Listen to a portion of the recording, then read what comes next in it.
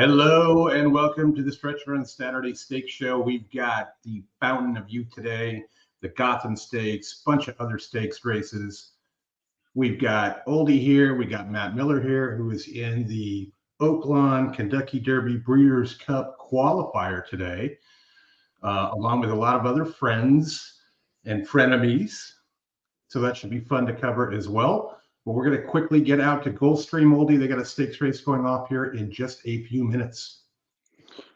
Yeah, so race 7 here. I was on the weekend preview show. I was 4, 8, 9 here. 4, 8, and 9. And I'm putting a ticket together here as well for a pick 4. We're attempting to focus on doing that. This is Gulfstream Park race 7, the Colonel Liam Stakes. Scotty was the 10 here. You were 4, 8, and 9. Yes. Interesting note, Matt. The third race today at Gulfstream Park started a pick 5, and it was retail players only. Handled $250,000, but you know, I saw Pete Aiello had tweeted it out that he was playing because it's one opportunity you have not to have to play against the computers. Yeah. Same thing with the coast-to-coast wager is also retail only. That one at $1 base. Well, and when we get to talking about this Oaklawn tournament, you're going to get quite a laugh as to what today's strategy was. The early pick 5 is the key to my entire tournament strategy today. So, nice. I've joked about the triple Lindy. This will be a quintuple. So we'll see if we could. So far, I'm alive in this thing, and we've got 2 price shots thanks to EquinEdge. Again, not a paid advertisement. I'm here on my own volition. No one's forcing me. But EquinEdge was tremendously helpful in getting me to those last 2 winners that were quite nice prices. And I think I'm going to be alive to something pretty solid if I catch one of the 2 favorites in this next race. And so we'll get to the strategy talk, and I'm going to need some help from you guys and listeners and all that at some point, but not yet. Cool. Oldie, is that your ticket? They're just about ready to go. Yep, that's it. There's Oldie's ticket. The outside smooth breeze will complete the line.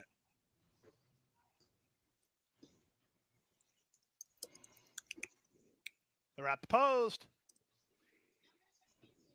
They're racing in the Colonel Liam Stakes.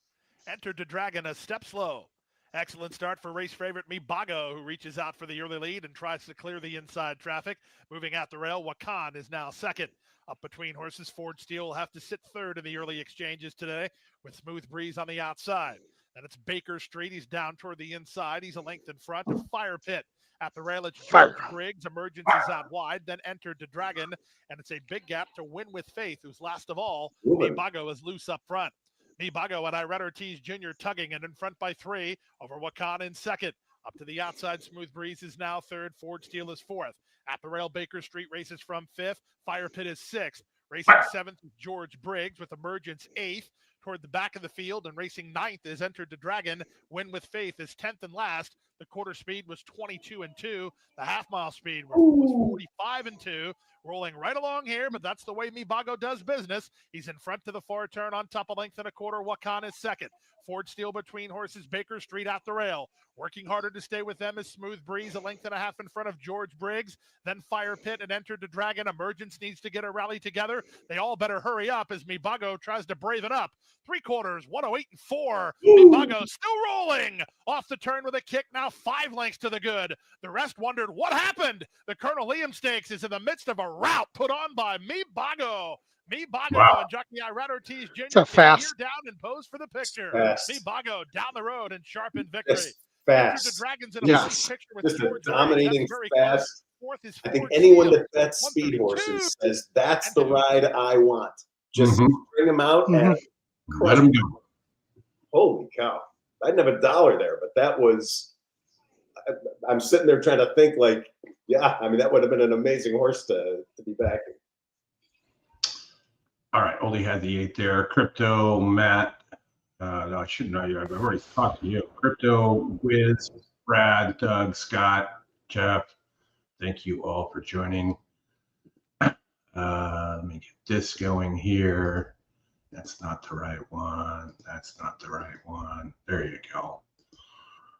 All right, Oldie, we're going to get out to Aqueduct here. 5 minutes to go before race number 5.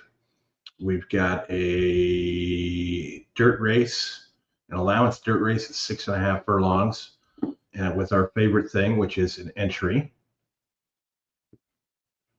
And at some point in time, we'll talk a little bit today about the run-up changes at Goldstream and the 8.5 and mile and an eighth races. I know, Matt, shaking your head. It's just not nice. It's just not nice. I really don't think it matters one way or the other. I do. I just think for people that keep, for those statisticians and data-driven people that pay attention to that crap, I don't make fun of it. It's just not for me. But for those people, this is like, switching back and forth between metric and standard. Like, come on. Like, how do you change the standard of time? I mean, I don't think it's very nice. Sorry. Like I said earlier to the guys in the chat, it's when you're talking about how far they're going in a mile and a 16th, they go 5,610 feet. Adding an additional 85 feet is nothing. And in a mile and an eighth, it's 5,940 feet, and you're adding 53 feet. It's nothing. They don't, when they clock horses, they clock them while they're moving. They don't clock them from a stop, right? This isn't like track and field in the Olympics. Yeah, and in fairness, maybe I don't understand the actual distances involved and whatnot. I just know that in general, the fact that some tracks do more run up than other, like, it would just be nice to see something standard that makes it easy for everyone to be able to compare. And I get it. They're making this. I think the justification for this was safety. Obviously, who's not in favor of that? But at the same time, it's just kind of crazy that they're still, to this minute, changing the way they're running and timing races. You want standards in horse racing? You better go find a different game. So, I mean, the NFL still can't spot a ball. Derek, what's going on? Hey, guys. How's it going? Not bad. We're going out to Aqueduct for the 5th race here. Oldie, you want to take us through the field, which has, of course, our favorite thing, and entry. All right. I think they're the only place to use this. You're getting a decent price. I'd say a fair price here on catchphrase here at 4-1. Not getting bat, not getting played. One last time out by 6.5 lengths, is only moving up 6 points in SOR. As it gets bet down as I talk here. And, the second choice here is the 2 Ariana Rye, but this horse is kind of burnt money at this level, and it's had multiple shots at around 58 SOR here. So I think I'm on the 7 catchphrase. That there may be some other horses here that are decent long shots, like the Scotty long shot with Linda Rice there as well. But I think whether it ends up being the eventual chalk or second choice, catchphrase looks pretty good to me. And I will start the race then. You got about probably 60, 80 seconds, Oldie. They're getting close to the gate. All right.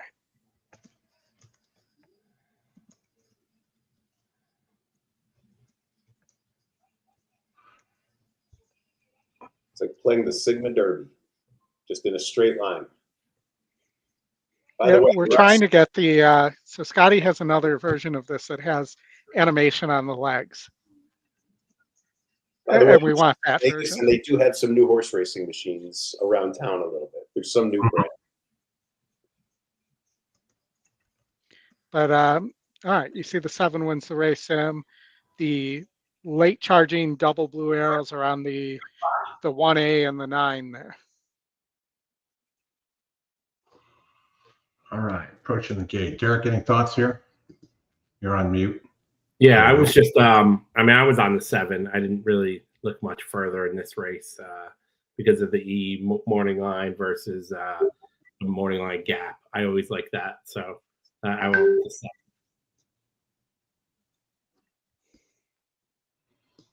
Bob Jackson, welcome. Yeah, with gate drills for sure, but the gate drills don't time it when the gates open. It does time it when the run-up starts. So just an interesting observation, when there's a horse that's an overlay in the win pool, they tend to be an overlay in the double pool as well. And when you see the win odds crash at the last second and come down to what you thought they should be, most double players can't catch up and do that fast enough. And so unless you're tangling with CAWs, this is one source of an overlay in the double pool, is that, right? I'm now watching your horse go down to 5-2. I'll be curious to see if the doubles that I just played go down by the same percentage. Usually they lag and I get away with something. We'll see. Up the table. It'll be Embraceable Gap. Other half of the entry, the far outside. Can you hear okay? Good, the audio. Yeah. Yes, it's good. Embraceable Gap. And then I really need help on Oaklawn for real. I think we got an Oaklawn race coming up. Yeah, we do. Really like that here on the front end. This fabulous fox is going to be in the early mix with plenty of company. Tops the tables in that early trade. Easy play out wider. Catchphrase is also with the pace. It's going to be 3 wide on the rim. Ariana Rye now emerges with a nose in front. Fabulous fox is chasing from second. Then puts Catchphrase 3 wide in third. Easy play is going to be 4 wide. Nowhere to go right now for Contentious. Very wide on the racetrack. Is trying to save some ground, but nowhere to go 5 wide for the backstretch. Top of the tables in that mix, and also at the rail there is 13 red flags moving forward. Embraceable Gals in the back end of that leading group is there. Very tightly packed. First class cat went far back. 23 seconds flat for the opening quarter mile. Ariana Rise got the lead, had to work to get there. Intentions has been wide, and here comes Intentions with a 5 wide run. Is coming after the leader, Ariana Rise, who's still about a 7 looks like it's not running. This is now chasing and getting close to the leader. That Fox is all in. Catchphrase is dropping back. Easy play. Ariana Rye is still there. Ariana Rye gutting it out. Intentions is trying to cut into the margin. Not running at all. Last cat starts to make up some ground. Embraceable Gal is rolling to grandstand side. And Ariana Rye find the final furlong. Here comes first class cat down the center of the racetrack. It's close. With Embraceable Gal. Ariana Rye is looking for the line. First class cat is trying to nail this leader. And it's a No. Ariana Rye just pulls on over first class cat. Embraceable Gal lifting Intentions and top of the table. It 1-21. Yeah, 2 definitely got that one. All right, Billy, we got a short field at Fairgrounds. Why don't we get out to Oaklawn for their race number 4 here, and then we'll take a trip out to the West Coast and Santa Anita Park. All right. So it looks like to me like a 3-horse race. That's the way my notes were written here. But so the 12 I think looks very solid here, and it's 3-2. The 7 has shown speed and improvement, where the 12 showed tactical speed and could rate a little bit. And then I noted, though, that there's a lot of pace here. So that this 11 horse might have a shot as a long shot, because this could melt. I know Matt needs the 12 here, and I see his face like. Well, so here's the specific question. I did something unusual in this tournament. I am live to a Dutched all in the last race. So in the pick 5, I have, again, full credit to EquinEdge. I have both the 7 and the 12. I think on one ticket I have the 12 in extra time. You know, that's how I kind of do that by pressing up here and there. And so I'm live to what I'm guessing is a $3, $4, or $5 pick 5. But I need the 7 and the 12 here. And the question is, I'm in this Kentucky Derby tournament where I haven't done a thing yet. It is likely, in my opinion, that 6, 7, 8x your balance will be enough to win that tournament. So the question is, would you feel so good about having the 7 and the 12 here that you'd say, I don't want to ruin my tournament by hedging? Or would you say, what are you, crazy? Take your opportunity to cash something and play the 11 and some other long shot here. So I'm trying to get a confidence test. Do I stick with my 7 and 12, or do I take my tournament and hedge? And if one of those hedges hits, it's likely I hit that tournament. So my feeling is that the 7's the weaker of those two horses. The So weakest the one. betting backs that up as well. But I personally probably would hedge a little bit of the 11 with the 12 there. So when I'm even hearing you say little bit, so am I hearing that shaky confidence to mean maybe do it in cash and not in the tournament? Yes. Okay, that's fair. I mean, the 12's the horse I feel the best about. Okay. I mean, look, I was sitting here on some level, I was hoping you'd say, Matt, I can't believe you don't have the 1 and the 2. For sure do those two. That would have been easy, but the fact that you're reluctantly wanting me to stick with that 12 in particular, yeah, okay. Well, and if you don't have the 6 in the next. So in the next race, I have all a couple times. I have 6 different horses a couple times.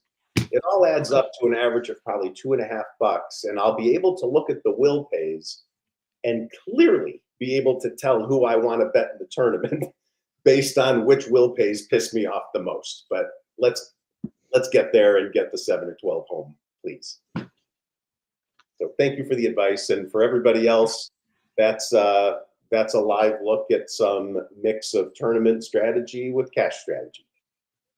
Thanks for indulging. And I like the 6 in the next, so I may play those 3 horses in a double to the Oldie, 6. that's my horse of the day. I have some doubles right now that I did in the tournament to the 6, and I'll be doing the opposite direction with 6 into some horses in the race after. Derek with 2 entries in the tournament as well. He's made a couple of plays. The leader right now, Greg Lewis, who you know, Matt, is sitting at 750. You can all blame me for having the conversation with him maybe 3 or 4 days ago. It was a lengthy one, explaining the lay of the land and what it takes to do well in one kind of feeder, the next kind of feeder, the next, and he is a shark.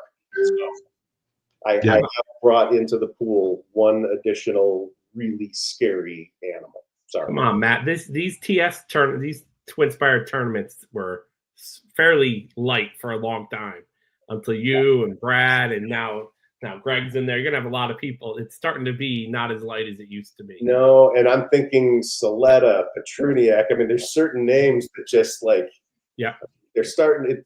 It's funny. What did you say at the start of the show, Chris, about friends and frenemies? Mm-hmm. It's funny. They started as friends. A couple more bad beats to these guys, and it becomes frenemies at some point. There's no kidding around, but it's still enough friends that I could root for them. And look, I said this in the book. I say this every day. It's usually me that beats me, not other people. And so if I don't do well, great. I got a full field of friends that I could root for and hope that they do something. And J-Man, my double into the 6 is the 9 and the 11. Just because I'm well behind everyone in this tournament right now, so I need long shots. We can argue about that another day. I don't think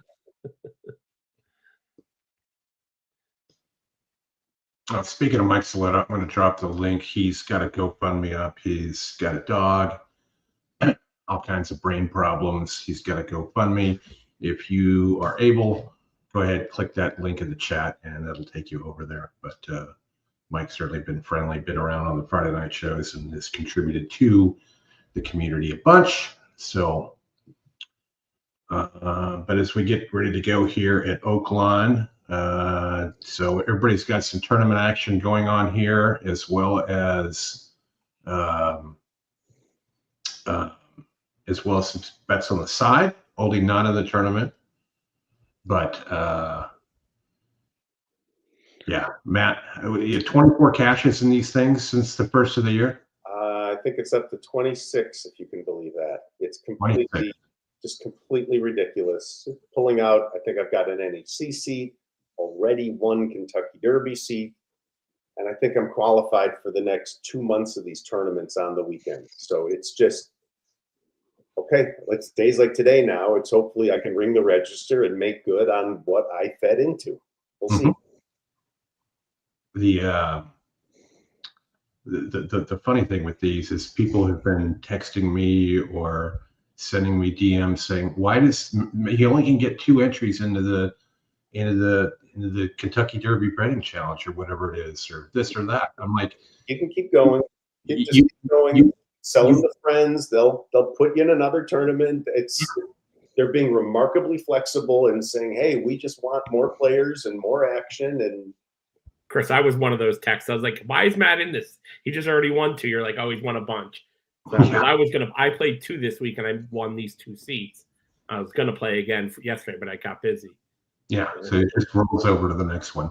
But the funny thing is, after going, 20 with 26 wins, now they have a leaderboard and there's a new contest. Yes, something new for him. And look, I say this without ego. I really say this to be funny. I called up Darren, who's the really good guy in charge of that thing, and said, if you're not making this retroactive, would you at least name the thing for me?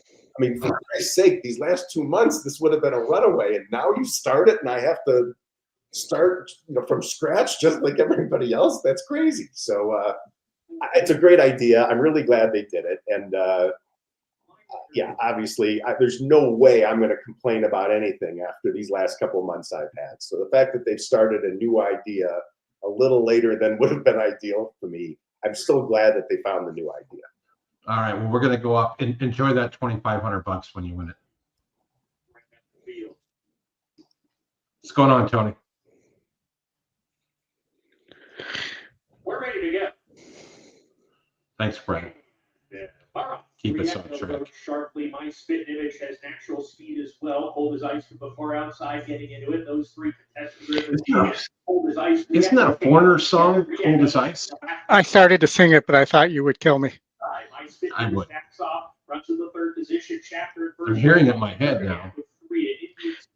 Cold as ice. In the field, 3 lengths clear of Lily May. I'd be honored dropping to the rear of the field. Here to catch love. Passes Herman is well behind as they go into the 4-turn run. Rieko, Ramon Vasquez string out the field here. 1.5 in front. My spit image attempts to get closer on the rail. Hold his ice continues to run in the 2nd spot as my spit image was 3rd momentarily and is now starting to lose position. Shafter at first taking that 3rd position away, but has 3 lengths to gain at the top of the lane. Hold his ice. It's going to be 12, 11, 9. All these going to nail this truck. Oh, bumping. No way. The 2 horses are killing each other. Oh my God. Hold his ice on the front and Shafter at first. So Matt, was that good enough for you? Nice advice. Thank you. Thanks for that minor award. Good job, Matt. These will pays might be really fun to look at. We'll see. Get there as a maiden no longer. Check out for the Roar. I'll take the 6 in the next for a 21-1 double. 21-1 double. All right, Oldie. Quickly out to Santa Anita. Quickly. They're behind the gate here in race Navajo 1. Warrior is the only one getting bet here. Looks like there's a lot of speed. Could play to that horse. I'm going to say, if you want to take a shot against it, maybe the 2 or the 9. But it does look like a lot of pace here. And we got Goldstream right after this in 5 minutes. We have 5-horse field. The picture that was just on the. How much confidence could you have in any pick?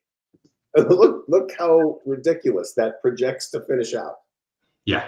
Those Yeah. are like, There was one from the weekend preview show at Gulfstream, and I can't remember which race it is, where there's like 7.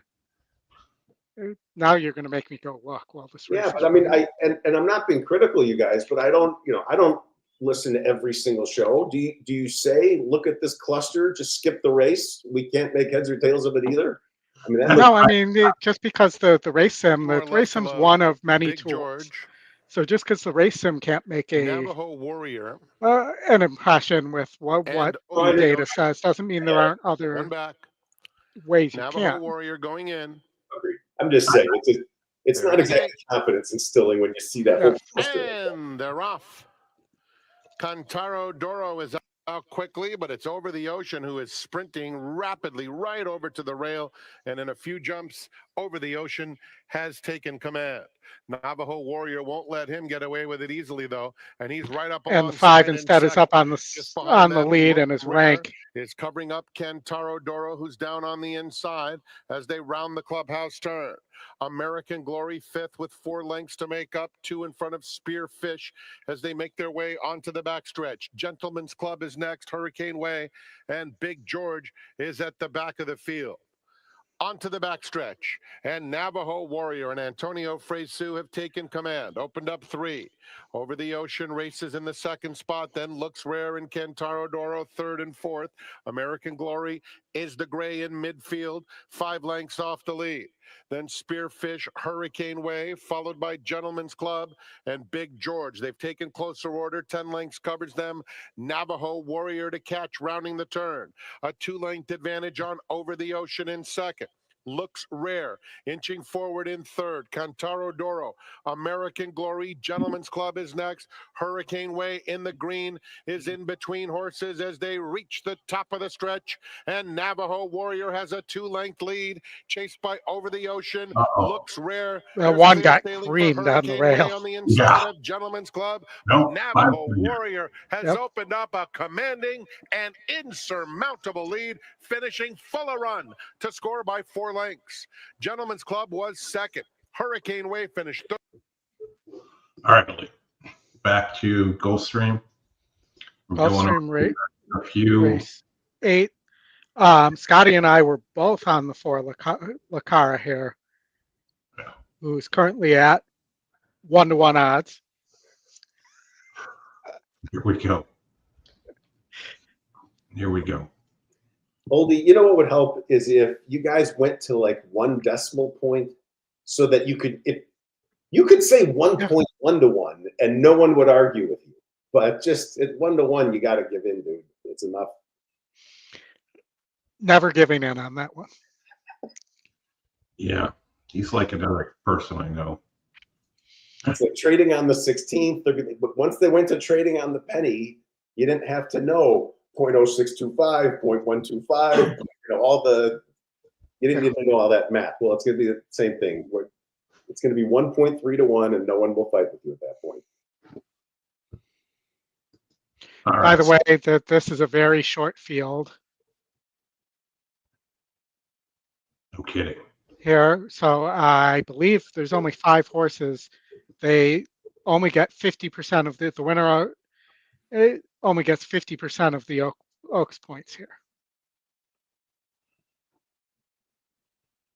Oh, and you're right. And the Queen's MG wins the race sim. You just never know what you're going to get with this horse. In the last 3 times, you haven't gotten anything good.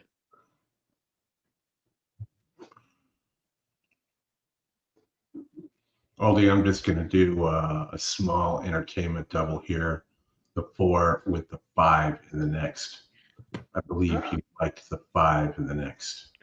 Well, my top pick in the next scratch. I was actually on the 10. Okay. But it's the 4 and the 5 where I was in the next. Yeah. But with that scratch, you could see somebody an upsetter like somebody like the 3 there possibly pull that out. I just can't trust another horse I can't trust in Major Dude. Correct. Who's often, he may be a Major Dude, but he's often for the minors. and we get a little bit of a break here as we head into a stakes race in New York, going off in 11 minutes, which we probably won't give us much here because Goldstream's going to take their time. Why they do this, nobody knows. It's like that Saturday kid. Nobody knows. I think the answer is because they can. How many feet in a mile? 5,280. A simple number that everybody can remember. How many yards in a mile? Nobody knows. Derek, you're on mute. I was saying, I know Oldie doesn't like the one here, but I do. I like Queen's MG here. I bet I have a ice cold exacta 1-4, and then I have the one. Well,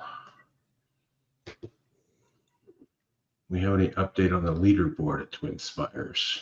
Greg Lewis made $10, so he probably made a show bet. Matt has brought back show betting as a thing. Although I think people are misunderstanding and misusing it, which is fascinating. So I have no problem with people thinking that it's for one thing when I'm using it for something entirely different, but that's fine. For what it's worth, I absolutely half love his show bet there. I would probably, in my view, if you're trying to get a lead and keep it, the objective is just tread water. And I don't mean to sound stupid, but $25 on the favorite, I probably would have put 5 on that 7 horse and 20 on the favorite, just figuring. And I think they both came in, I think. But even if not, the 20 on the favorite would have been enough to break me even. I'm not trying to make the $10 that he made. I just want to get my $25 back. And that's it. If you said to me, I'll give you back 21, I would totally take it. Like, I'm not trying to make money. I'm trying to stay exactly where I am. But he's not at a high enough number yet, I feel. No. And I'm telling you, he is an absolute shark professional. He is ticking off a minimum right there because he knows he's going to have to do that. And he wants to do it safely. I am certain he's got to play later on. Yeah. He is an absolute believer, not because I said it, but because other people have independently come up with this stuff too. He's a believer in setting a target. And so I know he's got a goal. We've talked about that goal should be flexible because in some of these tournaments, it does get a little non-aggressive at the end and you might not have to go full on crazy. And sometimes you do. So yeah, I think he just figured, well, there's an easy one to just get a minimum out of the way. And that just wasn't the horse. I believe that. Sometimes you feel like a nut, sometimes you don't. Hello, Catherine. Good to see you. 1 mile the trip. Here is the race. In the Devona Dale. If you want to see one of the more awkward interviews, go back and look at the NHC thing last year in Chicago.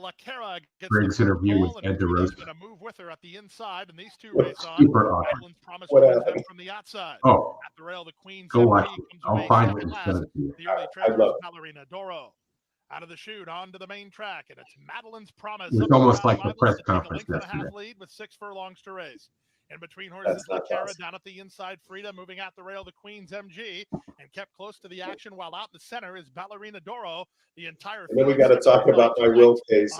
Quarter and a reasonable 24-1. This is ridiculous. Madeline's Promise at a big price has the lead 3 parts of length. The Queen's ridiculous in a good way or ridiculous in a bad way? In a very positive way that I think makes my tournament strategy very clear. The last is Frida. Less than half a mile to race as they swing to the far right. in the Devona Dale. Madeline's Promise leads 3 parts of length. From the outside, Lacara. From the rail, the Queen's MG. Getting started on the outside is the gray Ballerina Doro. So the 3 favorites get ready for a confrontation here through a 47.5 mile. The rail open for the Queen's MG, but Lacara just took the lead. Racing into third is Ballerina Doro, but she needs to giddy up from there as these top 2 start to sprint. They're a quarter of a mile from home, and Lacara has the lead with inside position. The Queen's MG is right alongside. They're into the drive in the Devona Dale, and we're set for a good matchup. Lacara tries to turn back the Queen's MG. Looks like it's the one. The Queen's MG has made a clear lead. Lacara is back to second and tries to hold there, but the winner of the Devona Dale is the Queen's MG. And I read her team by 2.5. It ended up very close for second. Lacara trying to hold off Ballerina Doro. Madeline's Promise. I'm not on mute. No. Yeah, you didn't want to hear what I said. Derek. Oh. I said I hope the 4 held second. That's what I said. I think so. I have a $100 to win bet and a $100 exacta. $100 exacta, 1-4. Oh, I'm on a different race. I can't. Probably see like it. $4. Well, hey, Take 4 it. to 1. 4 to 1. 4 to 1. Is it 4 to 1? I'm just guessing. For the 2 standouts, take it. That's a good job. I don't know if that's what it is. It might even be. I got to take a look. Nope, $6. Wow. Oh, Ooh. well, give me that. This is why Twin Spires has to have more than one track. I hate Oaklawn. Give me a fairgrounds like they did once, or give me a Gulfstream. They need to add more tracks. Yeah, not going to happen. You know why? Why? Because they have to work with. But They have to work with people. But don't they own Gulfstream? No, but they do own fairgrounds. They own fairgrounds, but not Goldstream. Oh, I thought they owned Gulfstream. Okay. No, that's Stronach. Oh, all right. Yeah. So All I right. know they don't give me Gulfstream, but then give me fairgrounds. They did one. They did a couple of the tournaments. I like that, where you get two tracks. All right, so I'm 158 here. I added the 3 in my pick 5 because the 3 is getting bet here, and I preferred the 3 to the 7. Those are famous last words. This late pick 5 time at Aqueduct. Then I'm 1928. My top pick here, the 7 scratched out. 3489. Even though somebody came on the weekend preview show, told us McAfee was scratching, who was my top pick there during the whole talk about it. So McAfee is half to torpedo Anna, by the way, for Richard and his Dutch row there. And I had a note on Trip Trouble last time out as well. I think there's a lot of pace in this race, and that this was one of the races I thought could melt today. And then I'm single to the 10 to 1 10 horse, who appears to be only speed in the in race 9 in the King's Cheek. You know that this horse has beaten 58s and 56s and did so pretty impressively last time out. I'm taking the chance that it can get there against this group at that price. And then I'm spreading in the last here, 6-1, 3-2, 9-7. Probably a product of too many times getting bombed out of the Aqueduct late pick 5 in the pay leg. Been there. So, you know, Derek, did you have a different thought here in the first leg? I do. Yeah. Well, I'm singling the 8. I really like the 8 here. And then I went short in the Gotham. I went with I almost just singled Sacrosanct. Love that horse. But I put Sand Devil in there too. Those two I think are standouts over everyone else. We were looking at putting our horse. We ended up nominating for the Gander, hoping one of those didn't go to the Gander. And because they're not, we're going to go in the Gander next week. So nice. Those are the 2 horses that we were worried about. So I'm putting those 2 in there. I went all in the last leg. I have a $44 ticket. I don't have it up on EE. I'm actually trying to put it in right now. It's getting, I'm getting a internet connection issue. But so I singled here. You're getting a good odds. At least you were. I haven't seen where they are now. You're getting really good odds on the 8 right now, at 3 to 1. So I like that as my single.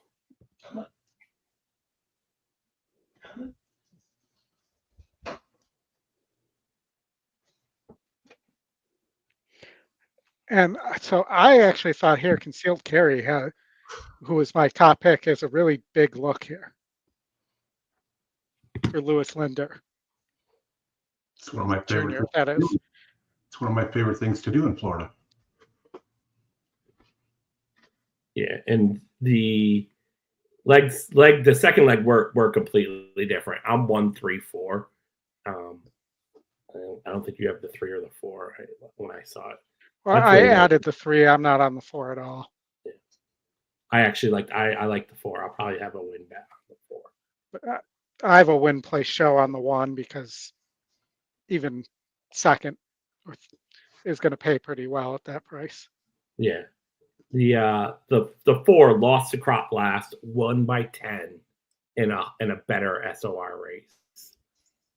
I can't imagine this horse not. I see it as a lower SOR race going very long. I have it as a 60 SOR versus a 68. Why am I looking? Oh, is it? Do you have a different thing up? Should be right. Mine says it's. You're talking about Volleyball Princess, right?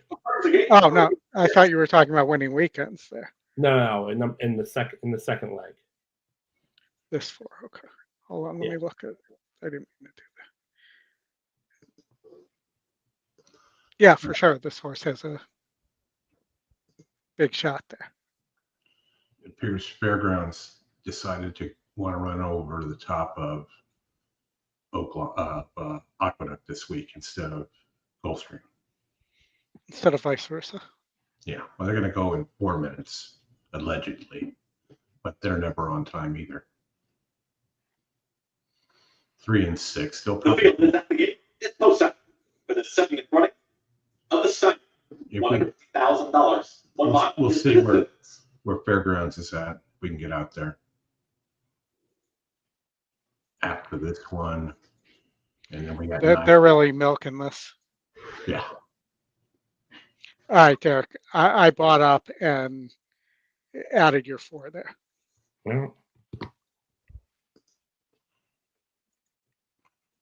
There is his pick 5 ticket. Only we missed a heartbreaker last weekend. It's Anita. Yo, Yeah. Daddy, forward. I just entirely missed that horse, and I found it. You got a text from me to hedge that horse. Win on weekend. I got my money back with it. Left alone. That's about it. Coastal Mission to the outside. Here we go. Good luck. Goes in. We're all counting on you. Winning on weekend. Breaks very well from in between horses. Also down towards the inside, here comes Concealed Carry. And Concealed Carry, without putting a nose in front. Winning on weekends is going to stop from second. I've not seen Concealed Carry get a nose in front. And winning. I don't know what he's talking about. Now puts it back in front. Concealed Carry is back to second. Yo Daddy is in between horses is third. Coastal Mission to the outside of that rival in fourth. There's 3 and the rail that's long. Okay, he has now put a nose in front. Behind that is Bank Frenzy. Yes, he has. With Worcester. They work up the back stretch. They are very tightly bunched. 23.43 for the opening quarter mile. Concealed Carry is in front. Winning on weekends right there. Tight spot for Law Professor, the shared third with Yo Daddy, who's ranging up on the outside. Here comes Yo Daddy, who's on the move as they approach a half mile left to go. Coastal Mission is in behind them. Bank Frenzy gets the hurry up here. It's from the 6th spot. It's about to split rivals, but winning on weekends is just backing up. Bank Frenzy did find a seam, and here comes Bank Frenzy is taking third. Yo Daddy is trying to challenge Concealed Carry. Bank Frenzy with the sustained rally is just weaved through the field, and now Bank Frenzy all on his own is taking the lead very easily as in hand. Bank Frenzy approaches a quarter mile left to go. Manny Franco looking all over, and Bank Frenzy now. Don't jump off. It's Bank Frenzy trying to run right. Well, I have the 8 too, so if he jumps off, it's okay this time. It's about where he jumps off, Colby. I think it's actually a little. It's right about there. But we could claim it's anywhere because the video doesn't exist.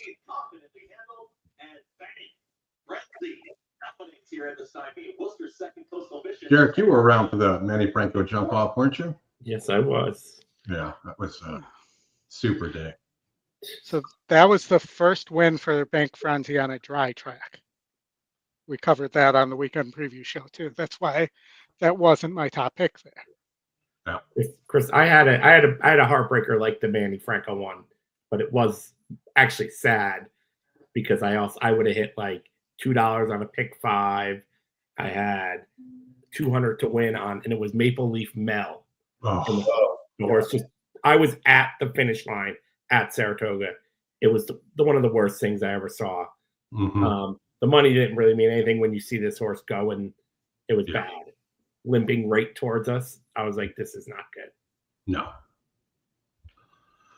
No, those are never fun times, even to be at home or on the track. At least at home, you're shielded somewhat from it, but when you're there. Yeah, it happened right in front. I mean, I actually missed it because I turned around to slap my buddy high five that we won because he was up by 10 lengths. And I hear like a gasp, and I knew exactly what happened. Yeah, that was sad. Yeah, that was really sad. Real sad. All right, sorry, putting in a sad story there. Yeah, we're gonna skip fairgrounds because they're just being a pain. Oaklawn Park Race 5.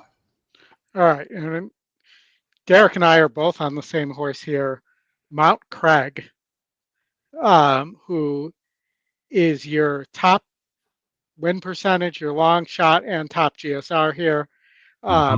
Those win more than 30% of the time. Horse broke its maiden by almost 17 lengths, 2 back. I kind of thought this was a pretty reasonable level to have been placed at. It's a bunch of non-winners of pretty much everything in this race. That would be great condition. Non-winners of everything. Well, that would be a maiden. Yeah. I said pretty much everything. So has it won on turf, dirt, or synthetic? Yes. Or would you count winning a workout? No. Those synthetic races today at Goldstream, very interesting. Yeah, but on Wednesday they'll probably have 12. Probably. I've been a little quiet, and I almost sent up the bat signal to Brad for some math help. But I just shoved all in both entries in this Twin Spires tournament. The math on my pick 5 will pays says you need to bolster a couple of these payouts. So, I mean, it's funny if you click on your tab for will pays on the pick 5, I can tell you what I've got approximately. There are 2 on there. Right, there's 2 on there that are pretty cool. One is for 132 grand. All right, well, go 10. My $500 double doesn't matter there compared to seeing somebody win $132,000 on the air. I'll take that. Even the one would be kind of bonkers. I had 33,000, but that's my all ticket. I then have a backup. Well, not backup, but I have a press up. 5, 7, 8, 9 another time. 7, 9 another time. And 9 another time. I love it. Okay. I love it. So I just sat here doing a bunch of math saying, all right, so which of these is going to piss me off the most? And strangely, it's not the 9. I think I got it 4 or 5 times. It pays $1,800. So again, trying to integrate the tournament with this because dollars are dollars. Mount Craig is one of the horses I'm short on here. So I played that one in the tournament, and I think I picked a total of 4 horses. So it's not, I don't think I'm revealing too much strategy. I'm not going to say who the 4 horses are or all of them, but the bottom line is I took my top 4 here, well, my least favorite 4 here, into 2 horses in the next race. So all in, see what happens. Is this like when someone hits a jackpot at the table, you tip the people with you $500 each? Is that how that works? Yeah, I'll have Arby's gift cards in the mail to you guys tomorrow. No problem. Just kidding. We're rooting for you. We're rooting for the 10 for you, without a doubt. In your play, I want to make sure in the next that you don't lose track of this 8 horse. I have completely lost track of the 8 horse. It's the 2 and the 7 that I've got. It's only 4%, but there's something really suspicious going on there.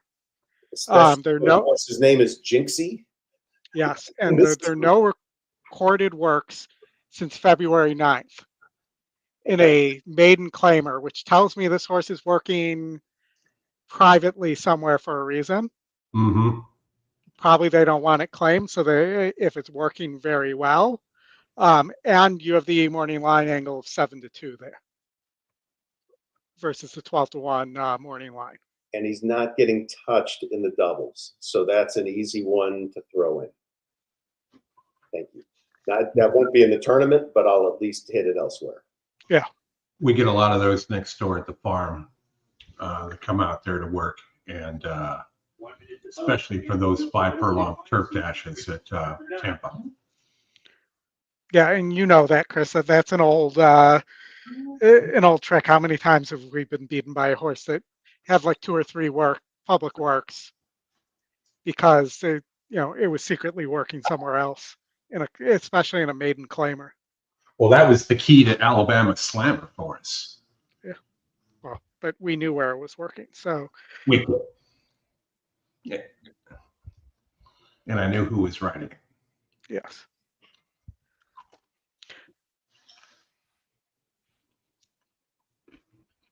So crypto, me and Oldie like the 6. I kind of like the 5 a little bit.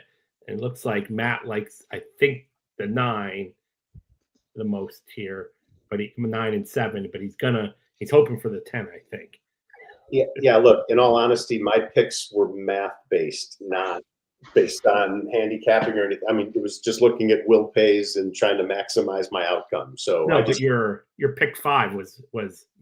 I just knew the 9 was going to get hit, so I weighted it the heaviest. Oh, okay, nice. So I mean, roughly decent job. It's tough to do that perfectly with a pick 5. So this 4 was breaking slow until recently. If it goes back and really is only broken decently on the on wet dirt. So, Mount Craig might get an easier lead here than we think. If that 4 not Blake's slow, but breaks slow. Yeah, that's better. All right, we're getting ready to go to the gate here at Oaklawn. And I will tell you, if you look at race 11, I put in a note about one of my high school gym teachers having the same name as a horse. Is it Penrod? Yes. Do you know that name for real? That's hysterical. Yes, that was one of Mr. Penrod. He was my Totally. He was my high school freshman year gym teacher. How did I know that? That's amazing. All right. Out to Santa Anita next. Oldie, they're 2 minutes away. So you know what? I think we're going to skip Santa Anita. We're going to go straight to Goldstream. Canadian Turfway Stakes. Otherwise known as the 51st State Stakes Race. Good beginning for all the runners. Oh no, not a good beginning for drops towards the six. Charbon up the pace with famous final scene. Famous final scene strides forward and lead. Mark Charbon as they corner his first turn runs Rubitage, runs from the 3rd spot. His Charming easing off the speed. He's 4th now with Matt and Fasten, who's 3 wide. Link back to Fear of Union. Going. Right now, the divisional link to Road with Blue Stott and His Wicked Strong is in back to back.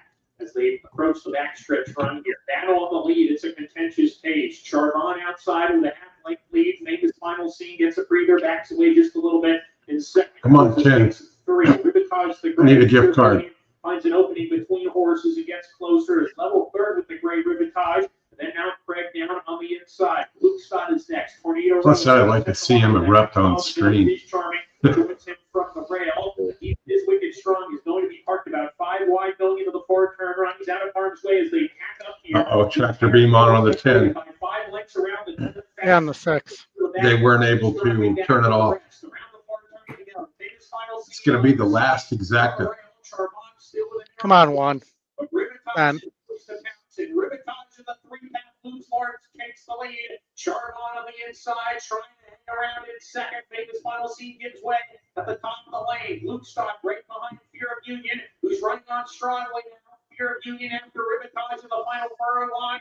Fear of Union, Joe Elmer to the lead. Rivetage second, a half length back. Fear of Union, he looked loaded on the back stretch, and he was ready to run today. Fear of Union drawing clear late to the Greg Compton barn. Fear of Union 2.5 ahead. How many times? So I have that, it pays 2140, and I have that twice. Oh, That was amongst the worst outcomes. And so I am almost certain that's one of the ones I hit in the tournament. Now, it's a bad feeling when you're looking at entry 2, and that's not on your entry. So now I'm going to entry 1 and just praying to see the 8 there. All right. And I do. So I've got 2 very large doubles going into next race. so 1 dead, 1 alive. 1 dead, 1 alive. And if you give me 1 second, so as not to make anyone have to do any math, 27 and 32. Oh, yeah, this tournament will be over. So, all right. All right, now I can get excited. All right, that's cool. There you go.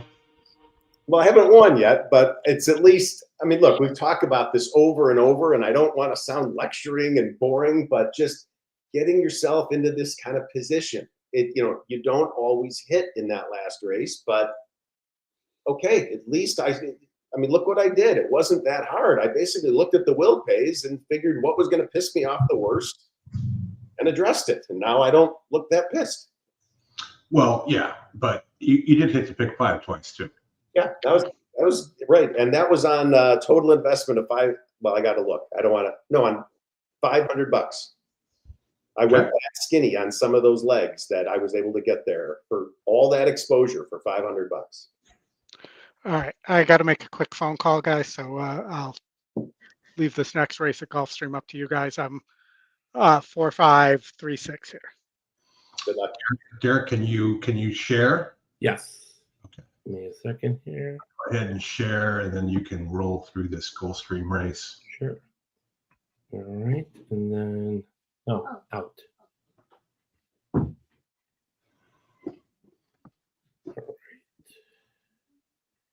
Gary Rice, good to see you.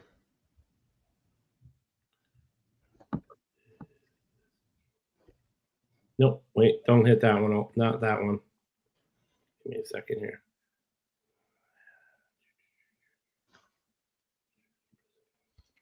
Picked the wrong screen. The Canadian Turf Stakes. All right. Go ahead.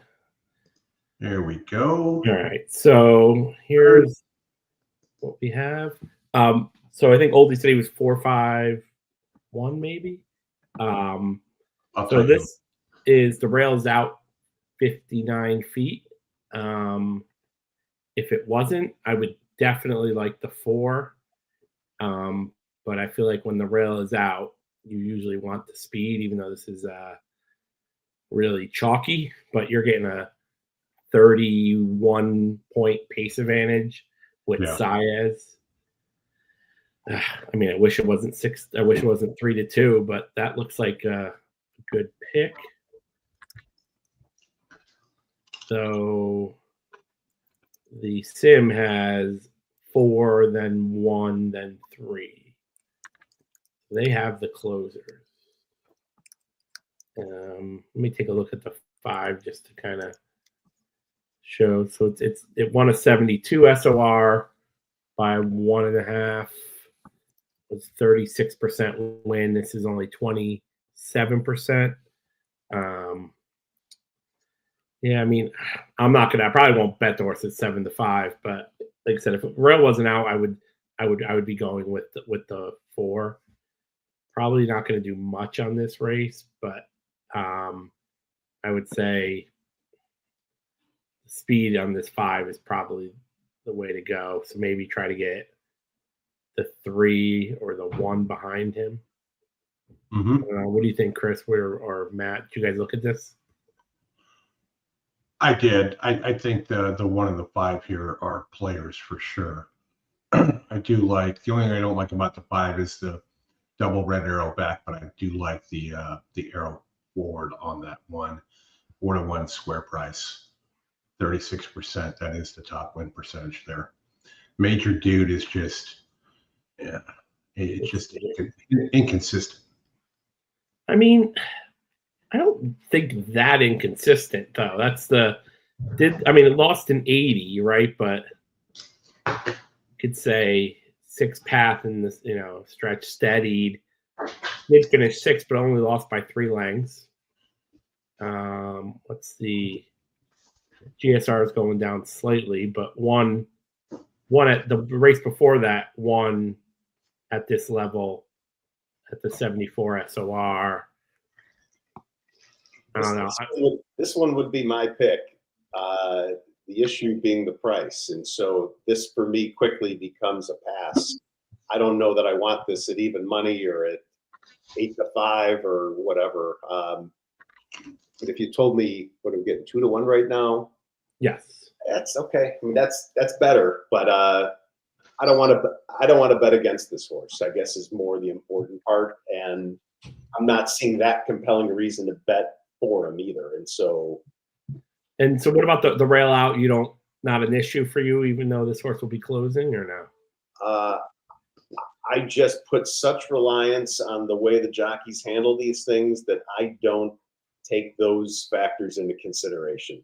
Okay. I just figure they got it better than I think I can tell them what they should be doing. Yeah.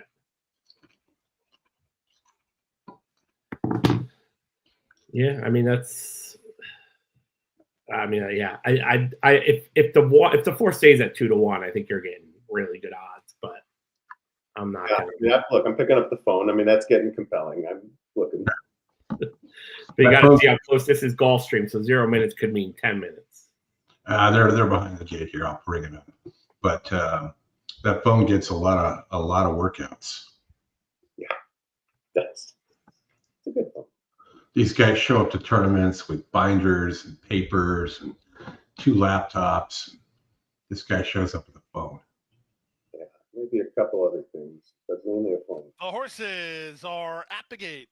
And sometimes post time for the Canadian turf. Starting leg of a Rainbow Six offering. The Rainbow Six pool blasting past $850,000. Major Dude walking forward. The Matt's not scared of the rail. I went with 3, 4, 5. The key contenders here. The triple 4 on top. David Harris, welcome. Hello, gentlemen. Good day. Happy Gotham Day. Happy FOY Day. And big cap. Yeah, Felipe, right? Hey, hello, Derek. Hey, Mr. Miller. Hey, how are you, my friend? Good. Good. It's almost too much baldness on this screen, guys. Yeah, I'm gonna get my hat going here, and I like the 5 Silent Heart here. I don't know the price. Wire to wire. I can do like Emperor mode if that's helpful. There you go. The house is on the far outside, and Paros is between horses. Gonna make sure all the bald guys are. They are Irish Aces and Fort Washington. And the run to the first turn, Stanley House is going to go up and badger Silent Heart for the lead. These 2 heads apart for the advantage, and down at the rail, Major Dude. Scotty would get quite a laugh. Paros is on his as a outside. Christmas Silent Heart gift is for his right back regular off the guest. speed. Sent powder for the top of their heads. In the red colors, it's Irish Aces. White edge on the lid or something like that. The trailer is Fort Washington. They complete the quarter in 23-3. They have less than 5 furlongs to go. Stanley House and Rajiv Mirage lead by 2.5. Well, who had the 7 on top or in the lead? I did not. I did not. I used them underneath, but did not have them. Did not envision them being anywhere in the lead. Irish Aces, who's patiently handled by Gaffleon second last, and the trailer is Fort Washington. They went the half in 46-4. They leave the backstretch and move on to the far turn. Fast. Stanley House has the lead. The favorites are nipping at his heels. Come on, dude. Silent Heart at the rail, Major Dude. Irish Aces is given the green light to launch his bid. And he's racing between horses now as Stanley House is getting out of touch. Good, dude. Going to try to spy an opening between runners. Now Stanley House ducks back in. Meanwhile, Silent Heart ran up to take the lead. Major Dude cuts the corner, and these 2 sprint off the turn an 1/8 of a mile from home. Irish Aces third and trying to level off. They come past the 16th pole. Major Dude inside, far outside Fort. Oh, Rats. This photo finish. What a race that was. They're 4 in line. Fort Washington surged over the top to make it very close in 139-1. Win picture. But The Canadian who was Turf. in the photo besides the other three? That would be the one. I know that. The 4, 5, 1, 3. Yeah, but I mean, who was the Camera guy. likely to be? They're showing the 3. All right, hold on. My TV's on delay. I'm going to watch. Give me a second. Okay. Here we go. Come on, dude. Oh yeah, 3. Oh, man. Yeah, you got it easy. Three. Yeah, one of the founders. Flying by a flying wheelie bus. I think All it's right, three, four. David, I see you're in the Twin Spires tournament today out there at Oaklawn. Yeah. I got a seat. I played Monday. Nothing going on. I love the card at Oaklawn on Monday, so I got involved. But here's my issue, Matt, with I had a problem with Oaklawn finding plays. I just didn't think the card was very strong, and I reached out in the last race and made a couple plays. But when it's hard to focus for me on a track that I don't like the card when you've got Gulfstream with all these stakes races, you've got Aqueduct, you've got Santa Anita. So I'm taking a shot, obviously. I've got a couple bucks left, so I might just go all in, and so I can get it over with, and I'm either there or not. But we'll see. I will be, looking for a play.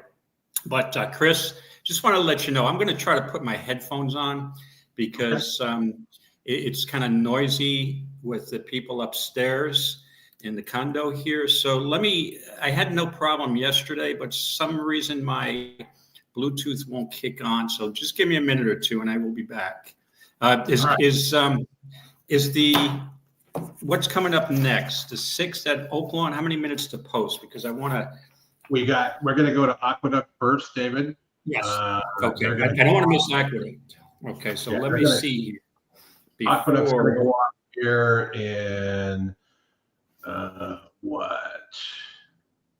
4 minutes, and then I'm going to wait because I do have an opinion here on this race, and I'm reaching a bit, but if you look at the notes on the 8, the Tony Dutrow horse, second time off a layoff, just I demolished the field breaking her maiden. And besides the 1, I don't think there's any world beaters in here. And I know it's very difficult for a horse normally to, win a stakes race, much less finish on the board in a stakes race after breaking its maiden. But certain horses can do it if they have the ability. And I don't think there's, like I said, I would match the 8 up with the 1, but I think the 8's got a shot here. From what I've heard through the grapevine, is that they're pretty high on this horse, but let's be honest, a lot of trainers are higher on their horses. So I'm using an 8 over the 1 here. It'd be nice if I also put a wager in on it, right? Absolutely. Derek, you're on mute. Click that. Derek, how did you see this race? Unmute yourself. Yep. So I have the I like the 4. This is the horse that I like. It's just it ran in a 72 SOR versus this is a 68. It won by 10, and I just think that this horse, the price you're getting, it has dropped. I think it's 4-1 now. So I don't love that, but at 8-1 I would have loved it. But 4-1, I'm still taking it. And I'm singling. I singled in the first leg and lost. I'm singling this horse and singling Sacrosanct in the next in my pick 4. Really? Yep. You have that much faith in Sacrosanct? I have a little. I love that horse. It actually beat our horse to win its maiden, and it was our horse's first race. That horse won, and then yes, I do, and I think I really think that's when we raced that horse, I said when it won its first race, I'm like, that horse is a Derby contender. So it's kind of, for me, it's more of a personal thing. I have another Sure. pick with Sand Devil and Sacrosanct. I think it's only Right. And you know, to me, Sacrosanct and Sand Devil are very close in ability. The possible issue with those two horses, they have the same running style. And you know, that creates a scenario, a possibility where these horses could go at it early. And you know, that's why I am going to favor Sand Devil over Sacrosanct. I think you have to use one of them. You can't use both of them. That's just the way I look at it. And my other horse is Calling Card. I think Calling Card with blinkers on comes out of the comp, sloppy track. You can throw that race out. May not have cared for a sloppy track. I mean, Calling Card, the last two races faced Disco Time and got trounced, but only lost by 5 lengths. And then the race before lost to Sandman. You know, Sandman was disappointing last time out, correct? But, has faced some out-of-town competition that may be better than, these two New York breds, the Sacrosanct and Sand Devil. But I know when the race is barn was just, they're like over the moon on this horse, Sand Devil. So those are the two that I'm going forward with the 1 and 8 with 3-5. All right.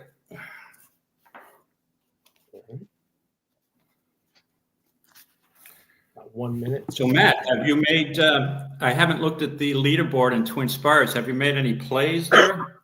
I just did. This is not exactly conventional. I played the early pick 5 and made myself live to all in the last race, and weighted that. The bottom line was there were a couple horses in that last race that stood out as bad payouts, and so those were the horses that I just started daily doubles with all in the tournament. So I'm live to 2 large doubles that I think could be winning scores in the tournament with the 2 last horses in the race. And if the long shot beats me, although I have all these 8 horses inside, so yeah, I just it was simply a hedge play on a nice cash score. Okay, excellent. I'm actually putting in a couple picks in the next race at Oaklawn, trying to balance things here so I don't miss anything. So let me make sure I put this in, and it's 25 minimum. Okay, that works for me. And then we're gonna play a couple exactas. Yeah, well, it's no secret. EquinEdge got the Putting Eagle at 42% with a big pace edge. Although they still took Pride's Prince as the top pick. So big shockers to who my 2 horses are. Field is at the gate. It's post time. 4 race 7. 46th running of the Busher. $200,000. 1 mile the distance. And we'll get out to Oaklawn Points next. towards the Kentucky Oaks Championship Series. On the line. Leaving the nest. Jennifer wanting Matt Miller doubles. Forward. Fortuna Mia. All right, that's her in. Let's go. Good luck, everybody. And Matt, I was just telling somebody I met at the track today that you're a legend at these Twin Spires tournaments here. I'm like, every time I look at a leaderboard, you're on top. Yeah, it's gone really well. I'm in a very good groove. I'm just trying not to change anything, and so far so good. We'll see. Okay. Smile. Is it all set for the Busher? Yeah, my feed is like 10 minutes behind you guys again. At least we have the call. That broke very well from in between horses towards the outside there. She's fascinating. Who applies pressure? Liam in the dust. The rail is moving on through. MR going to take back. So will the gray. That's Sharp Smile up on the far outside as they get set to come out of the chute. Leader is She's Fascinating. Neck advantage. They're very spread apart. Tears Volleyball Princess will work over to the rail. And now they're a clear 1-2. Just off of them stalking is Sharp Smile from third. The rail Liam in the dust off the base. MR is a touch keen to the center of the racetrack. Starts to move forward from fifth. It's 3.5, almost 4 in front of Ramify. The 2 trailers, Drexel Hill with Fortuna Mia. They work up the backstretch 23.64, the opening quarter mile, and now Volleyball Princess to secure in the front. She's Fascinating is stalking from second. Sharp Smile gets the cue, is shoved along here from third. Amarth with those big bounding strides, making a 4-wide run. Here comes Amarth, 47-3, the half-mile time, and Amarth is on the move. Liam in the dust is all in, not cutting into the ground yet, is there in fifth. Upset looming. Here comes the run Drexel Hill, right up eyes, trying to pick it up for the trailer. Fortunatia. Volleyball Princess still with a nose in front. It's Volleyball Princess trying to fend off the charge of Amarth, who's big on the center of the racetrack, is running out the leader. And Amarth is trying to kick away at a big number here in the busher. It is Amarth who's sprinting away. Volleyball Princess's game. Drexel Hill is making up some late ground. Drexel Hill might try to flip rivals here. Drexel Hill is rolling. Amarth needs the line. Here comes Drexel Hill in the late stages. Drexel Hill. Ben Curtis, then wins the busher. Amarth was second, then came Volleyball Princess, and Fortunatia. That was kind of exciting. Okay. Now I can watch the race on my feed here after they are in the winner's circle awarding the trophy. Split rivals. All right. Well, before Oaklawn comes up, I am going to try to adjust my sound to the speaker. Okay, go for it, Dave. Because I have some background noise here. So give me a minute or two, and I'm going to figure this out. I'll be right back. Okay. Derek, we'll go over to you. We got Oaklawn Park Race 6 in 5 minutos.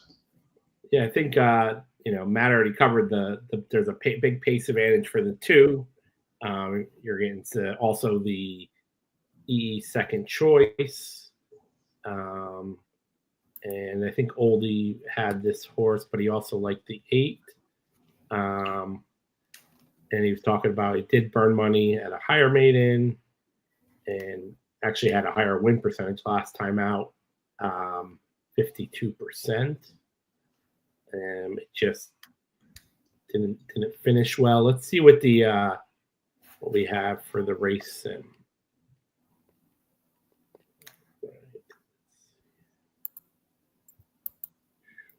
Can't get the whole screen up here, but let me just go to the finish and then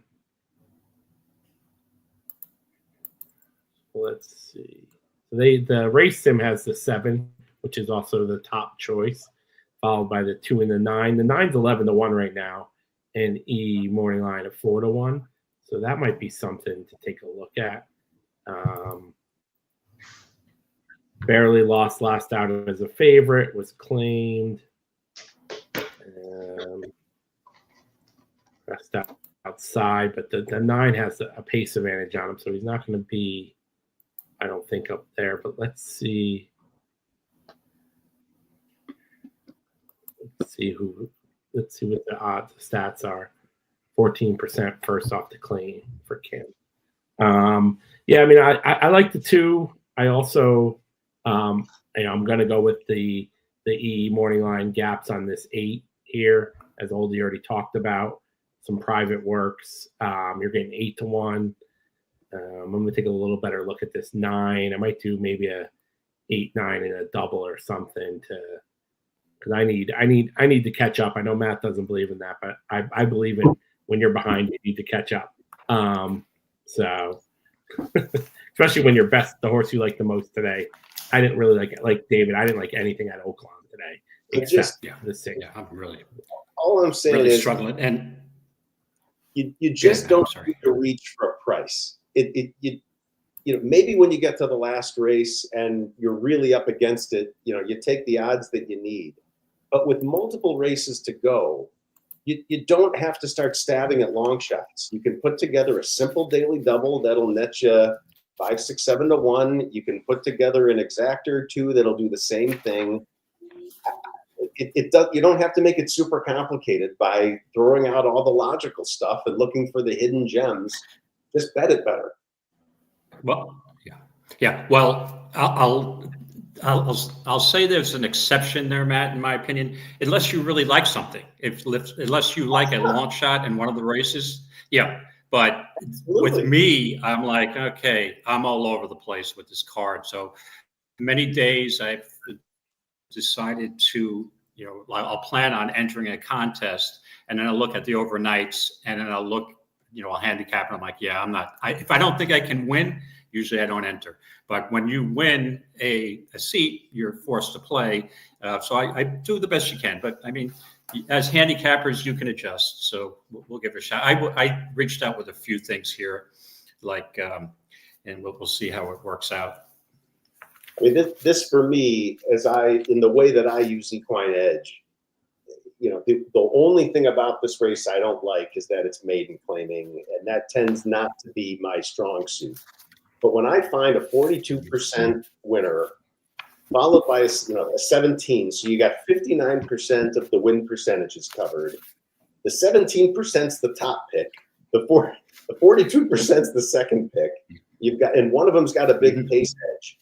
This, to me, is exactly what a lockup spot feels like using this program. It could be wrong, and Oldie made a good case for the 8, and I am glad in the doubles I covered that in the last race, out of the contest, by the way. But to me, like I said, to put my whole contest through these 2 horses in this spot, yeah, as I look at the rest of the card, I don't see much that makes me more confident. Find me another race where you're that confident, and it'll be one of these 2. And I don't know. For me, this felt like the only thing I'll say. Yeah, there's a couple of first-time starters that tweak my interest a bit. So I'm not sold that it's going to come out like that with the 2, first 2 Scotty picks. But we'll see how it goes. But you could be right. I mean, they could. Usually when you have a horse as a first-time starter and a maiden 50, they're probably not all that. Probably maiden special weight would show more confidence that the barn would have. But again, I usually don't play maiden 50 claimers at Oaklawn, so I'm kind of at a disadvantage. But call it gambling. No, but from a betting standpoint, this being the second half of a double, it is comforting to see the 2 and the 7 getting the money. The 5 I'm obviously looking at, and relative to the morning line, that's getting a little bit of spooky money, and so is the 8. That's the one that Oldie mentioned before. But again, once you're locked into the double, these are the kind of odds I'd love to see them both drift down a teeny bit. Actually, I recognize it doesn't change anything about the actual horse, but just the confidence level going in, I think, would feel a little better if the odds fell a little bit. But yeah, I mean, as I'm looking at the rest, I'm not seeing any clear standout threat, where there's clear inside information or, again, the 5's catching some money, the 8's catching some money. Right.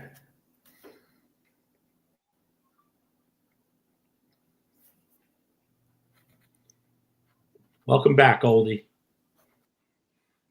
Hey, Oldie. He's on mute. Why'd you tell him? Just let him keep talking like this. This could be an amazing show. That's the best point he's made all day. Yeah, I mean, he thinks we're talking over him just repeatedly. He's going to hate us. He's definitely talking. With hand motions. He's shocked. Yeah. Oldie, do you think we're messing with you or not? We cannot hear you.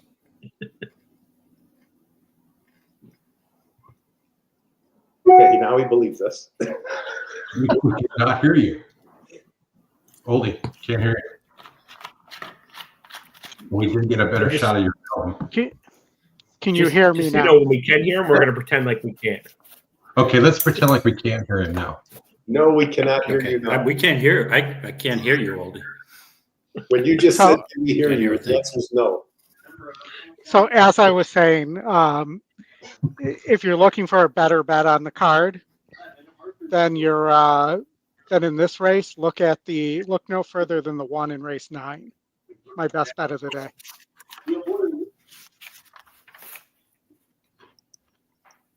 The leader here is only 13:31. Totally catchable.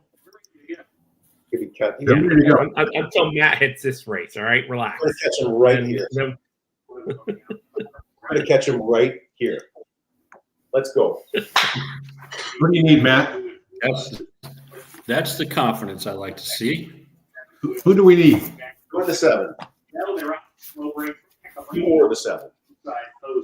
2 or the 7. Go. Pace advantage. EquinEdge. Pace box. Pace box. Position, unequal to the inside, stopping the pace on the fence in the early part. Marching for cars the long shot. 2 lengths off the pace of the black. Another 4-back to Real Blues. Tiptoe Joe to the inside. Harper's Court, the first-time starter. It was Oldie's name in college, Tiptoe Joe. Turn the grade 20, and Chinsuki, they're next to Takamai'i. You know, the Busher Stakes. Busher was my junior high school gym teacher. Come and catch me if you can. A length and a half. Run away. Eagle takes second with Nick Music. Now Nick Music sticks his head out. He played the second position, coming to the top of the lane. Putting Eagle Run away. inside of him, but Pride's Prince continues to go sparkly. Pride's Prince going strong. Pride's Prince with a 2-length lead is switching leads now. Putting Eagle trying to run him down. Nick Music stunned as he's left behind in third. Furlong to go. It's Pride's Prince and Keith Atkinson. Putting Eagle, Tyler Bacon gaining ground gradually here. Pride's Prince continues to win on the lead though, and he's got it. There you go. Wow. There you go. There you go. Chalk, chalk, chalk. Again, Matt scores. Good job, Matt. Well, before we keep saying chalk, that 8 was 7-1 last race. So half chalk. Right. I mean, in this race, no. Half chalk. I mean, the first half wasn't. Did this the 8 simple. actually go off at 7-1 in the fifth race? He went off at 7. Am I got that right? Give me a second. I want to. I don't think so. In the last race, that 8 horse went off at 7-1, if you can believe it. Now that is an overlay because I don't want a red board. But after I looked at that, I'm like, well, this horse is in a maiden 50, comes back. I thought the horse was definitely live, and I probably made a mistake not using it. But congrats there, Matt. You're probably vaulted to the top of the leaderboard. Now I probably will just go all in on some kind of crazy double to try to pick up some points here. Yeah, I've got a $50. All right, we're gonna flip over to you here as we get out to Santa Anita quickly. They're on the turf courts behind the gate. Yeah, Flip to oldie. the 5 looks like a solid favorite here. But I think the 3 and the 2 have looks here in the if they go too fast. Matt, that paid 32-1, Matt? That double? No. Did it? Times 50. Yeah, I had a $50. Yeah. God bless America. Good deal. That'll vault you to the top of the leaderboard, and they're off at Santa Anita. Let me get that up here. As did Uncorked, and at the rail, Tirupati has speed too. Here's Omaha Girl putting even more pressure on the front runners, and in fact, this long shot Omaha Girl will sprint up and take over Tirupati second, and Rashmi is guided over to the rail as they race in single file with those 3. It's trying to another run couple over back to each other. Uncorked, followed by Big Hug, and 2 more to an unhurried Liguria. Omaha Girl, ambitious, sprints well clear. More than 8 lengths, maybe 10 now, on Tirupati in second. Umberto Rispoli has a nice hold of Rashmi. This is definitely a film we've seen Big before. Hug in fourth, followed by Uncorked, and 2 more to Liguria. Less than a half mile to go. And it's still Omaha Girl with a big lead. And the tractor beam has been Tirupati engaged. is in the Folks. second spot, Mhm. a length and a half back to Rashmi in third. Then comes Big Hug. Uncorked is next, down at the rail. And another 2 to Liguria. Midway on the far turn, Omaha Girls lead shrinking. And here's Tirupati, the first to pounce in second. Behind them, Rashmi and Uncorked guided to the outside, top of the lane. And Tirupati blows on by, chased now by Rashmi. There's room for Liguria, who was dead last and is closing strongly along the inside. Inside the 8th pole, Tirupati. Here comes Liguria on the inside, though. And Liguria has collared her close to home. Outside Rashmi, There's a Liguria top pick has for won the Buena Vista under a brilliant ride for from the weekend Fadi and preview Pratt, there. defeating Tirupati. Rashmi had to settle for third. Because I totally thought the 7 was going to bolt off there. No. Okay, oldie. Out to Gulfstream here as I switch video. I love Beach Bomb here. Beach Bomb. the 5. And I'm on 2 horses here that I'm alive with. That's my prime pick is the 6, the Pletcher horse, What Love Looks Like. In that last race on Pegasus Day, that was a blanket finish. I was under the impression that game plan, there were 2 Pletchers in that race that both had speed. I was of the impression that What Love Looks Like would have gone to the lead in a race that didn't have a lot of pace. You're going to probably have another blanket finish in this race. It's very evenly matched. I just think the 6 is going to be right on the pace this time. I think Johnny V is going to go for the lead. The other horse I used here is Immensitude, so I'm only alive to 2, the 6 and the 4. We have a new leader in the Twin Spires contest, folks. I think I can guess his initials. Yeah, Is it M? He's M? above you, and below Oldie on the screen. $1,615 over Alan Mullins at $1,281.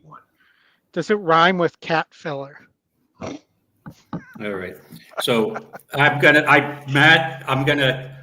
a $137 bankroll. I'm going to play $137 straight triple. Okay. We'll see how it goes. I was going to at least warm to my heart and say a straight double, but okay. I know. Probably I still have to, like I said, I am really struggling coming up with picks here at Oakland. So I'm going to be, as we're going through the show, so it's difficult because I love a horse coming up, 2 horses coming up at Gulfstream, 1 later at Santa Anita. So my whole bankroll is going to be invested in that.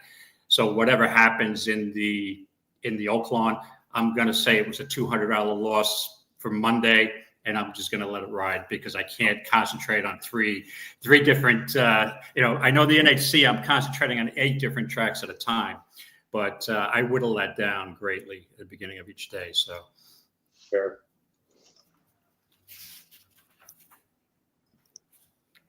Now we can show the Gulfstream. Yes, correct. Stakes race, right? And they're heading to the grass now.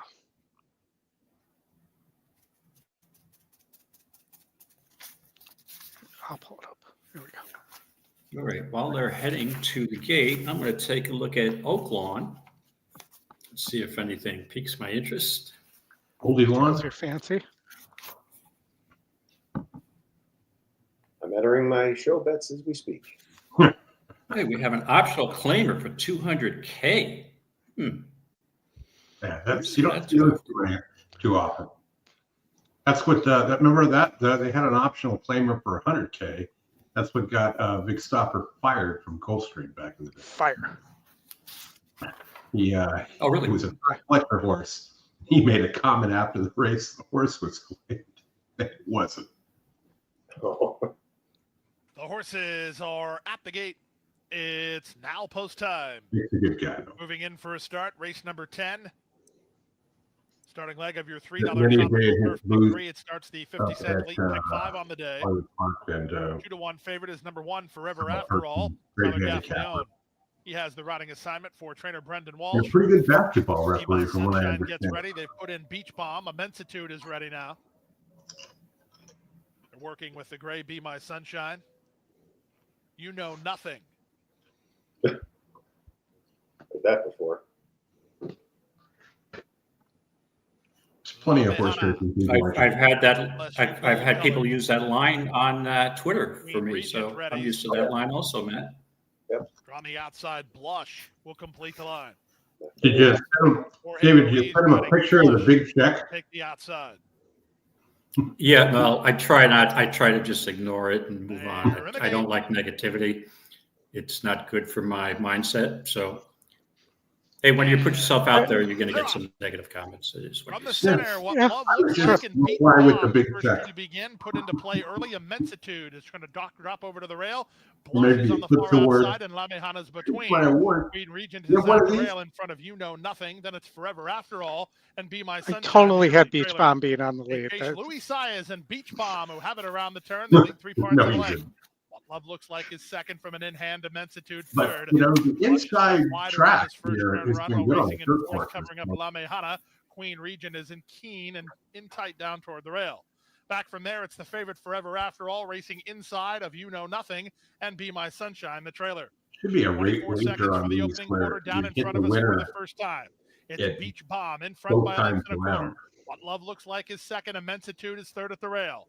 Blush in the two path. Lame Hana heard her inside, one on the outside, and You Know Nothing. Queen Regent got shuffled back a little bit in front of Be My Sunshine, who's out of last place.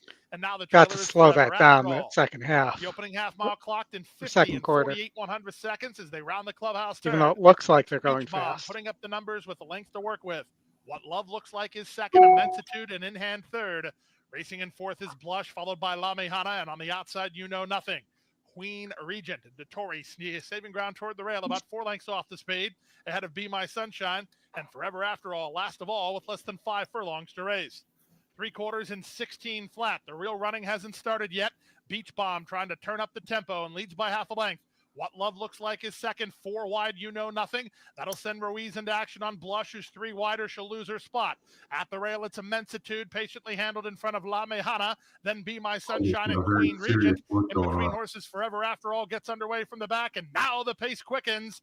5/16 from home. Beach Bomb held together up front by Size and tries to get away. Launching off her back will be Immensitude. Blush is next, then What Love Looks Like in Queen Regent. Come on, kick away. Turn in the stretch drive. Beach Bomb tries to outsprint him, 1/8 of a mile from home and 2 on top. Immensitude is second. Queen Regent is third, then Lame Hana. Final 16th of a mile. Beach Bomb almost home. Immensitude is chased, but she's out of time. Beach Bomb down the road to win it. Good call. Good call. Now, I envisioned the 6 being on the lead and wiring the field. A little surprised when the 5 got the lead. So Johnny V got outridden again in 2 consecutive stakes races. So, I think. But again, I'm not saying that the 6 would have been good enough. I think you and Oldie were both surprised that Beach Bomb got the lead. Yes. Yeah. But this was a paceless race. Second, so... I didn't. Yeah. Yeah.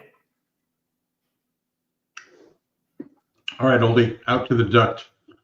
To the duck, to the duck, to the duck, duck, duck. Race 8, it's the Gotham. And my horse McAfee is sitting at 8-1. I gotta move this back after that person told us that I had to change my picks on the interwebs on Thursday when somebody told us McAfee have to torpedo Anna. It was scratching out of this race and running at Parks, and he knew the owners. But I know a lot of you like Sacrosanct. I just thought there's a lot of pace in this race. Right. And if you look at my notes in this race, I've got notes on Sand Devil and Calling Card. I think I did reference that there's a possibility those Sacrosanct and Sand Devil have the running style, and there's a possibility of a speed duel. So as long as the track is no bias and there's a fair track, which it does look like today. Yeah. I think the 3 is really live here. And I listened to an interview with Rick Dutrow this morning, and he, like he usually is, he's just in love with McAfee. I think McAfee may need a race before showing its best effort. We'll see how it goes.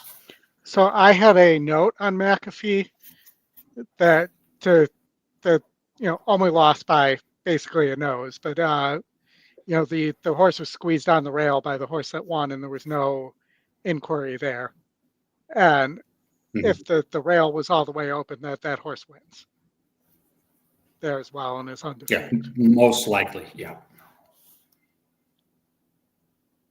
But yeah, so Calling Card was my second choice. Again, because I thought this was good enough. Yeah, the way I approach this, Aldi, is, to me, I don't want to use both Sand Devil and Sacrosanct because of the price. To me, use either one or the other. It's unlikely, in my opinion, that the 4 and the 5 are going to finish together in an exacta. So I chose the option. I'm a little higher on Sand Devil than Sacrosanct based on what I've seen of them both on the track. So I'm using the 5 over the 3 and leaving the 4 out. And I did use a try 3, 5, 8. What about the 9 for Chad here? The long shot. Yeah, again, I'd be contradicting myself, but I'll state, and it didn't come to fruition the last race, which she's fascinating, but it's awful difficult to, especially when you're sprinting, breaking your maiden, and coming back against grade 3 stakes competition.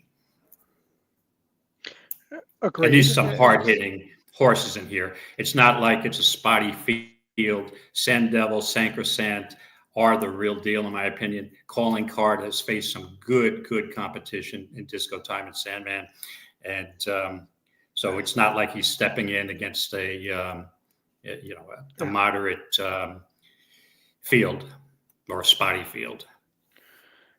Are you surprised right now that Sand Devil is the favorite? Hold it. No, not at all. From what I've heard through the grapevine, through my Naira connections, Linda Rice, they think this horse is a legitimate Derby horse. They are really high on this horse. So why are we arguing? Wasn't that a song? Hold on a second. Jennifer, isn't that a song from the 80s? Sexy Shiny Heads? Shiny Happy People. No? By Sexy Shiny Heads. People. And Sexy Shiny Heads. So you can do that to that song. And Shiny do you Happy know who's... Yeah. REM, right? And I'm having senior moments. Who is the band that sings? I've got it right on the tip of my tongue. REM. REM. REM, right. By the way, they reunited a couple nights ago, first time in a long time, with the full original lineup at a show in their hometown in Georgia. They played one song, Pretty Persuasion. I don't remember with the other band they were there with that was doing a show, and they just kind of showed up and said, hey, we're going to do a song. The fans were pleased. And there was much rejoicing. Yeah, there was much rejoicing. I like to say, get a rug, man. I embrace, I like the bald thing. I have to tell you, it was years before I shaved it down, and it's so much easier. If you go in the shower, takes no time to do your hair, no blow drying. I can take a nap in the middle of the day, and then nobody knows that I've been sleeping all afternoon. And then I can wear a hat, take off the hat, and go right to dinner. I don't have hat hair. I should have done it 30 years ago, to be honest with you. But could you take a brooch or a pterodactyl with you? I got that. You guys are making me want to look now at the calendar to see. I don't know. It's going to be. It's probably going to be a few years till we get an April 1st show on a Saturday. But seeing you guys all come on with a rug would be epic. Sure. I could come on with my old Beatles wig. I'll put my old Beatles wig on. I have that somewhere down in the dungeon. Don't have it in Florida, but I do have it up north. There you go. Just come on with playing for punishments. If we're going to compete against each other on some level and someone loses, I don't mind having to wear something stupid for an hour. That's fine. All right, Aqueduct. You want to do an NHC challenge? Oh, that's a real fair fight, Dave. The NHC. Yeah. It's like, okay, well, I finished 460th Matt, and you finished 490th. I beat you. You know what I mean? That's where I could go. That's all I care about. So random, right? I'm telling you, you guys show up to the NHC. You don't make a cut at the NHC. Yeah, you can finish 70. If you don't finish 75th or under, you might as well finish 800th. It doesn't make a difference. Well, right now I'm sitting in 4th in the NHC qualifier. Oh, nice. Right. I am down by about $17 right now, but I've won 2 in a row. So, but I need McAfee here. Well, between Matt and Dave, if you guys show up to the NHC like day one wearing a wig, that would be epic. People would be like, what the hell is going on? I will tell you, Chris, I will tell you in 100% confidence that is not happening. Okay. I was going to say. What if we did like powdered wigs like the old timers? There you go. Go colonial style. Oh, with the powder and everything? Yes.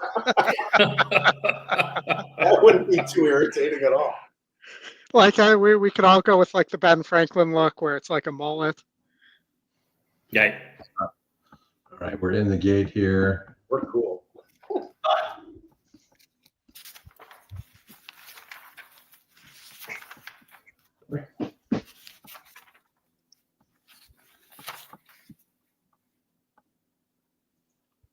Matoli goes in. All set for the Gotham. You could sing Good My luck, everybody, in the Gotham. Well, My Matoli to my Sharona. Both going to take back this. Here's Flood Zone towards the outside. Flood Zone is the leader. Flood Zone is drifting out, way out there towards far outside the Is racetrack. that a Florida horse, Flintstone? Here at the rail, it's Normandy Coast. Close to the early pace. They're tightly bunched now. Sand Devils in the Isn't that floodplain? They're slacking off the tempo. My Matoli is going to be 4 wide. Nobody really wants the front right now. It's Normandy Coast. Sand Devil in between horses, 3 wide. That's Flood Zone. Another lineup of 3 in behind. Sacrosanct is now shared 4th and 5th. It's right there is Garamond out wider. My Matoli, that's the leading 6. In behind them comes McAfee, who's in 7th. Calling Card is 8th with the trailer. The back end of the field is Magoo.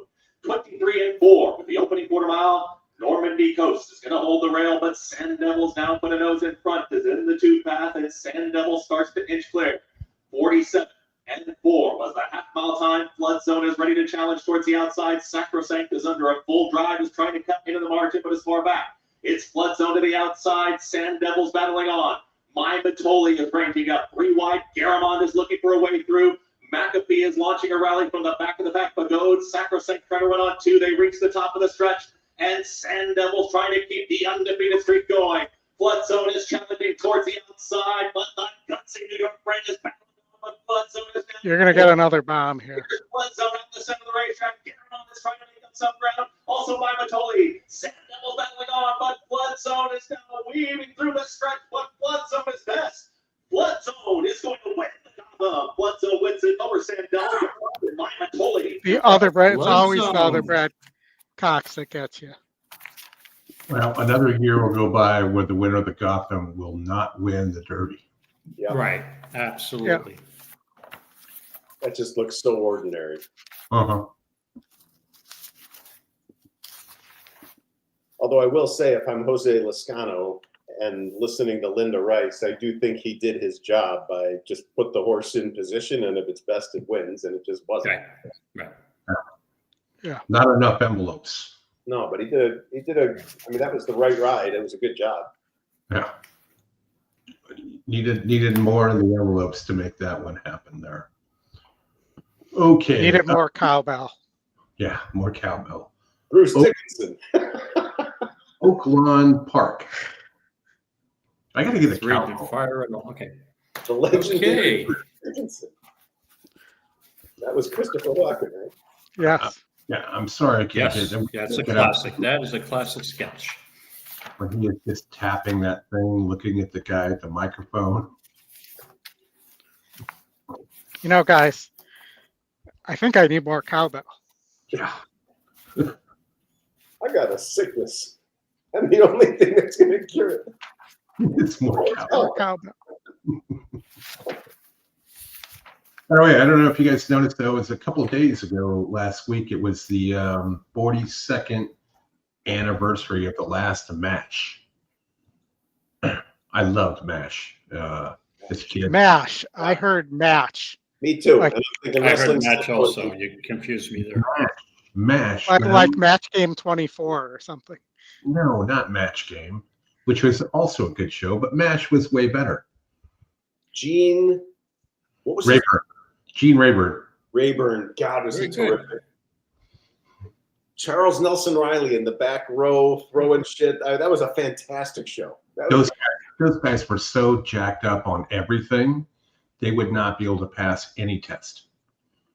So have you seen the Will Ferrell Inside the Actors Studio skit with Alec Baldwin as Charles Nelson Riley, and that they're doing the Inside the Actors Studio with Charles Nelson Riley? I That's can't even imagine getting through that. That sounds so good. It is. One of the better ones, though, is go Google or go to YouTube and look up Tom Petty and Gary Shandling.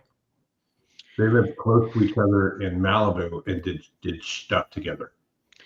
There's also a great documentary that was put together by Jude Apatow. Yeah. On Gary Shandling. This is the theme to Gary show. This is the theme to Gary show. The opening theme to Gary show.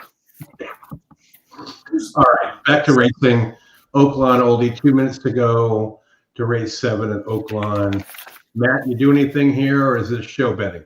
I have, when I talk about conservative, I mean conservative. I have show bets on 4 different horses here. So just spread the $25 amongst them the best I could. I'd love if you handed me back 20 for my 25, I would take it. David, are you doing that street triple here? No, what I did was I did a $25 straight try. Okay. To try to get me up the board a little bit quicker than making a $137 win bet. And if it goes out, then I am done. So my bankroll will probably be $25 lighter after this race, but I think I am actually, well, I'll tell you that I'm using a 7-2 shot on top of my triple, so I'm not getting crazy. And it's a 8-horse field. There's no rank outsiders here except maybe the 8. So we'll see how it goes. Maybe a little racing luck, and like I said, I don't use the word hate anymore since my illness, but I changed that to extremely dislike. That's a much smoother word than hate. It's too much hate out there. Not enough extreme dislike. That's the issue. Yes, there needs to be more extreme dislike. Well, you have to save hate from where you really mean it. You can't. It's just way overused at this point. You can't hate everything. So yeah, right. All right, David, you got $137 left. You're doing $25 straight triple. You got it. Trifecta. Okay, us New York guys call it a triple. You want to say trifecta, that's fine. To me, back in the day, the trifecta was a harness racing term. Triple is when you were Belmont. Trifecta is we went to Yonkers or Roosevelt Raceway back in the day. Well, should we call it a triactor? We used to have whatever the hell you want.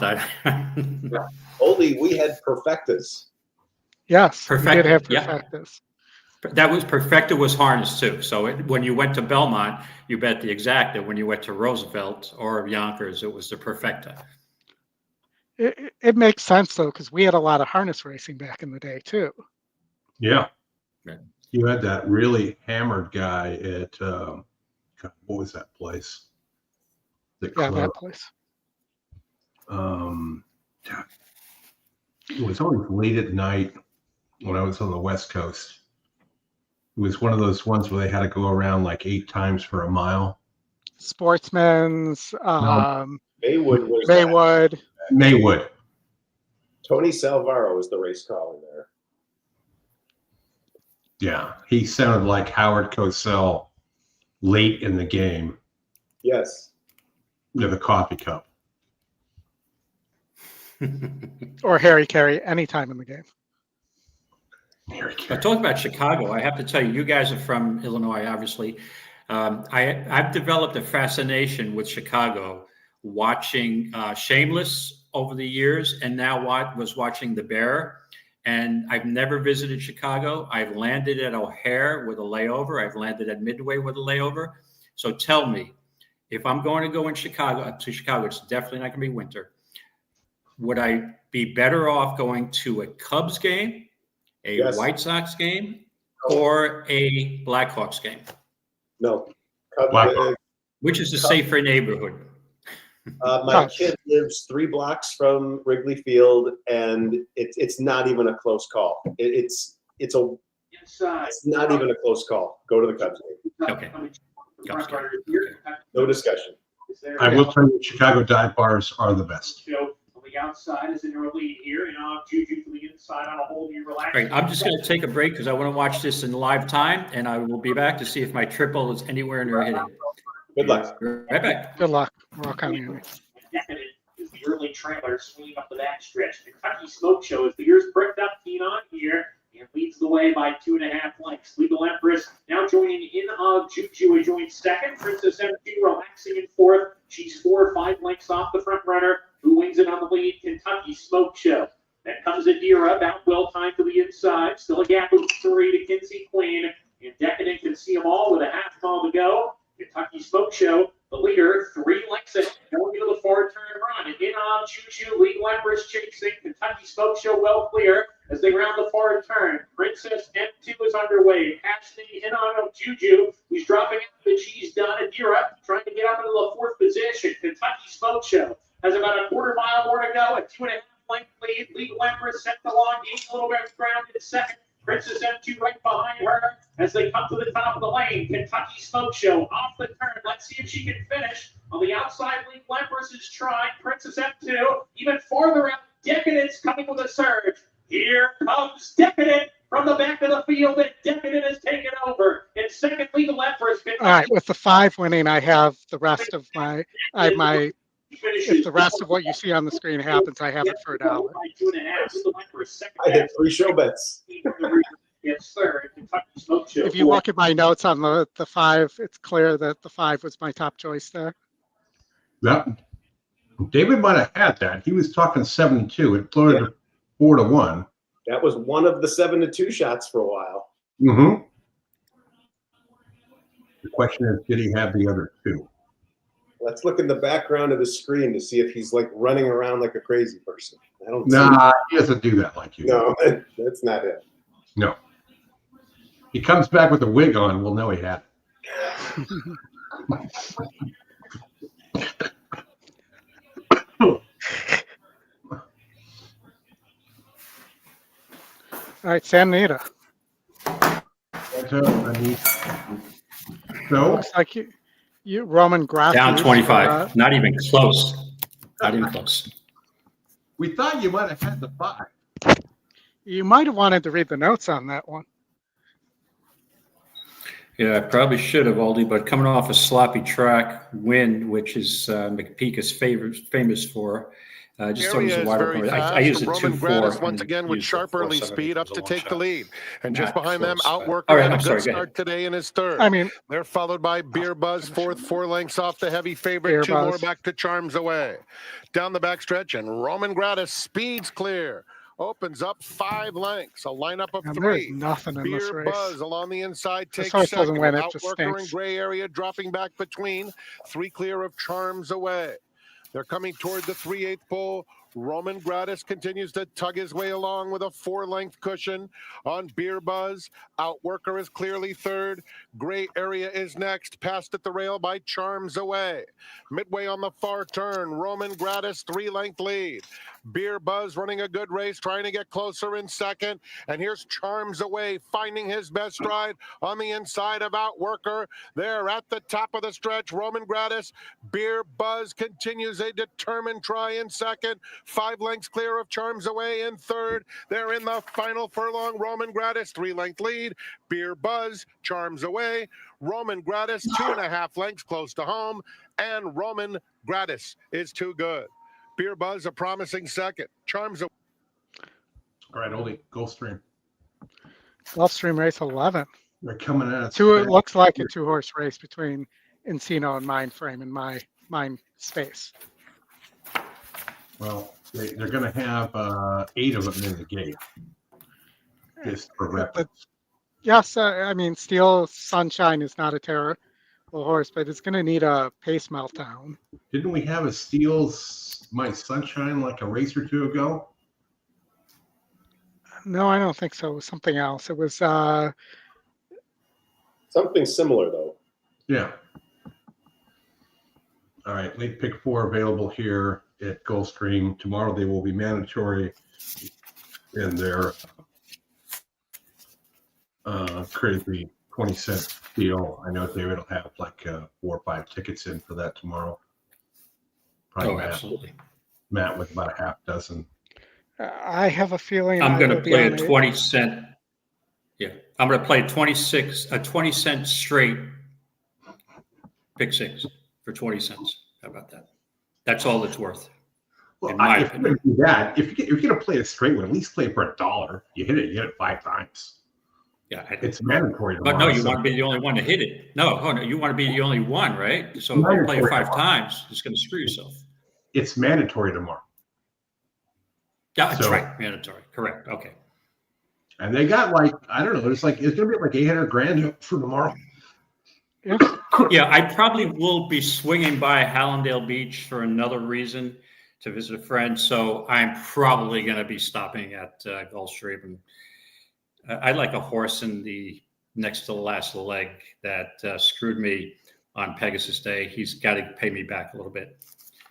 And I'll get with you Monday night, David. We can get together. Okay, I will be in town and I will be available. I'm going to throw out a crazy horse here. Obviously, Mind Frame is a class of the field. Tricky rail post, but I mean, if Mind Frame can't win from a tricky rail post after what he's shown last year, then he's not the same horse. I don't like Encino at all.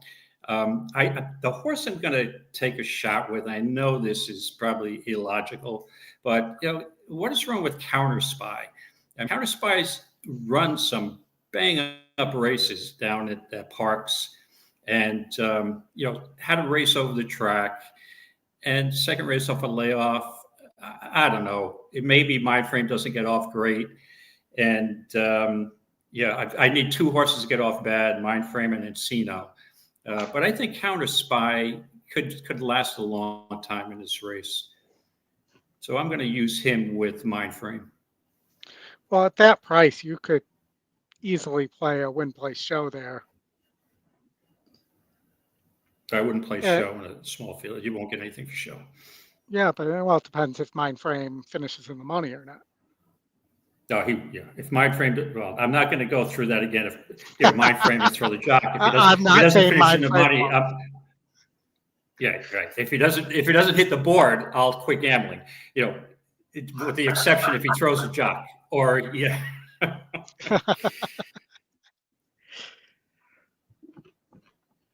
But I could use Encino. But it means I'd have to Encino go would to the be NHC nice here with no money in my pocket.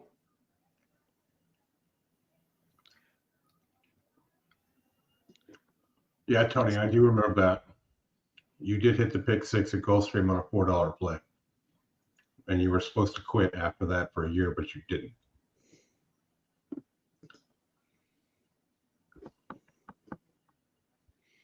Do you think 8 furlongs is too short for Mind Frame? No, absolutely not. I think maybe 1.1 miles and 1/8 and 1.25 miles are a little too long for Mind Frame. To me, Mind Frame is the likely Met Mile winner this year. Met Mile. If stays in form. That probably is the goal, you would think. Yeah.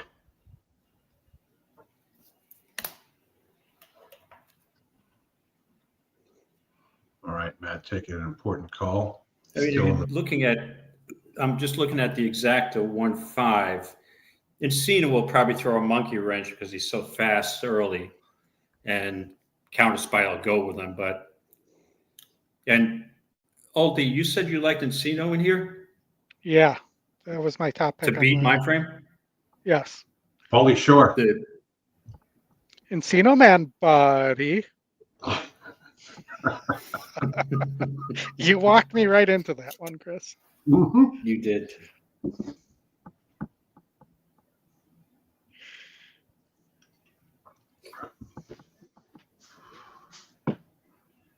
So 1.5 exacta is 22, which is definitely playable for me. I don't want the 1.3 exacta of $4. And just for shits and grins, I played a 1.35. I'm sorry, 1.35. Right, 1.35 triple 1.5 exacta. It's post time for the Gulfstream Park Mile. Looking for a little value. What the hell? Gulfstream Entertainment Park Mile play. brought to you this year by Domestic. Because Side my with big 1 mile, large win $2,000. wager is coming up in the Heavily next backed race, is the so rail horse just going to Mind play Frame. around a little bit here. 7-2 on Encino, 5-1 on Steel Sunshine. 2-5. Steel Sunshine just went forward. Now we're waiting for Encino. Godolphin blue colors represented here with jockey Luis Saez.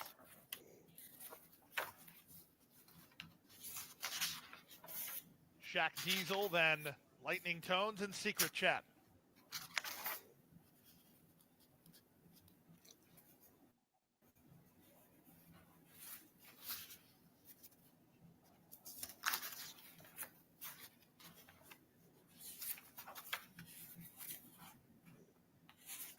Secret Chat to the outside gate. They're at the post.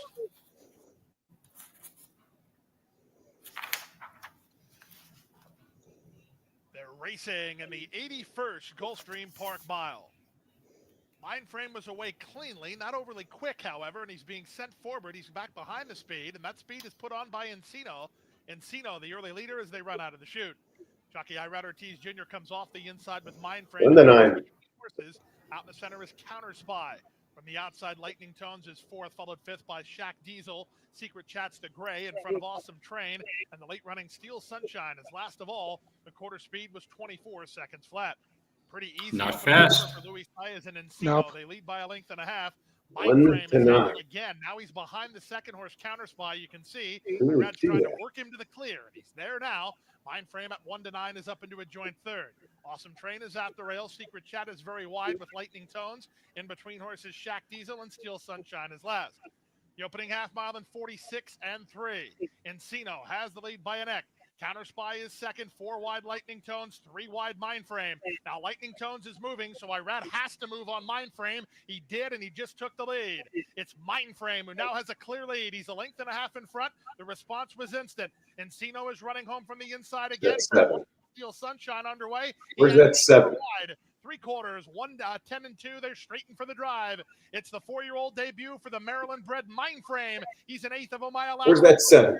Steel Sunshine is closing ground He's late. coming. Past the 16th hole. Mindframe looking around for competition. He'll find Steel Sunshine second, and that's where he'll stay. Mindframe. Boom. That's the winner. There you Mindframe. go. Good one. Huge exacta. Mile over Steel Sunshine and Lightning Nice. Tones in 1:36.1.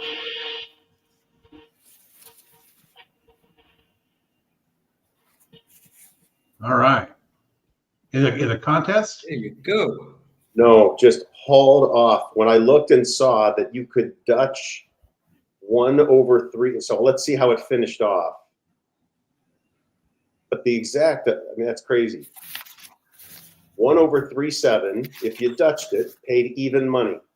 And this horse went off at 1-9. Mm-hmm. Mm-hmm. Or as we call it, Matt, uneven money. Right. Uneven So money. I just bet $7,500 worth of exactas and netted even money on a 1-9 shot. That's crazy. There you go. There you go. That's nice. Whether it's That's how you do it. Good $7, hit there, Matt. $8, it is. And that's how you baste a turkey. All right, just you don't need to take 1-9, but you could find ways to make these odds more attractive. And I think if you said to Oldie, I can turn that horse into 1-1 for you. But Chris, could you personally turn it into a brooch or a pterodactyl? I probably could turn it into more of a brooch than a pterodactyl, but that's just fodder for another day.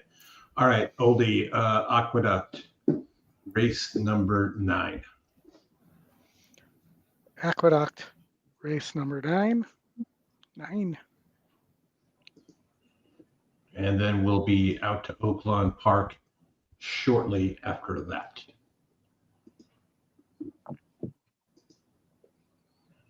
They got All 12 right. to go. I like the King Cheek here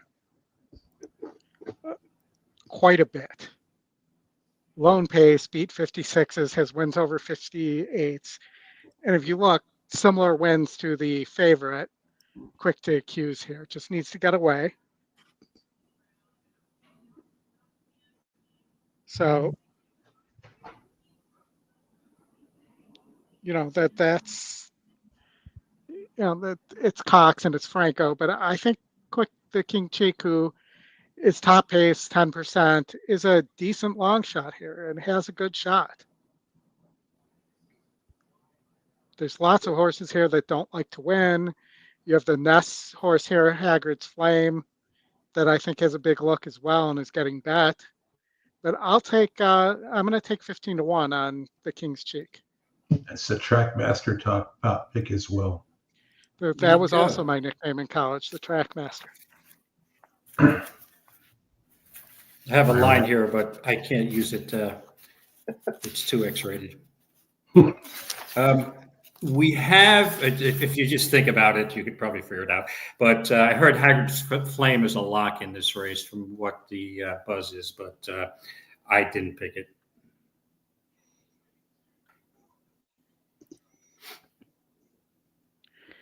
All right, so let's watch the race sim, I guess, in the meantime.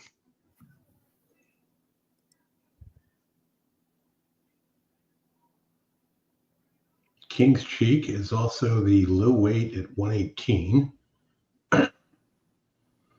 for Christopher and his Elliott.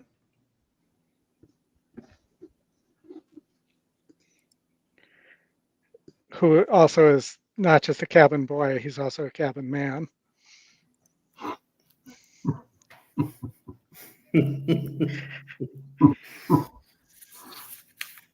Hey, sometimes that they just write themselves. Yeah, they do. Anybody feeding you these lines? Is that what you and Chris have going on? Yeah, no, I got a writer here. You script this beforehand? You got to. No, only we gotta. So one of us has got to get the Leslie Nielsen fart machine. Yes. Actually, you need to get that for me within the next week and a half, so I can bring it to Vegas. Yes, that deal with him on Letterman with the fart machine was epic. I do not remember that. So you should go to YouTube, David, Leslie Nielsen fart machine, and watch He's that. known for selling fart It's going to ruin my reputation on my profile when I log into Facebook and X. When I Google the fart machine, it's going to come up with a whole bunch of flatulence links, which I like to avoid. So maybe I'll use your phone on Monday night. Yeah, mine ain't going to be any better. I'll send you the link. I'll send you the direct link. Trust me, mine's worse. Oh, mine's worse than all of yours. Trust me. No, well, Matt knows. I'm not going to go there. I am not going there. Phone call time. All right, we got a minute to post here, so if you just want to put the sound on and go. He's phoning a friend.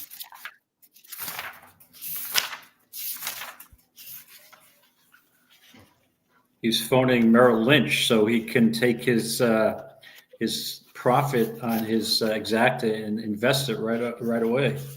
I think he's E.F. Hutton right now. E.F. Hutton, okay, yeah. E.F. Hutton Merrill Lynch, I think, is out of business, aren't they? So is E.F. Hutton, I think. Yeah, E.F. Hutton had way more problems than that. He's investing in. He's calling his crypto dealer and having a cryptic conversation. All right, how many minutes do we have to Oaklawn here? We have 9 minutes. Okay, plenty of time. So I'm going to unplug and watch it on my screen because I'm going all in with my $125. So I'm either going to be there or I'm going to be belly up with zero bankroll. It was fun. It was a blast while it lasted. And I just need to get a look at the horse that my best bet of the day at Gulfstream to see what his odds are. Because this is going to make or break my entire day with a horse later on at Santa Anita. And then this is my hiatus weekend. So after tomorrow, I will not look at any racing paper, EquinEdge, no apologies. I'm taking a hiatus in prep for the NHC. I will go in fresh.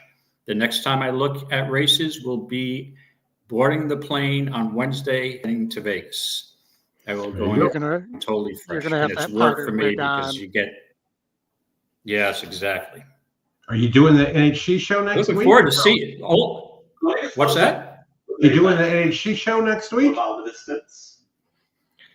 We're not. No, Friday we're not doing a road to the NHC. Scotty's traveling. I will be traveling on Thursday, but we may do. He's going to try to squeeze in the prep show, so we won't be handicapping. We'll be doing our, basically advice on how to prepare for this. The following week or next week? It's got to be next week, right? I think. Yeah. Okay. Yeah, maybe. I mean, is there a possibility we do a Wednesday night from Vegas? I mean, that's a possibility to do a live show, the two of us. Yeah. Sure. And we'll be at the bar and say, "This is how you prep, Scotty. Pour me a cold one." That's how we prep. There you go. Take some of the anxiety off of it. Here we go in New York. All right, Hagrid's Flame is a lock, supposedly. What number is that? The 1A. I'm rearing up. That was Hagrid's Flame is a lock. Oldies on the 10. The King Cheek at 70. Yep. Yeah. King Cheek. Hey-oh. Side draw. The King Cheek is quickly up. He's a little cheeky there. He's super cheeky, in fact. Super cheap. Super cheap. Super cheeky. Okay. Gets set to come out of the chute. Now quick to accuse. It's alone in second. There they are lined up behind the top two. This belly spank. Orange cap is moving through. Hagrid's Flame is at the rail. 3 wide in that group comes Landoro. 4 wide in that group. Sundays with Sandy starts to move forward. Up on the far outside, that's Rock the Weekend. And that 5-horse lineup there mid-pack. Towards the back end, it's going to be Mighty Atlas. Second to last will be lots of trouble. Not traveling there. Gotta rock the Casbah here. Back into the field. Oh, another good 80s reference. 22-4.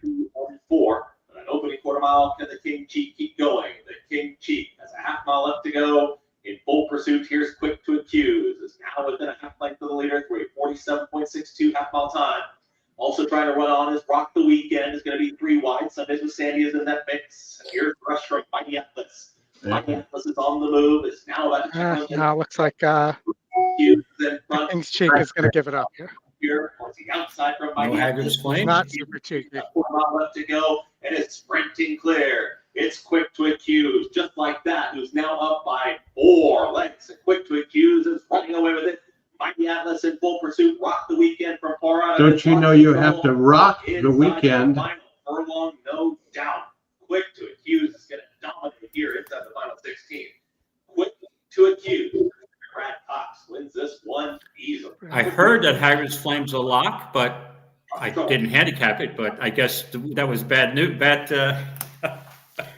didn't like Somebody the race, forgot to but, tell Hagrid's Flame. yeah, exactly. Right. But I did put a $10 win wager late on it just to have a little action. But there goes the lock. I didn't like the race. All right, so Oaklawn was coming up in how many minutes? Because I am going to disengage here so I can watch it like 5 minutes after you guys know the results on my feed. And let me just check out my Gulfstream. Okay, I'm getting a solid price on this horse, so I'm sending. Are you doing streaming there at your condo, David? Yeah, the condo board voted to give us a streaming box instead of a direct feed. So I'm like, I'll be watching.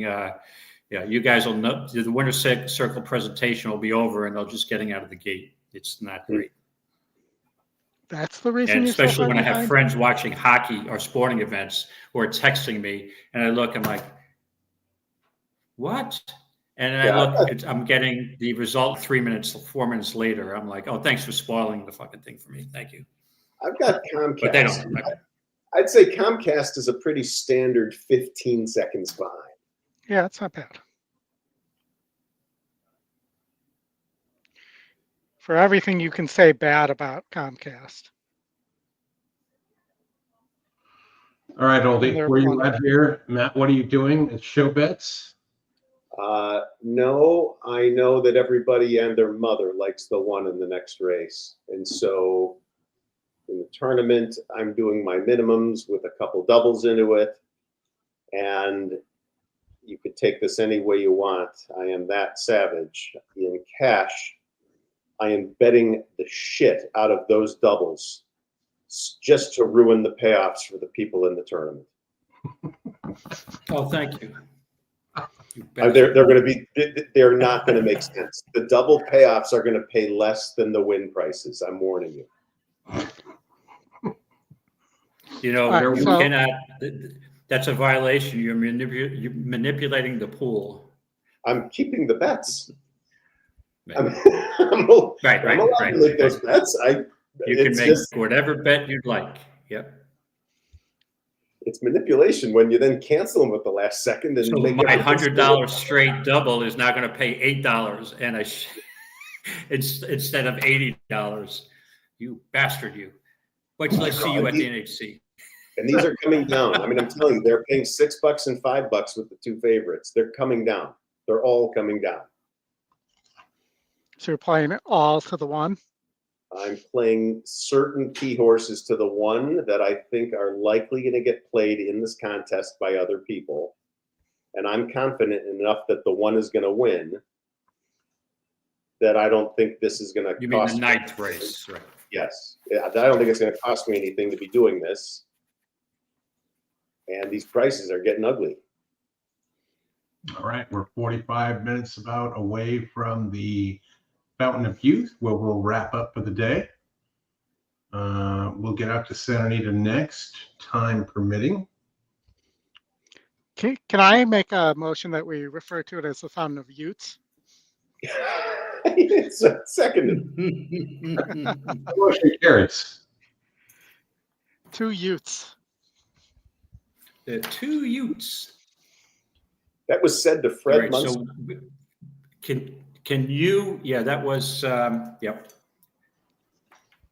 We do have 2 Utes on here, that's for sure. All right. So before Oaklawn goes off, give me a heads up because my feed's way behind. I'm going to disengage so I can watch my all-in wager with some intensity and on the screen and see if I stay You're alive. getting a for the last crazy couple races. 34 to 1 on this 2 who's 13% to win. David, with his Venezuelan internet.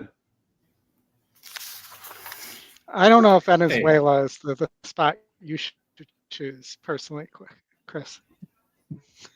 They are our third most watched viewer.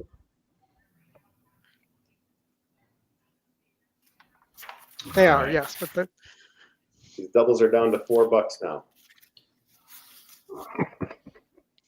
You can all right, do let me any see if I can figure out what you played. I'm from not the making doubles. any comment because I don't want to give away my all-in wager. You played the 12, the 10, and the 7 would be my Of guess. course. Rocks, post position number 2.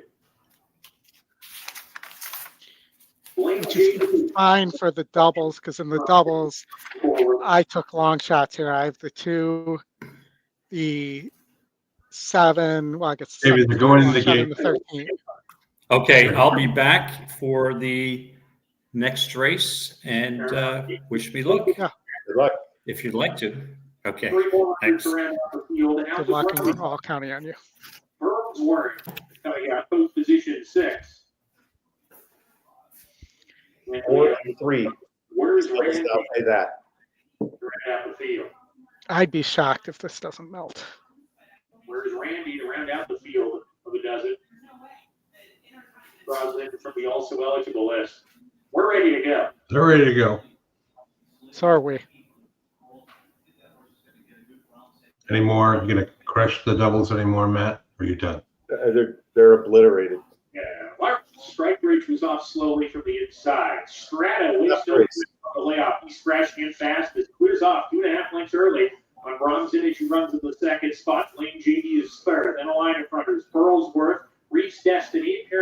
Paycheck in that group, and Al's Romeo deeper in the yellow cap. Gap with 3 to Classy Sox with Strike Bridge and Holding Pattern, who's 3 wide. The Gray Where's Randy has one runner beat that Cyber count at the back as the dozen Arkansas Reds hit the 4 turn around at Strato 5-1 paves the way in the first leg of the late pick 4. A length in front of Bronze Image, who's 2 lengths ahead of Flame JD's come under pressure, losing position. Burlsworth claims the 3rd position. He's after those front runners 2.5 behind.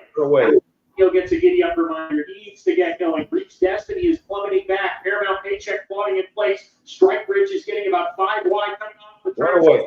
Runners, they're down the lane. Strato in front. Bronze Image right alongside. Romeo, Burlsworth, they're moving as a team.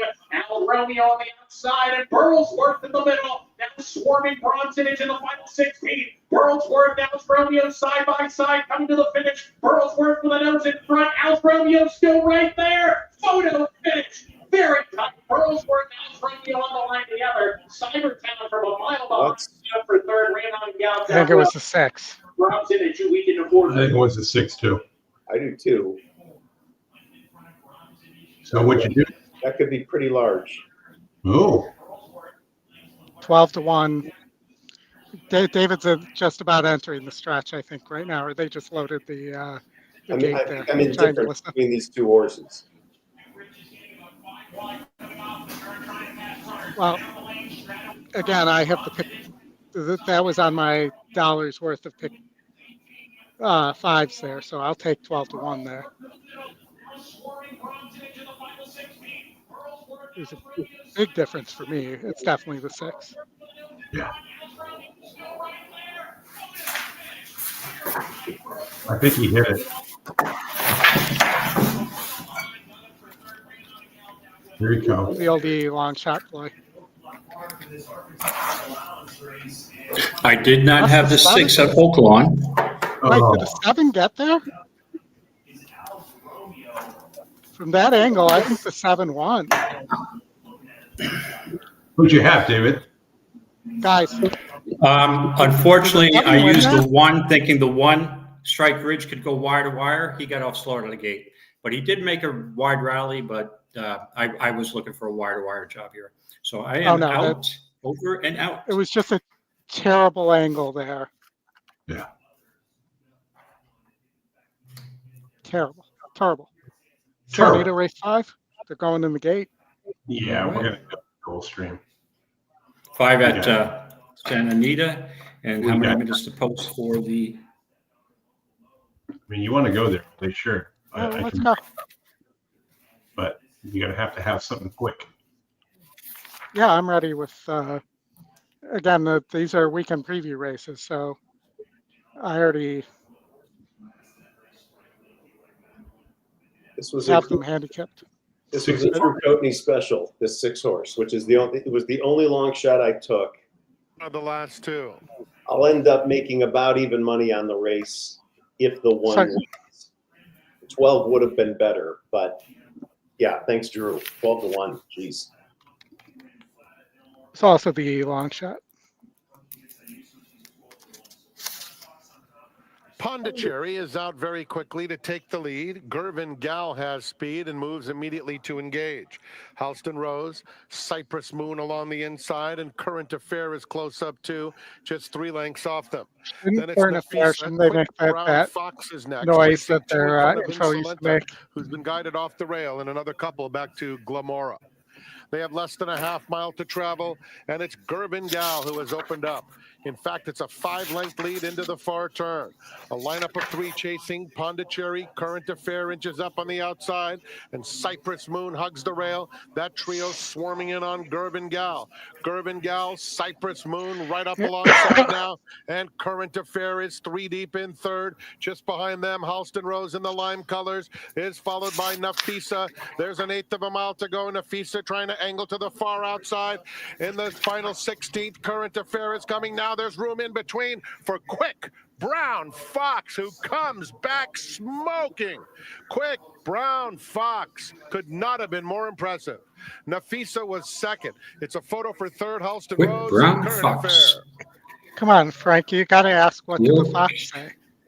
Yeah. The old QBF.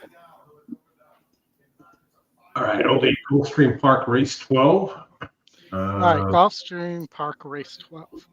I was on the 8 as my top pick for the at the weekend preview show here, but I actually, based on where I thought the prices were going to be and what I might need in the contest, I used the 6 Ozara in the contest for David's favorite trainer here, Christophe Clement. Christopher Clement, taking off the layoff. Yeah. Just so you know, Aldi, I am totally on board with you. The 8 in our time is my play. I need this horse to score to have any chance to parlay this into a horse I'd love later on at Santa Anita. So that's my large win wager of the day in our time. And I matched up with a couple of horses in the Fountain of Youth, Burnham Square, Sovereignty, and Keep It Easy. So and this I'll is tell it. you, I'm all over River Thames in the Fountain of Youth. Yeah, the only, he's coming back, he's wheeling back rather quickly, right? And if you look, he's out of McLean's Music and New York bred. I mean, I'm not sure a mile and a 16th, may be what he's looking for. And the field that he had to beat, Super Times ran on Thursday in a strong allowance race and was nowhere. So I'm not sure that that is a field that is that strong that he beat. But again, I mean, he's got a chance, but I kind of faded him here. And I'm not sure Sovereignty is ready off the layoff. Obviously the goal of Sovereignty with Mott is the Florida Derby and then moving forward to the Kentucky Derby. Burnham Square, Burnham Square was really wide. I loved Burnham Square last time out. He made a wide run. He was much, much the best in that race. And if he had a cleaner trip, he would have won by more. So I can't leave him out. So I used the 2, 3, 8, my doubles. Well, I'll say, though, if these horses will really have to stop, I feel like, for Burnham Square or Sovereignty to be there. Well, on this track. Yeah, but Oldie, if you look at Burnham Square's Holy Bull, he didn't get off. He had the outside post, and he didn't get off rather well, and he was running really wide. He's got a better post. If you go 2 back, I mean, he was right on the lead in that mile and 16th race. Granted, he had the inside post. I think he won't be far off. And I heard some people like today Gate to Wire, some analysts like Gate to Wire. I don't. This is a Munnings, which, I mean, they can go the distance. But, if you're ignoring that he was the beneficiary of a tremendous pace duel in that race, then you're missing the boat. I mean, he just, had a perfect trip because of that speed duel in there. So that's a horse I would fade here. I'll probably cover some win bet money to the 7 with IRAD aboard for Safi. That was my second choice on the off chance that it gets away on the front end. We've seen stranger things out of Safi Joseph than this. Oh yeah, yeah, he's the speed of the race, but no love anybody for Keep It Easy, I guess, huh? Dale is Roman. I mean, to me, the horse would have to be, and I kind of said some not so nice things about the fact that he's putting his son-in-law up instead of a real jockey. And I don't mean it that way. I mean, like, he's been winning a bunch of races with other riders, and now he's going back to the well that's gotten himself in trouble. Here with his son-in-law. Corey Lannery's a fine rider. He's just not in the same class as Jose, Irad, Pratt, maybe Junior Alvarado. Yeah, I mean. And Junior obviously rode the horse in a Saratoga special where the horse, was bet, down to 3-1 and just cost itself with a bad break. And that was a throwout race. And then off the layoff, came back powerfully at Churchill in that sprint race. Dale Roman's barn, when they catch fire, it's time to hit on them. And, obviously Alvarado goes to Billy Mott because that's his regular rider. So they had to get a rider. And, I'm not the biggest Corey Lanerie fan at this stage of his career, but look at it this way. He's got the outside post, so there's not a lot of trouble he can get at this point. I think he's a real sleeper here. I think he's going to be really tough. Oldie Cairo Consort back here with us. Yeah, no, this is the first time I can remember. Well, actually, it looks like there's two other races, but back with Pletcher here. Mm-hmm. Has I think probably wants longer. I mean, but we'll see. 49-1 as they go in the gate. I'm in the colors of Resolute Racing. Pounce getting ready next. Pounce. Colors worn by John Velasquez on Life's Inaudible. Isn't that a cat food? Last two to move up are Sister Luann and Ready for Cheryl. No, good luck, everybody. For sure. The outside.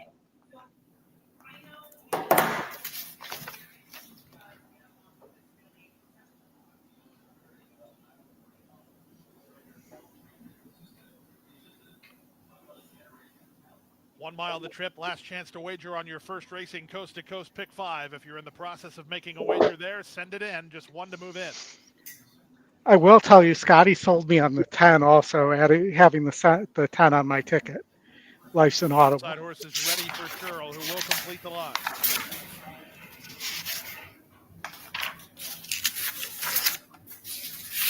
Pose. And they're off in the Honey Fox. Good start outside for In Our Time, who heads off for the early advantage with Special Juan moving to take second. Moving up down toward the inside is Sister Luann into the top light. She's now third. Ozara is next with Poolside with Slim angled off the inside. Pounce is widest of all. Saving ground down toward the rail is See You Around, about 8 lengths off the lead in front of Tax Implications and Cairo Consort. Life's Inaudible toward the back of the field, and Ready for Cheryl is last of all. It's a loose leader In Our Time, off the lead now by 6. The opening quarter was 23-2. It's a pumped up In Our Time, who leads clearly from Special Juan in second. At the rail, that's Sister Luann. She's racing together with Ozara. Next quarter is going to be interesting. Slim is out 3 wide. 4 wide on the course is Pounce, a length and a half in front of See You Around. Then it's Cairo Consort and Tax Implications. Still at the back, Life's Inaudible and Ready for Cheryl. They're moving. With the half in 46-1. These are lively fractions, and In Our Time has the lead. 3 furlongs from the wire and 3 on top. Special One starts to gain ground together with Ozara, second and third. Fourth is Poolside with Slim. 3 back to a retreating Sister Luann. Outside of her is Pounce. It went too fast, too early. Tax Implications has a mountain to climb with a quarter of a mile to go. 3 quarters, 9-2. Here's Special One to take on In Our Time. In Our Time tries to find another gear. Special One is now stuck her head in front. In Our Time is fighting hard, but Special One is the leader. Come In back. Our Time very No. game, but back to second. Rats. Special One in the colors of Team Ran too fast, too early. He didn't have to go that fast. In Our Time, third was Poolside. It's the best with horse Slim, for sure. Then Tax Implications in 132-3. Nice, Tony. Yeah, Edwin got a little too aggressive trying to wire this field. Just slow it down a little bit. And he was trying to fight back along the rail, and just couldn't get it done. Well, in retrospect, I'm fortunate now. I was trying to make a decision whether I went into the UBC challenge today, and that would have been a mistake. So I saved a lot of money by not going into that contest. So in retrospect, it's the right decision. But my also lock of the day is coming up at Santa Anita, but I'm not going to disclose that because now I'm going to have to double up to make a profit of what my anticipated wager is going to be. And then I'm going to ride off into the sunset until the NAC after this. All right. Aqueduct, 6 minutes. 6 minutes. You have 2 I'm going to call heavy favorites in the 6. America's Back and Vikinda, the Vinda Vacoma horse, who just has burnt money as the favorite the previous 4 races.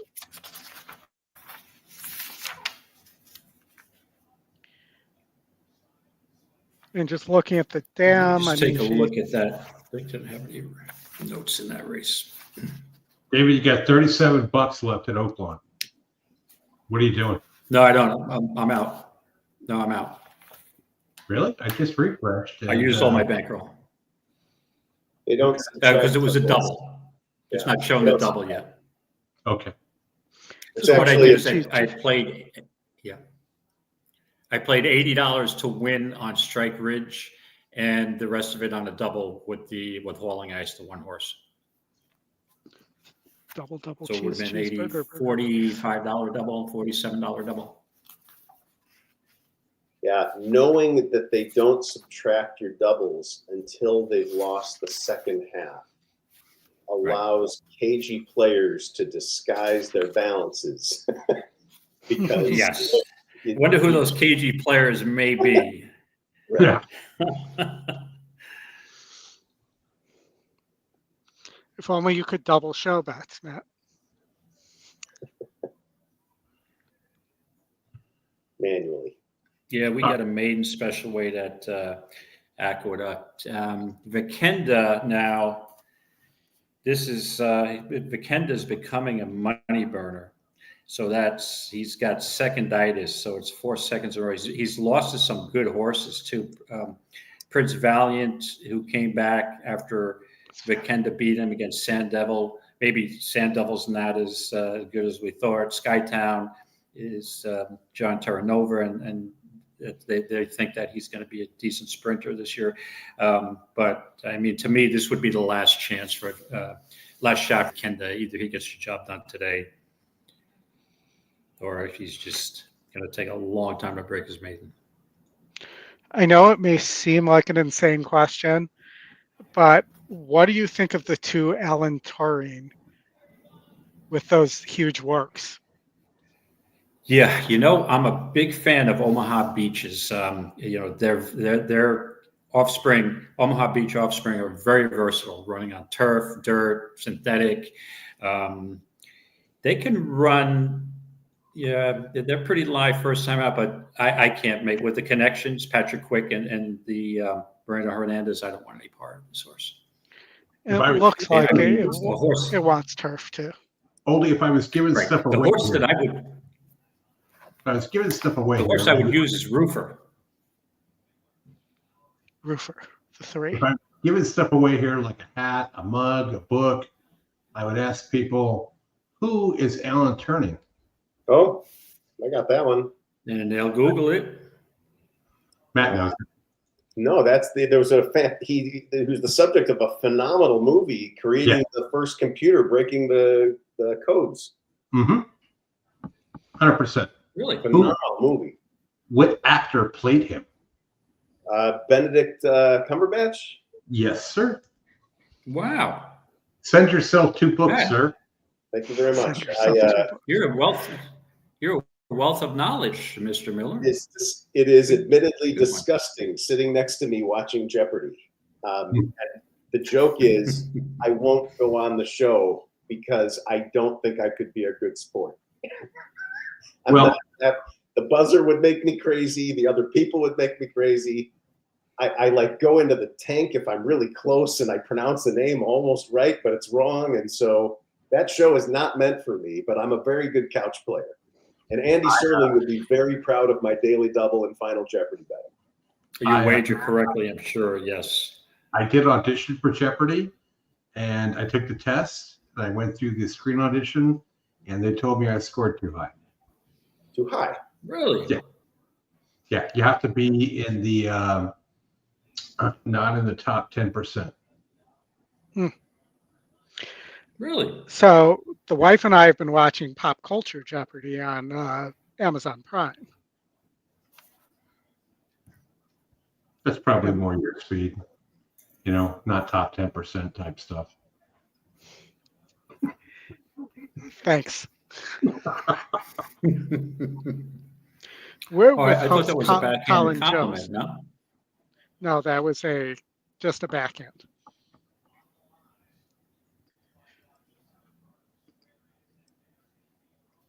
All right, they're still milling around. Yeah, they've been doing this all day. It's like a square dance. Where's this at the Big A? Yeah. Yep. I mean, you probably I have used about a another. little roofer here. You use a little Yeah, roofer. or Okay. 1-3 exact. The roofer got involved in that speed duel, and I think the pace may not be as lively here in this race. And if you look at his workout on January 31st, I mean, Mitch Friedman can be sneaky, and on December 15th, he almost got the job done at 7, stretched out to a mile, probably a little far for him. Speed duel last time out, I think this is a big bounce back spot for him. And then Vekoma is probably very likely to finish second again. They're going to rename Vikenda Seconditis after this probably race. But yes, so I thought Roofer was a little live here. All right, we're getting ready to go. And with that being said, I'm just going to disengage because I played a little higher wager than I originally expected. So I'd like to watch it live without knowing the results 10 minutes before they happen here. So I'll be right back, gentlemen. All right. All right, David. Disco Dervish. Oaklawn after this, as we march closer to the Fountain of Youth. Roofer. Roof reading.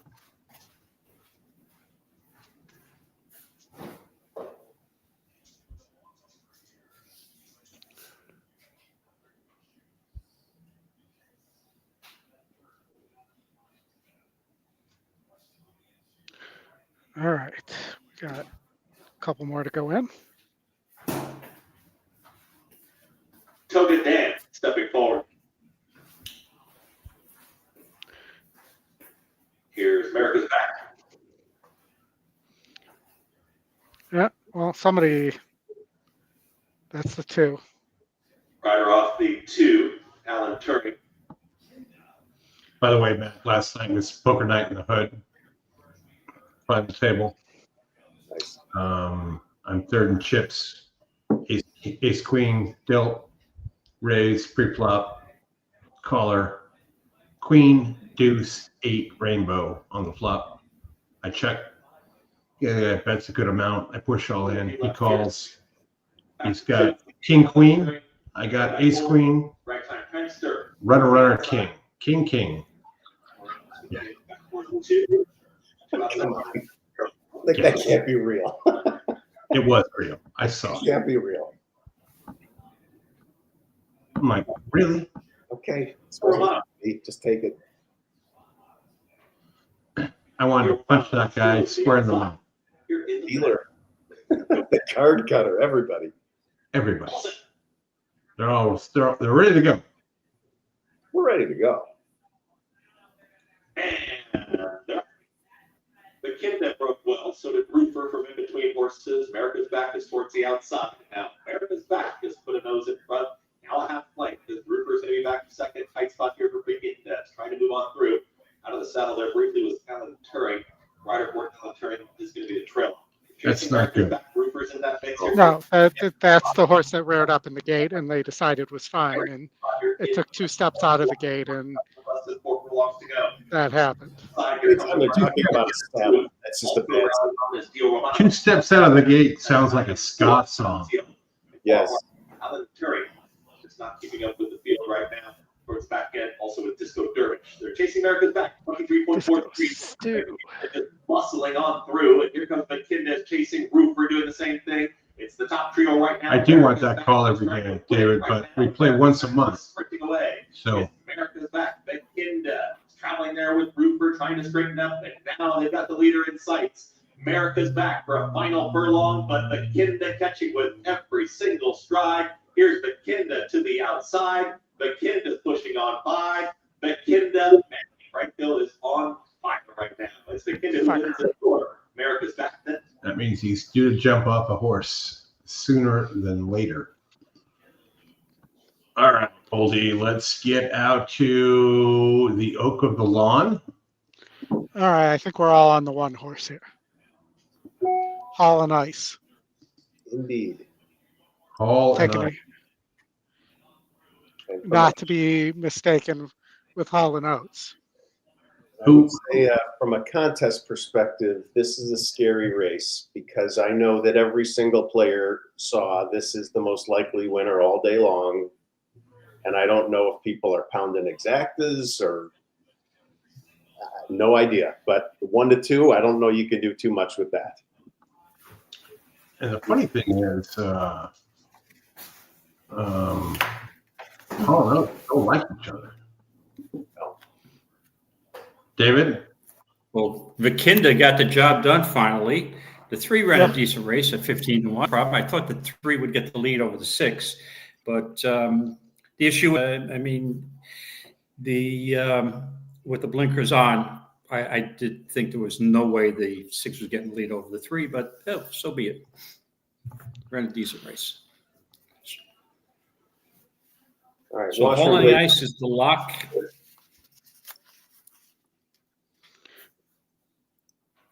The Stone Cold Lead Pipe lock on the toll-free message phone. Uh-oh. Somebody had to phone a friend. Well, you're getting 4 to 1 on the top 2 EE picks, and you're also getting 4 to 1 on the 1 and the 2. Everything else is double digits in the exacta. So I have the 5 in my in for a buck in the last, and then I did I also singled the 5 in the first leg of the pick 5 and spread a little bit in the in the 11th. But Jennifer, I'd say that the 5 would be my most likely winner. There. So you're looking at a 1-5 double there, oldie. Nope, it's the 11, so it would be I thought, pick 3. I thought you singled the 5 in the last. That was in ticket A. Ticket B, I singled the 5 in the first with the 1 here. And if the 5 wins in the last, I get it for a buck. Okay.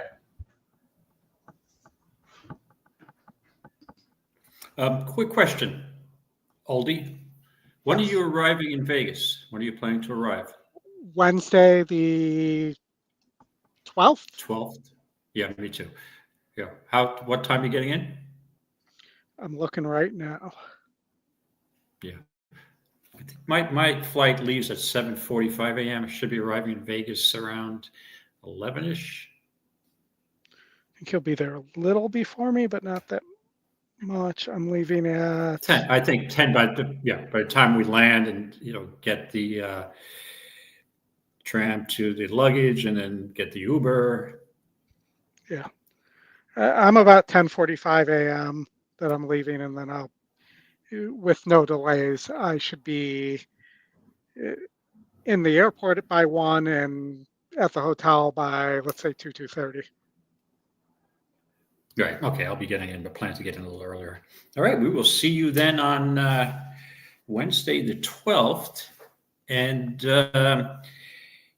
I might have to consult with you and just for about a half hour going over a little Oaklawn on Thursday before the stuff begins, because that's the antics begin. Those are my weakest tracks, so Oaklawn and Fairgrounds. So when I resume my handicapping, I'm going to, in my race analysis, I'm going to concentrate on those 2 tracks because I have pretty much Gulfstream, Aqueduct, and the other tracks covered. Sounds good. Matt will have his phone. Thank you, sir. Yeah, he'll have his phone. He'll spend the least amount of time going through this. He's single qualified. He just wants to go. And just like Cyndi Lauper said, girls just want to have fun. No, I picked up a second through Twin Spires. So No. yeah, I mean, I'm still. Are you gonna care? No. No. No. And I'll also tell you, that actually I won't tell you anything. We'll just see what happens. But it's definitely going to be interesting. Justin will be playing in the last chance. Yeah, with like 14 entries, which I think is the max. 14 entries. No, I don't think 14. You can either enter 4 or 6 times. I can't Was it? remember which. 4. I think Pretty sure. Yeah, it's one of the two, right? I have one entry in it, compliments of the NTRA because of my second seat. And an option. that was a I nice chose deal. the one extra night, and yeah, why not? And I'm not really. I have to tell you, Matt, the issue with me is 4 days sitting in that room, handicapping my ass off. It gets to be exhausting. 3 days is exhausting enough, but so I'm going to approach it because I've already qualified. I've got a seat for 2026 already, so I'm not really worried about the first chance, last chance. So I think I'm going to just not take it very seriously. I'm going to put my plays in and might put some plays in advance, and hopefully it'll be a 70-degree day. I'll hang out by the pool for a little while. With me, And well, I then I'll promise get the it'll be a real. good time. I'm not. My nose is not buried in the form for 1 second. I promise. And they're off at Oakland. Okay. Pace with all ice, the Good 2-5 luck. Francisco area lets her roll and says, "Come and catch me if you can." All ice with a ears strip goes into the turn with a 2.5 length lead. Benny K and Susie too. Not usually seeing speed Go like fast this. and win. Usually on the lead, and today she's second in an all-out drive with Punchy Girl appealing Annie backing away, and 4 She's Storming is done. So excuse your mama. Our pirate treasure doesn't look like she's going to get it done. It's her race to lose. She's increased the lead margin to 5 lengths coming down the stretch. Punchy Girl is second. Benny K and Susie too. Is tired of appealing Annie. Redmayne. Furlong to go. It is all Holland Ice. Holland Ice by 5 coming to the finish. And Holland Ice at 2 to 5 to win. He's cold as ice. Hey, I used it, singled it in my double, except I didn't score the other half of the double. So Yep. that always looks so logical. Yeah. I'm looking for a 2-speed number, 1-1 double, both speed gate to wire wins, but the one got off slow the race before. What are you going to do? That's horse racing. All right, Anita. Okay. We got 2 races left here. Santa Anita and then the Fountain of Youth, and then we will sign off for the week. All right. I'm going to go with and the also shady. before we Go ahead. Sorry. go ahead, Oldie. I'm sorry. I was just going to say Okay. I'm going to go with the Shady Tiger just by name. The Shitty Shitty Tiger. Is it shady or shitty tiger? Shitty It looks Tiger. pretty Take a good. I quick mean, look. How many minutes to post it? Yeah. the Shady Tiger looks pretty good there too. I think he I could just sit on meant to much ask better Matt, track. are you doing a hunch play on Miller's Right in the next race? You play hunch plays sometimes. Miller's Right? How could you resist? Miller was right earlier. I'm not so sure he's right Miller anymore. was right enough. Right. Miller was right enough. You don't need any more righteousness, right? I don't need to push it, right? It's funny, if that was my kid's name, well, obviously it is my kid's name, but if it was their first name, I'd play it differently. But Oh yeah, we know that story.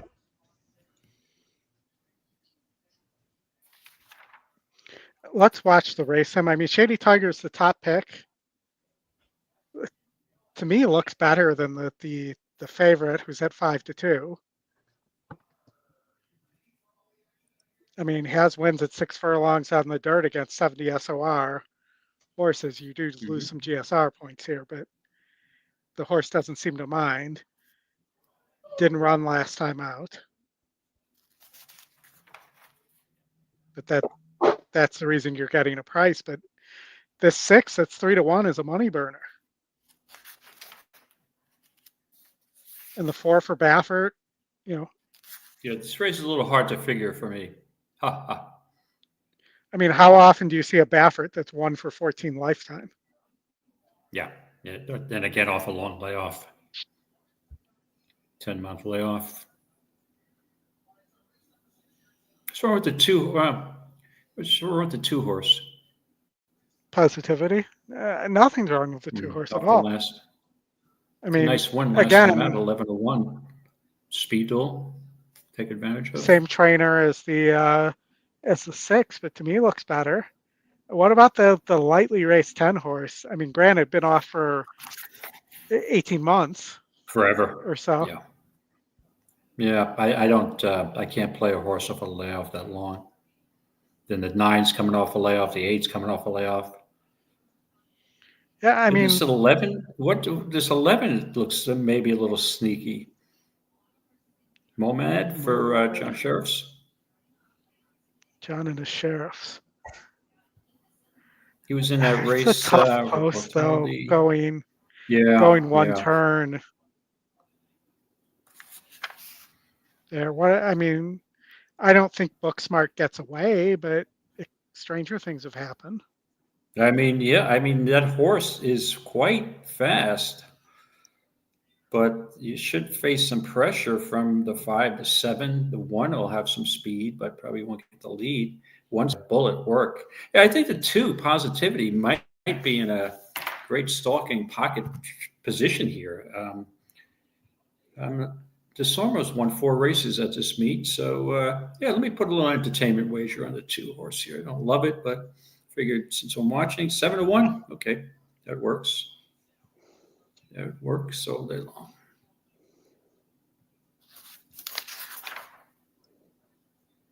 I have been passed at Twin Spires. Boo. You have. Hold on a second. Let me pull up that leaderboard here. I'm juggling so many leaderboards here and tracks that this is good practice for the NHC.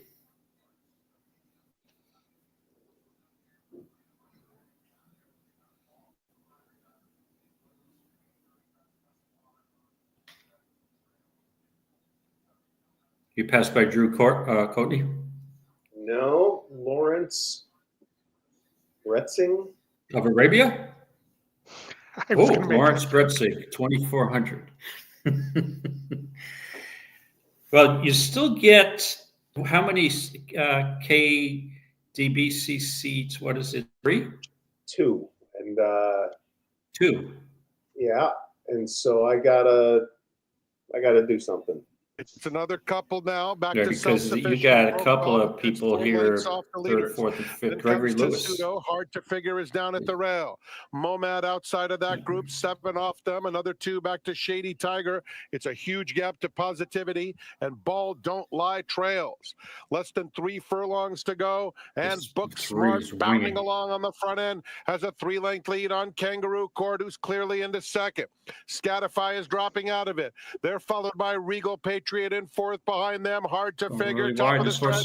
Mike Smith takes Booksmart wide into the center of the racetrack, but they are well clear. It's a half dozen lead in a blowout. From the back of the field, Positivity is starting to close fast into 2nd.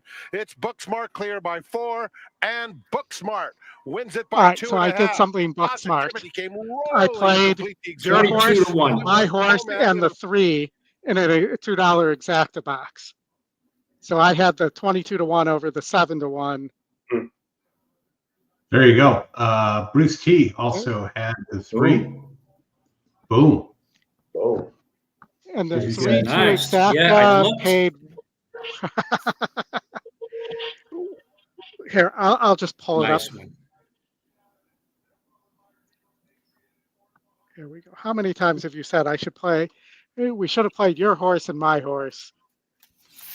So the 3-2 is paying 161 to 1.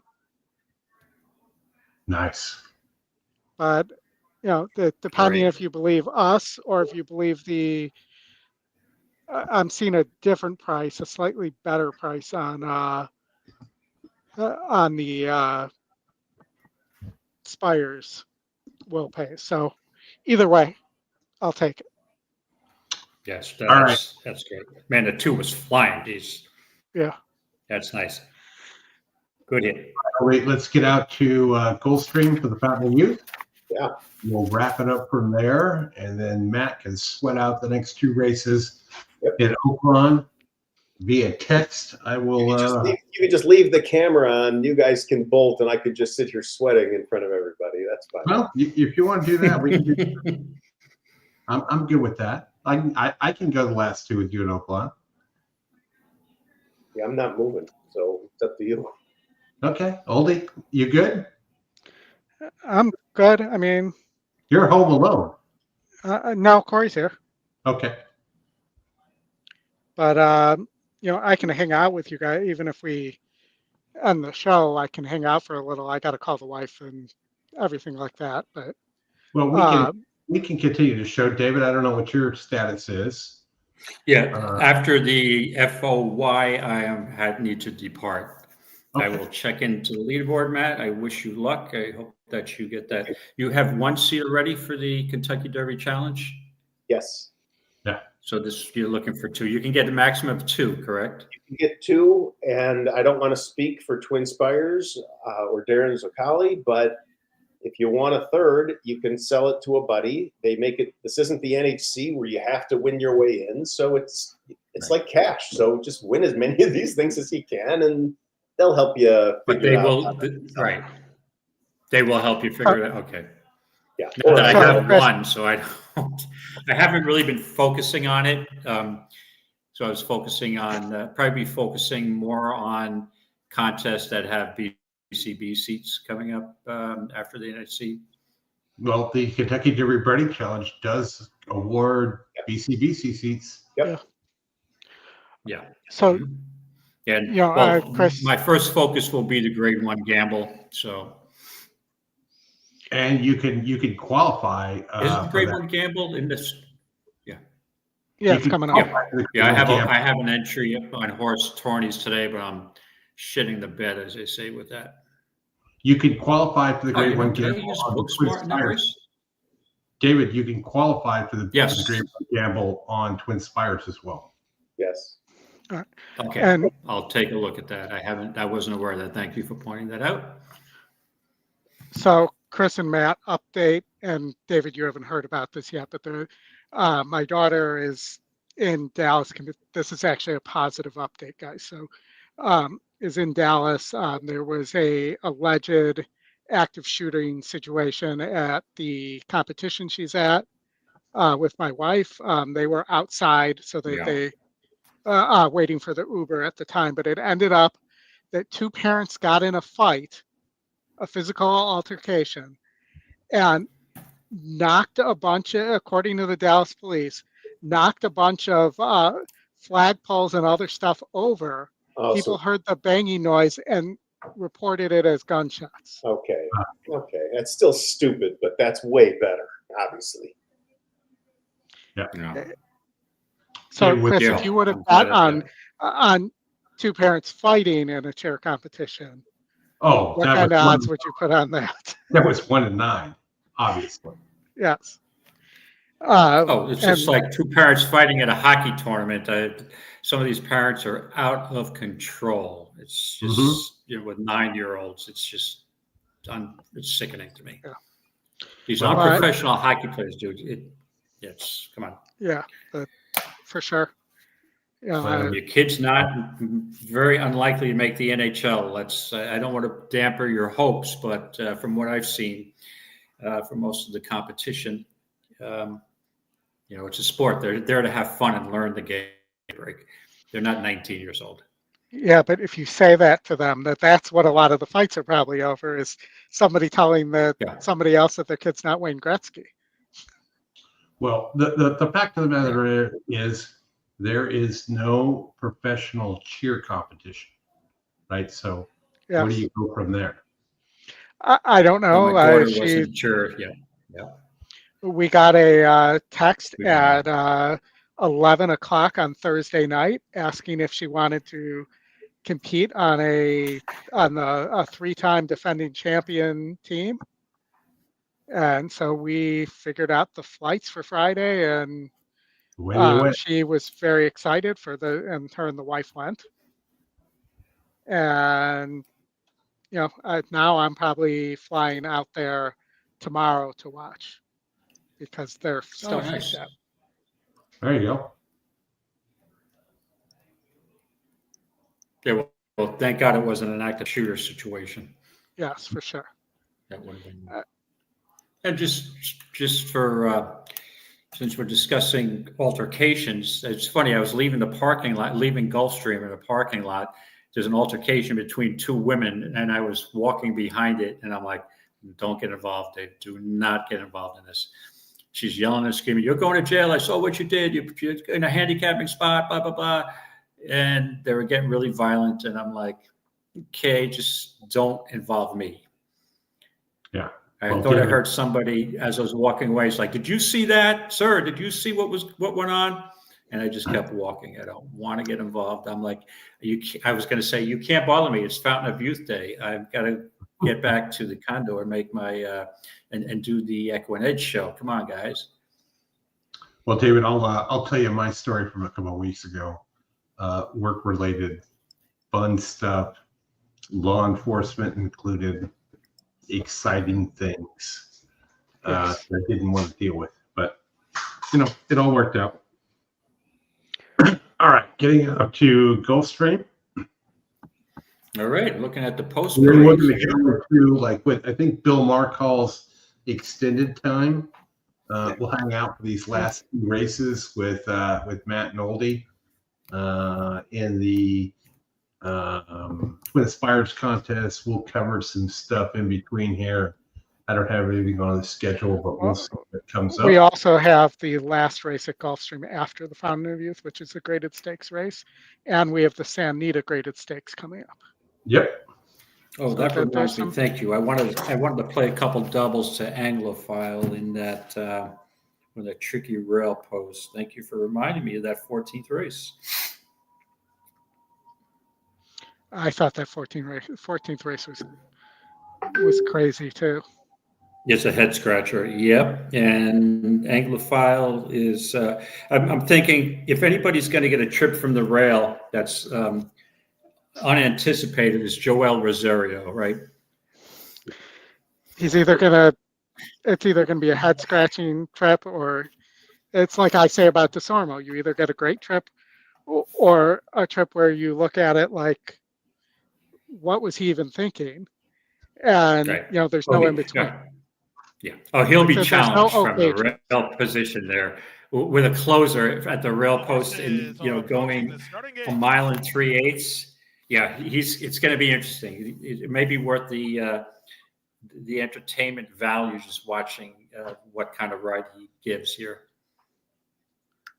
Well, I'll also say I like the 4 a lot here. If Grand Sonata doesn't win.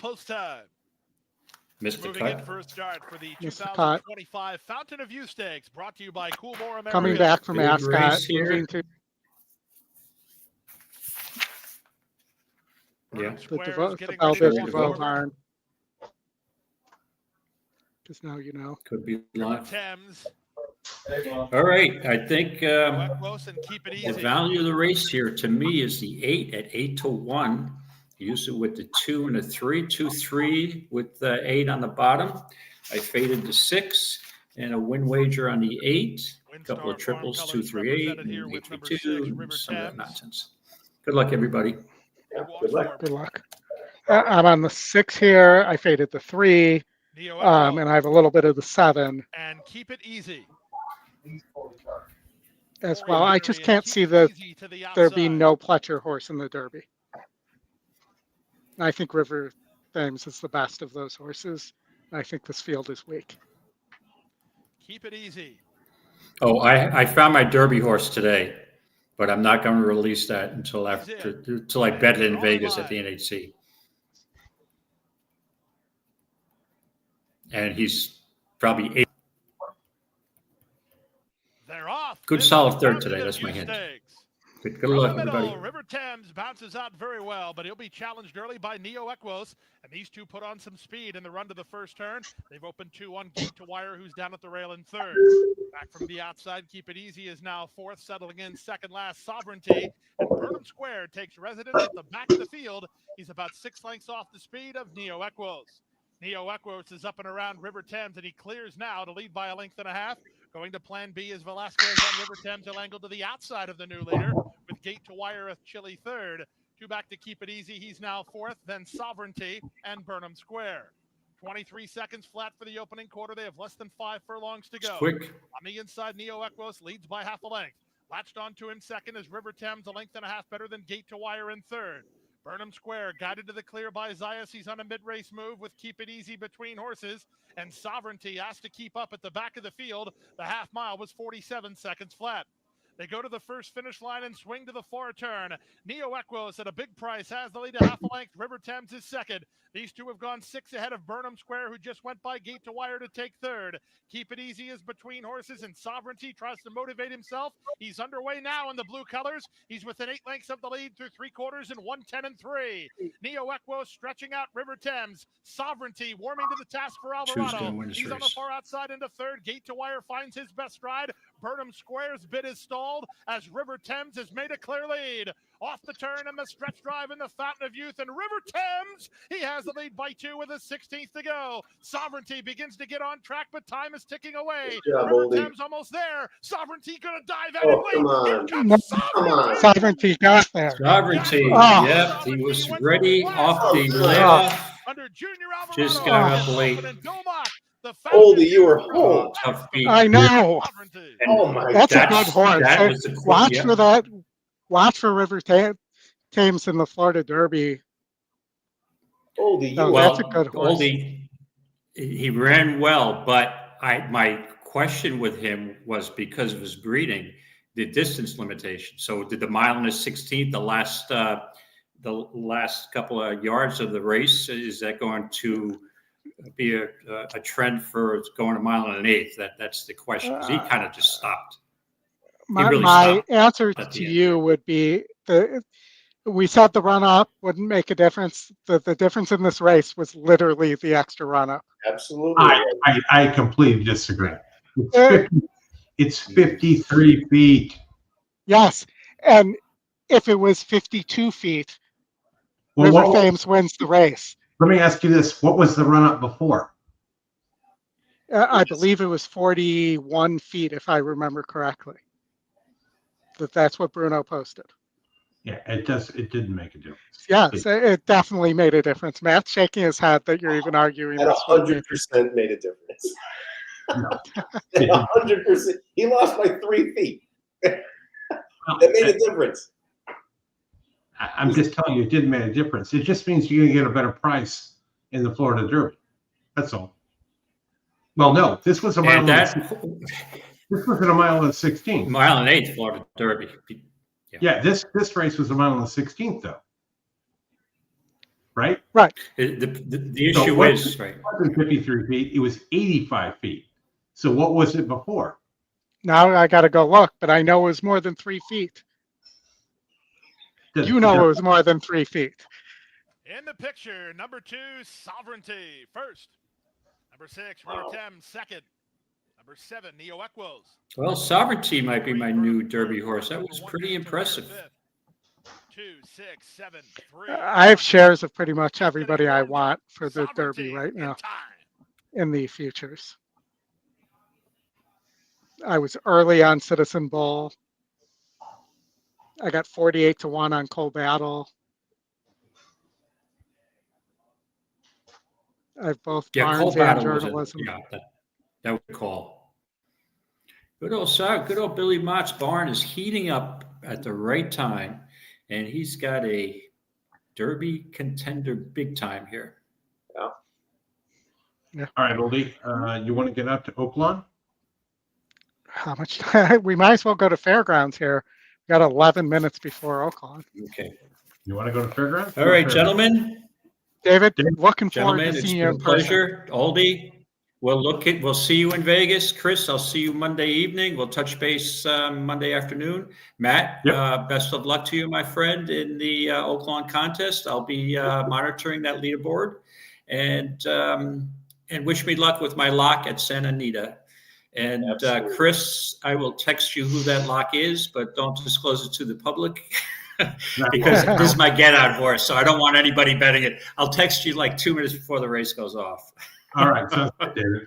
I will bet that horse, and I'll tell everybody who it is once the gates open. Well, the day I've been having, maybe it's a better thing you don't bet that horse. This is good to get my losers out before the NHC. Even though I did like Sovereignty, I just didn't match it up. Actually, no, I'm alive with a double to Anglophile, so I could have a little bit of a profit going into my Big San Anita race. So, all right, gentlemen, thanks again, and we will touch base with you again. All right, good luck. Bye. See ya.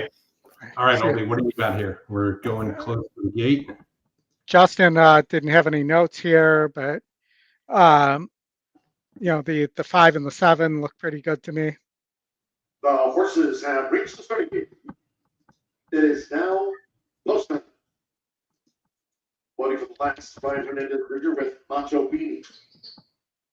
CJ McMahon with Take Charge JJ. Join Macho Beanie. Laurel with Semestar. Jose Guerrero, Brittany Stream, like Semestar, both Rasheed Wilson. Here, finale.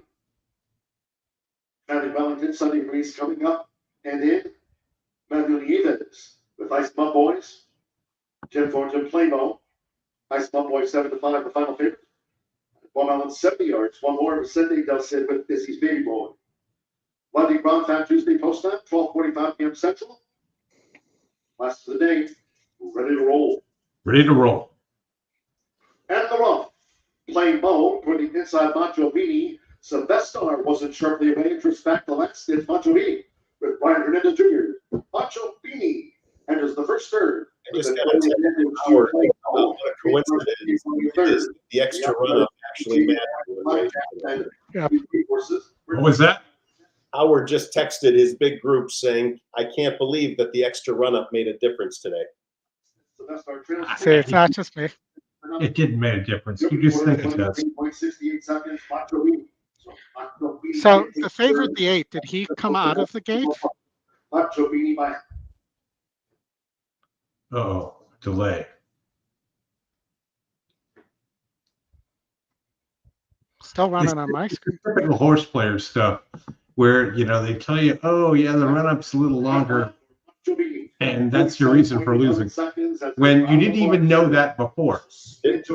I actually did know that there was a run-up. Yeah, we all know there's a run-up.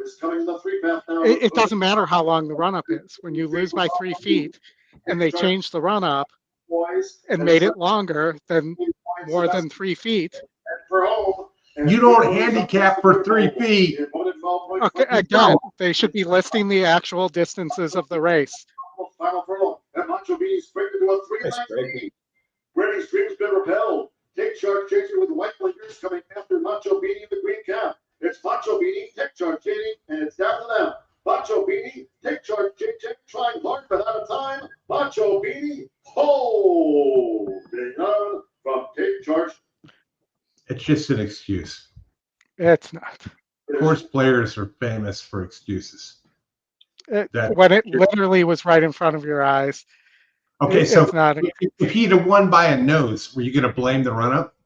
Yes. I would say that race it was closer than it would have been if it wasn't for the run-up. Yes. You guys are nuts. It's the same thing. It's the same thing. It's literally a longer race. This is whether it be 20 years, feet or I've known you for 5 years. You've never complained about the run-up costing you a race. And today's the day.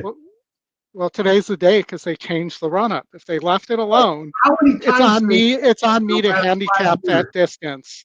How many times have they changed it in the last 5 years that you didn't know? You don't know. Chris, you're totally right. The answer to that is 0 times, just so you know.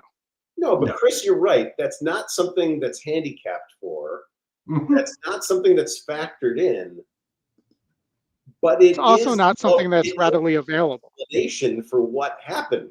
But but to your point, that probably happens all the time. And Goldie, what's the run up at Oaklawn in a mile and 16th race? Couldn't tell you. No clue. Again, they don't make this information readily available. Well, they do. They don't. You wouldn't have changed your pick based on it. It just sucked that it happened today. All right, Oaklawn race 10, 5 minutes. They do not make it readily available. I just Googled it just to prove it. I can bring this to the screen. It is not listed anywhere. Go to Oaklawn, 5 minutes. I'm on Oaklawn. Okay.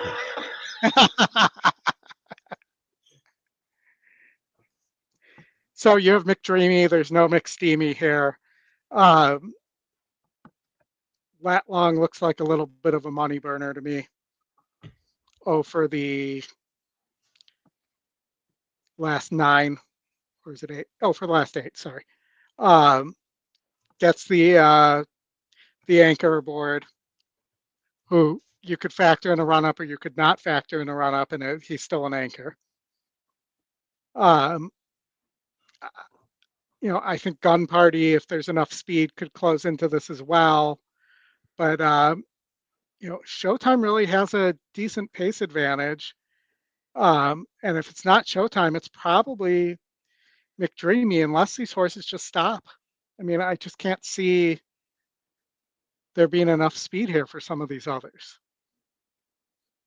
Indy Magic, I guess, will be in between the two, in between the closers and the speed.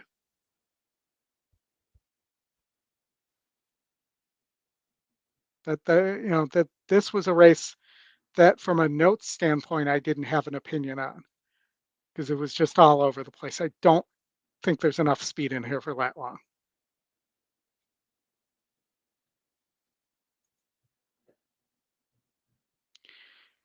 And if you watch the race, Sam, it's really the 10 and the 8, and they only have the 5 closing. And everybody else has got the tractor beam after the stretch as well. So certainly your E long shot gun flash maybe has a look here. You know, ran much better at Evangeline and Remington than the horse has at Oaklawn, but it's the long shot. It's not getting bet at all, but the GSR is good. So maybe that's another place you could go here. That of a horse that'll be in between the speed and the closers.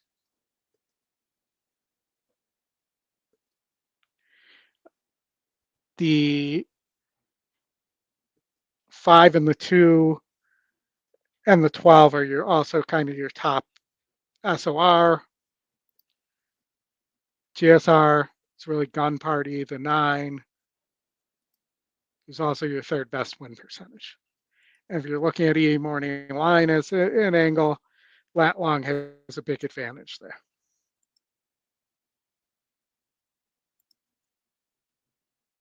So for me, spread and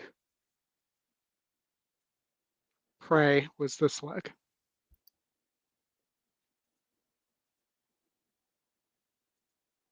How about next race? Next race, the 5 is my top pick. Yeah, good. Good. I really didn't like anything else here, but you know, stranger things have happened at Oaklawn, and if I do get past this leg, I'm alive to that 5 for a buck in the pick 5, and I'm alive to the 4, 5, 8, 10, 11 for 50, or for the 4, 8, 10, 11 for 50 cents.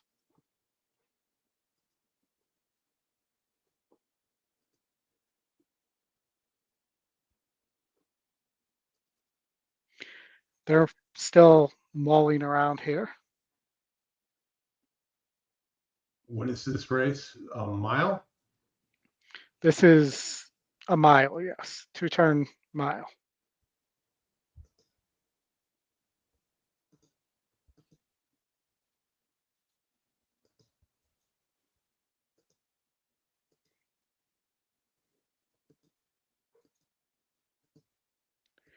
And we got a couple more minutes here.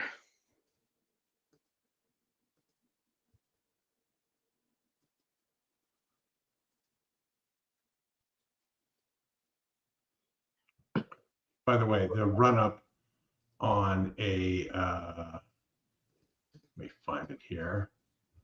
I will tell you, the easy way to find the run-up is not where you would suspect. So the run-up in a 6 furlong race is 80 feet. Do you know where you'll find that? Where do you find that? In the results. Oh. It's nice of them to tell you after.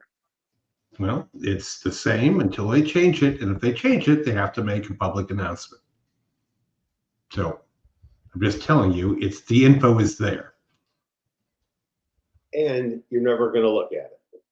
Well, and again, how many times you get beaten in the nose and you're worried about the run up, you're using that as an excuse. Look, That's anytime you lose by a nose and your horse is a speed horse, you're going to say, oh, it was a little too fast. They went a little too far, right? Anytime it's closer and they don't get there, you say, oh, he was too close early. If he had a little more distance, I mean, it's. If you're going to bitch about the run-ups, you got to bitch about the works because the horse don't start from a dead stop.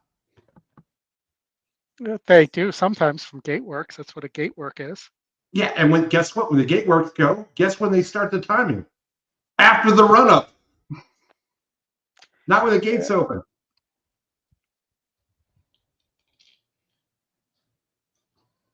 All right, we're rooting hard here for the 9 or the 5. Those are the horses pounded in the double. Dolly Parton, you're working 9 to 5. I am working 9 to 5. What a way to make a living. If the 5 wins, I essentially get 1 to 2 on the entire proposition, which is the same as the win odds from the last race. But if the 9 wins, it turns out to be a solid score. Well, that's better than prostitution. And nothing. A small minimum in the $25 minimum in the tournament, using the 8 into the 5 in the next race. Here comes her, Walter De La Cruz. Walter De La Cruz. That sounds like a name that should be in Breaking Bad. It does. Deeply grind. I think treated Black Saddle again. A totally opposite start to his last race where he stumbled badly at the break. Today he was right out of there on cue. And I think Trini leads the way into the clubhouse turn. In the meantime, going into that turn, George Wright was tight end to drop back off of heels. I think Trini slowing the tempo down now. Oh, Matt, you're going to need a lot of work to do here. He's running the second. Dolly Parton at the back of the back. Well, if the 8 wins, that's okay. On the outside, Daily Grind, the slow starter, has made his way level 5th. 7's going to ensure that the 8 does not get it away here. Already pushed upon a little bit with about 8 only dropped 1 point after hitting the lead. That's not bad.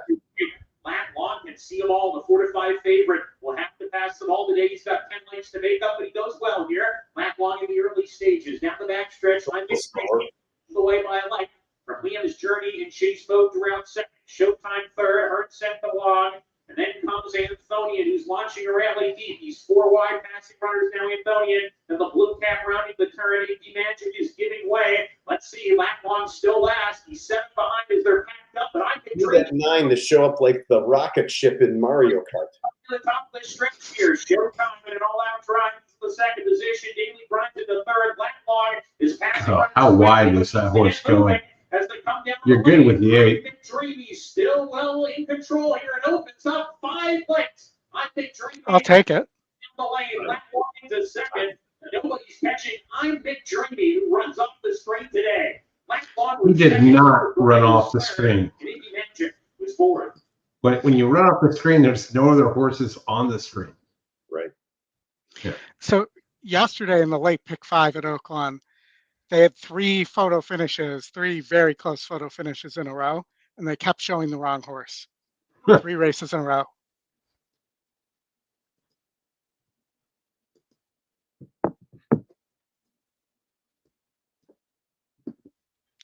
All right. On to the last there. We got Anita race 7 coming right at you in a minute here. Yeah. And then 5 minutes to the last at Gulfstream. Got it up. You need Diamond. Looks like a solid favorite. Needs the lead. Well, maybe not. 7 long shot doesn't look great, but maybe. We'll hang out for the next half hour till the last at Oaklawn. See how this thing comes out. Yeah, I mean, once the board's updated, we can talk some strategy around what the heck we do. Yeah. I don't think this is going to be that simple. I don't think those people are watching us either. No, and I don't care if they are. Maybe Greg Lewis, because he's that kind of guy. He does his homework. Yeah, he does his homework. He's no The- slouch. They should be watching us, though. That's the point. Look, I've done a Twitter write-up on every tournament I've done in 2025, and there's just been a stunning lack of copycats.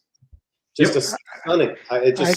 You figure someone would just do the same thing and try. Like, there's very little of that. People just want to do it their way, and I don't do it because I have 30% of your action. No, you wish. It's stubbornness, I would guess. And it's your own fun. I mean, I don't need someone to tell me I'm doing the Sudoku wrong and start doing it this way. Is losing fun? If losing's fun, that's up to you. Yeah, it stopped being fun for me a while ago, and I did something about it. That's my point. I mean, so if you don't want to use the name of the book and say it's a better way of thinking, you could say it's a different way of thinking to different approach. To approach your fun, to approach winning as fun, instead of that you're just trying to have fun. Right. And I told the story that I don't know if you were on when I was talking about the Luke Longley documentary that Michael took part in, that was done out of Australia. And in it, Michael talks about how he can't, how even to be able to relaxing had to become a competition for him. Huh. That's crazy. He has to be the best at relaxing, or fishing, or relaxing while fishing, and when you think about Michael Jordan, you think, yeah, that sounds right. Yeah. Had to be the best at everything. Yeah. I mean, I get it. I guess the difference with me is there's stuff I don't care about, and I'm willing to just let that go. But stuff I care about, yeah, I care. Yeah.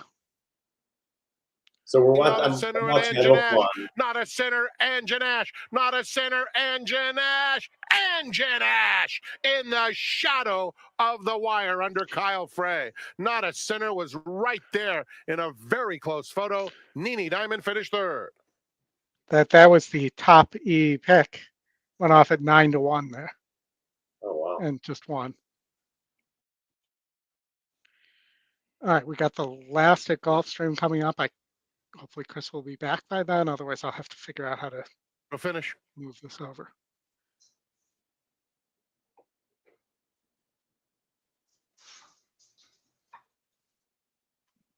I've avoided even the temptation to look at that Ultimate Betting Challenge leaderboard. I don't even know what's going on. Just feels very good to be doing what I'm doing, and not something that doesn't feel good. Well, I know Scotty was in that. Now that I said it, I'll take a peek. But boy, I hope that that's a friend up there. And I don't know, when you've been on the weekend preview show in the chat, you've seen the new interface coming, right? Yep. So that could be as early as sometime this week, but should be, knock on wood, before the NHC, according to Scotty. All right, so this thing looks like it's still going on. They only got 92 entries. So I think that is short of last year and short of hopes and expectations. Wow, Dylan Donnelly is in a potential winning position if no one catches him. Marshall fourth. But knowing Marshall, he wants that 2026 NHC seat so that he doesn't have to think about it anymore. That's hilarious. That's he's God, that guy.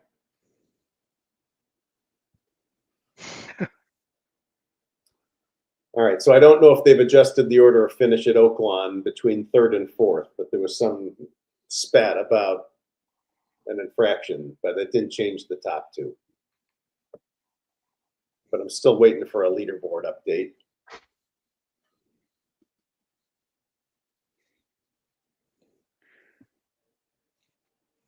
All right, let's watch the race sim here.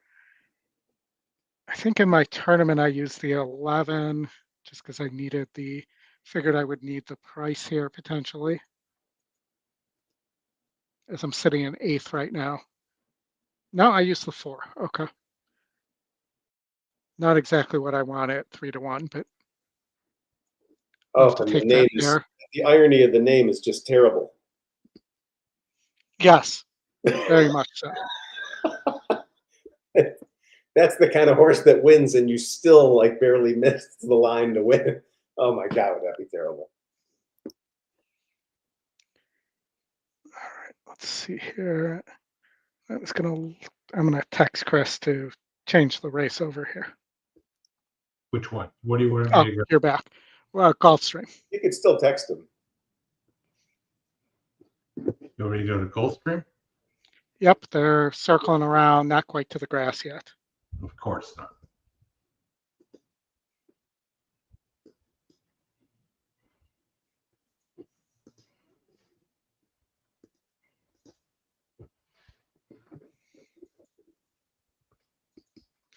And I'm going to say something about Lat Long, the favorite in that last race at Oaklawn.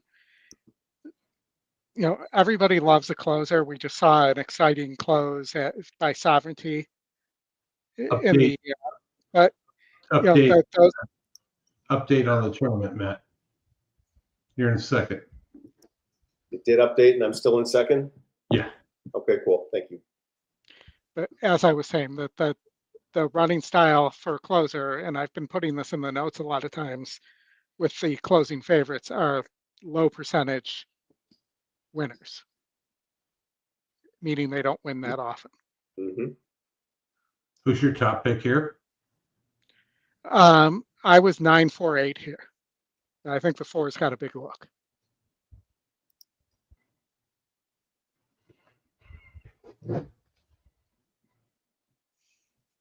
And watch Prevent will steal this race on the front end at 30-1. Yeah, I'll throw that one out. Even with the 1-9 horse winning, the will pays are pretty solid at Oaklawn in the pick 5.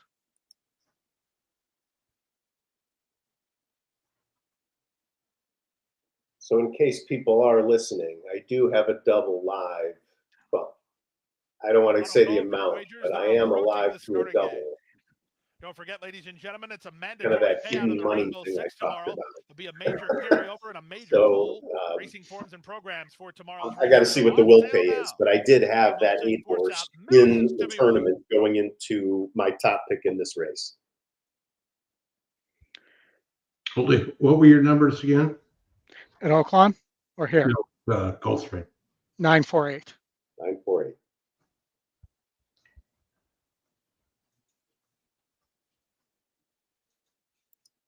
And if you want to take a chance on the front end, you throw the 2 on there and play a trifecta for $12. The horses are Who? at the gate. Yeah, on the It's front end. Alto's time. Don't Moving think in it's going to for the happen, Mountain View Chris, Stakes Day finale. 2-1 favorite number 9. but the price under jockey Irad Ortiz Jr. for trainer is Tom worth Fletcher. the shot 3-1 there on if you can Mr. get it Cut. somewhere in the money. Cherie DeVoe does the training with Tyler Gaffleone riding. Cash Equities, the gray.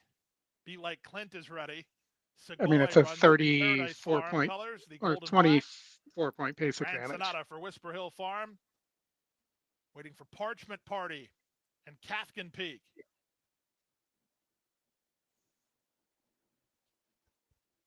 Kafkin Peak draws the outside under Paco Lopez to complete the line. They're in the gate. And runners away. Grand Sonata gets away well from the outside and will try to clear some inside traffic. Capture the Flag has speed. Cash Equity between horses.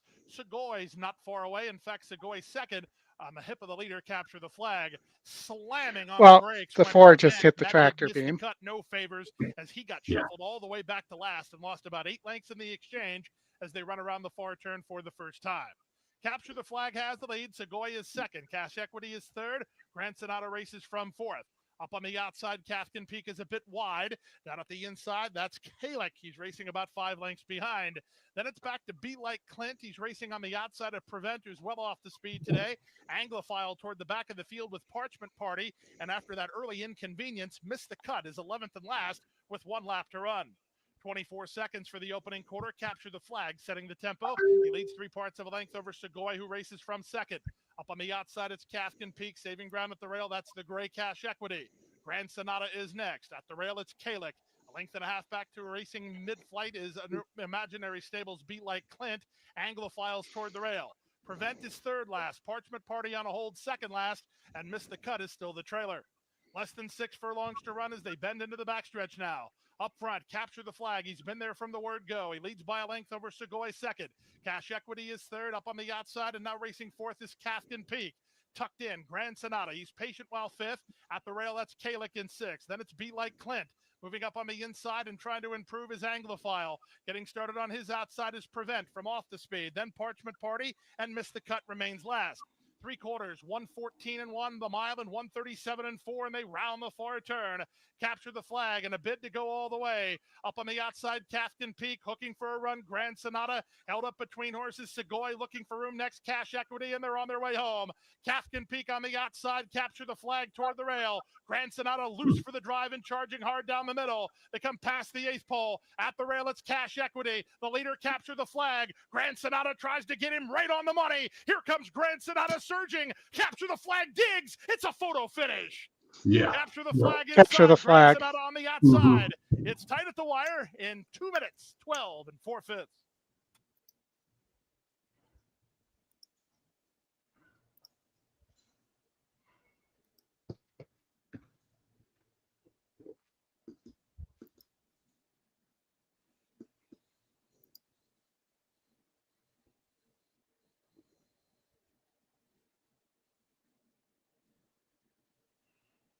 All right, we got a bunch of minutes to Oaklawn, 21 minutes, so we got some time to kill. I'd love anyone still listening, but check out the leaderboard at twinspires.com and tell me what the hell I'm supposed to do here. Put yourself in my shoes and tell me what the hell I'm supposed to do. There's a Depeche Mode song called Walking in My Shoes. Yeah, so let's do it. Whoever's listening, whoever's watching, go find the leaderboard and figure out what I'm supposed to do. This is not easy.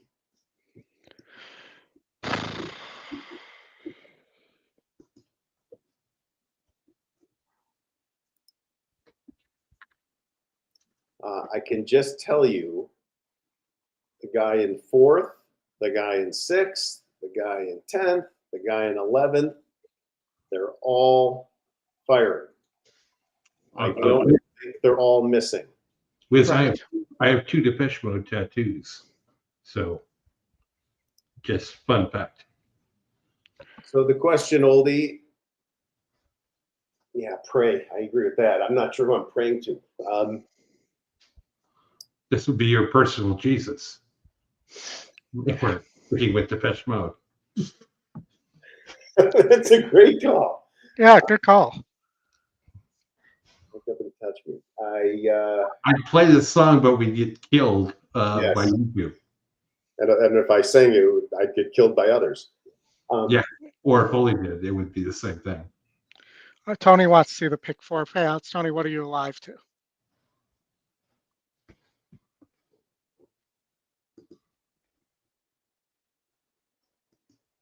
All right. All right, we have Champ here. That's good. We could use it. Between We the got- Bear and the Champ here. Now I got buddies texting me, taunting me. This is just great. Taunting me. Like I need. We got Turfway in a minute. Does Jake have any notes here? You know, it's funny. I think there's a Turfway contest. There Yeah, is. there is a Jake note on the E top pick who's sitting at 11-1 with a 92 E morning line there. That's hysterical. Dilemma. What if like super fast we entered the Turfway contest? Let's just see what that race looks like. Hold on real quick. Oh yeah, we can do this.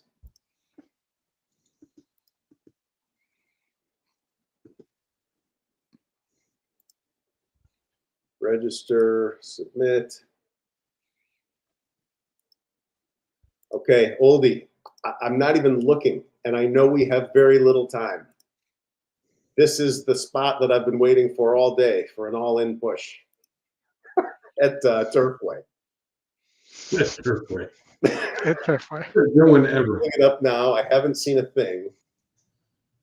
I am putting the pressure on you to distinguish. Hold on. Holy shit, there's 0 minutes for real. Am I going to get this in? No. How many minutes for real? Probably, Chris, can you look while I'm trying to figure out? I mean, I think it's right now. Doing this as fast as I can. We'll see if it comes in. If I can get it in.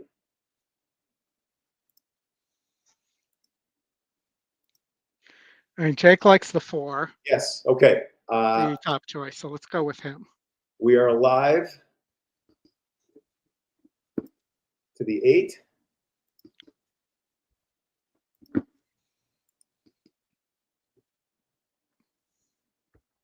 And the 3. That just dropped to 6-5. God damn it. They're getting ready to go. The evening here, that's going to have these horses all fired up.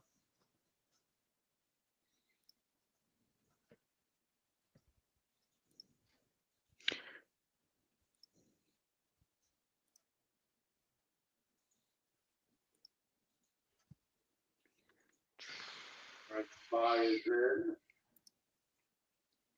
Teen Idol will complete the line to the outside. Moral Dilemma's got some happy feet in the starting gate. 3-2. That's a little better. All right, I'm 3-2 and 5-2. Just about ready for the early. So you took halfway joking and Teen Idol here. 3-8. Teen Idol and Live Happy are showing good speed. Stormproof is the quickest from the inside. Halfway jockey's to his flank.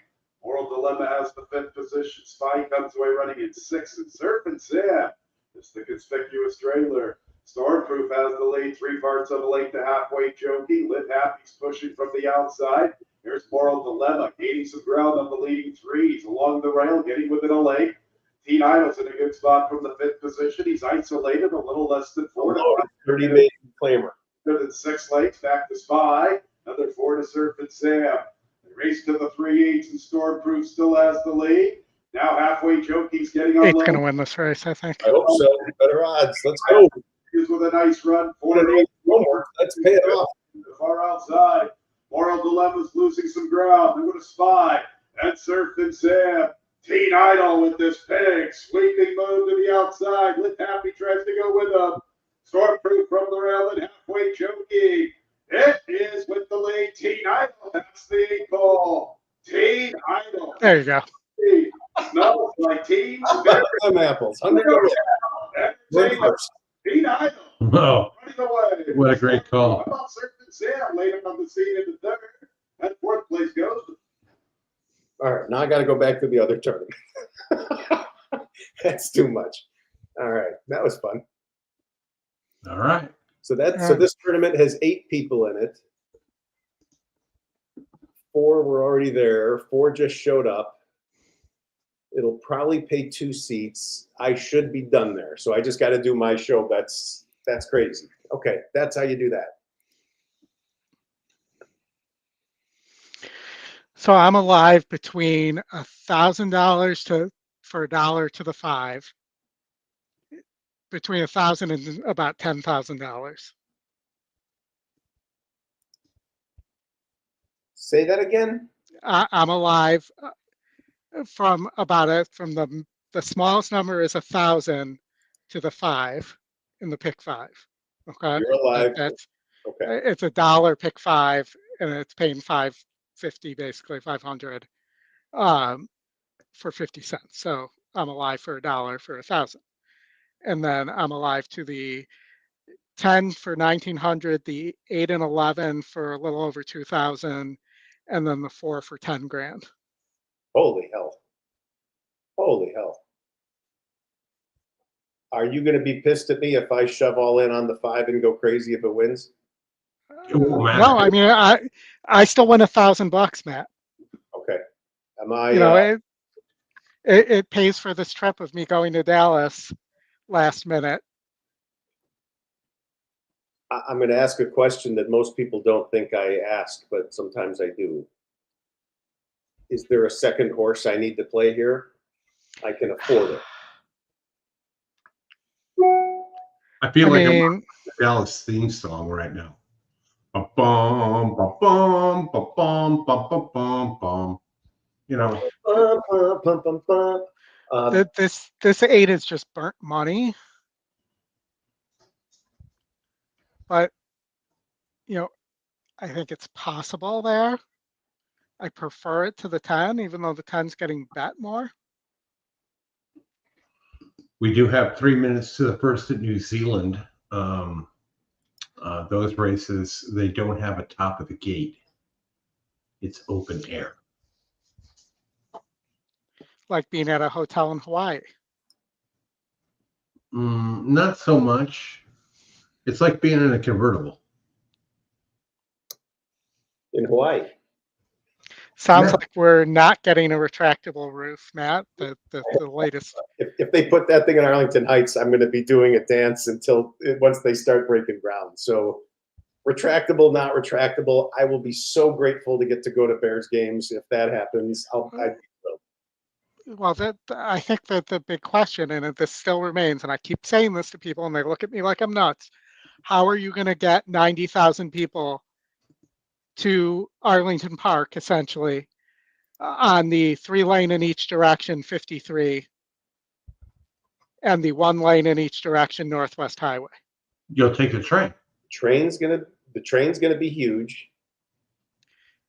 You're But gonna have. So when the Breeders' Cup came to Chicago, I drove my car 10 minutes away to a train station that stopped at Arlington.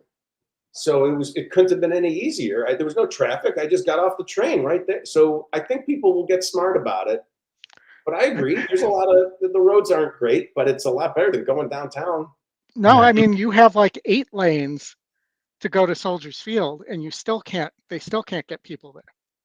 Yeah, It's going to be that they're either going to have to spend $1 billion, $1.5 billion widening 53 and buying up land to do it, or it's going to be a nightmare, because that train. All that to go and watch your team go 5-12.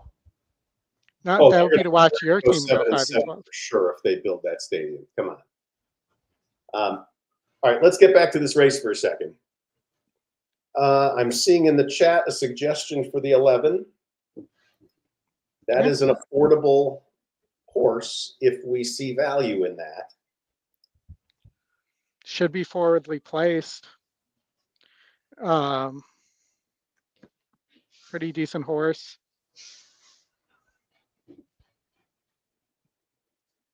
Okay, so I think the plan is, and there's no side bets, there's no hedges. This is just a big fat win bet. Good Lord. And I'm going to have a new best friend named Tony if Museum Quality wins. But I got to wait a little bit, I think, because the odds could change on Museum Quality. Tony, you never told me who you were alive to in your pick 4.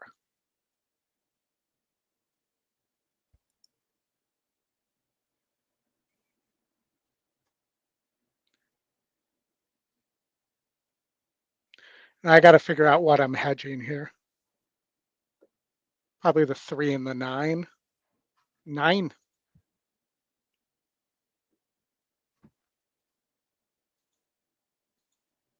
Not losing to Mr. Penrod. He was not a fast man. Do you know Mr. Penrod? Not anymore. I had him. You had him too. The whistle. I remember that. The thing I remember are the 4-count burpees. Yes, totally. And he looked like Wally the Walrus. Oh yeah, it was Wilfred Brimley in his youth. I mean, he couldn't do one burpee. Yes. And we all sat around talking about, yeah, I'd like to see him do one. But apparently, I think he was Dick Butkus's teammate at the University of Illinois. That's what I remember about him. Okay, that's kind of cool. I'll give him that.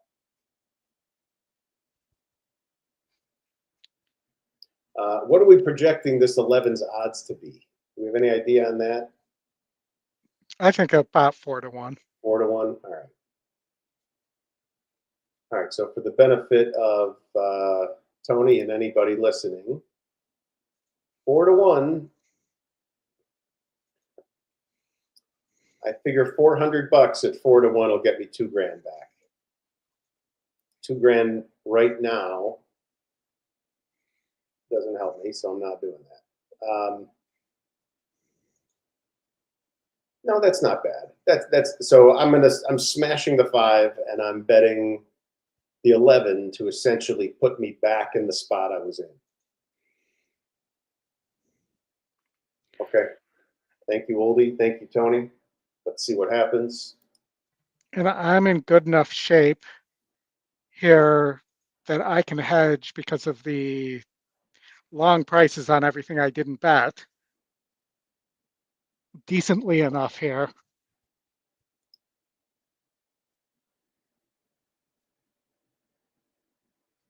I mean, I don't have to put that much on the 3 at 25-1.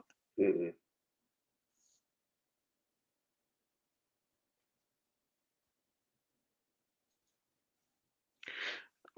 Taking a quick look over at Anita, Barnes is currently at 2-5. Oh, that'll be a good race to watch. That's not, I mean, I wouldn't even consider betting a race like that, but interest level couldn't be any higher. Well, let me see what I can get on the Barnes neat double here.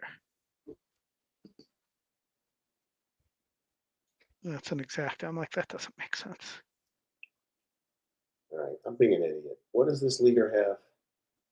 2406. Jeez. Let's go get him. Well, hit the winner at New Zealand.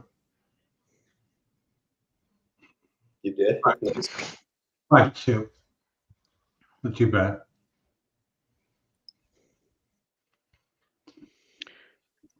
It looks like Anita and Oaklawn are going to go off on top of each other pretty close. Yep. Because that's what they do. And you have the Frank E. Kilroy Mile. Yes, it's not the Frankie. It's the Frank E. Kilroy Mile. And I think Howard has a pick there, right, Matt? Who was it? Do you remember? I'll look it up right now.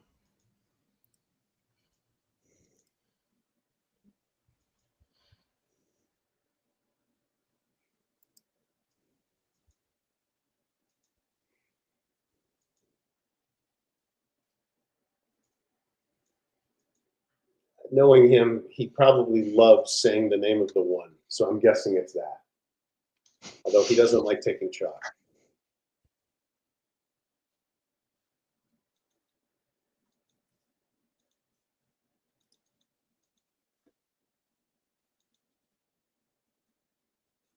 His play of the day and the handicap is locked. Locked. I knew that. Yep. Would you say it's his lock of the day? I would. Sorry, sometimes can't help myself. Oh, that's fine. I said it. What race is the Kilroy? Frankie? The Frank E, I believe, is race 7. I'm sorry, no, not race 7, race 10. I'm sorry, race 9. Sorry, I'm an idiot. Okay, well, he likes locked, and he likes the one horse in race 11.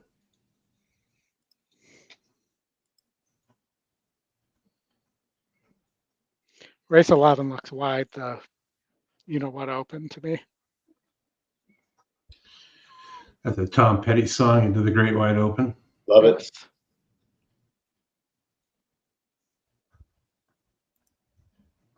A rebel without a clue.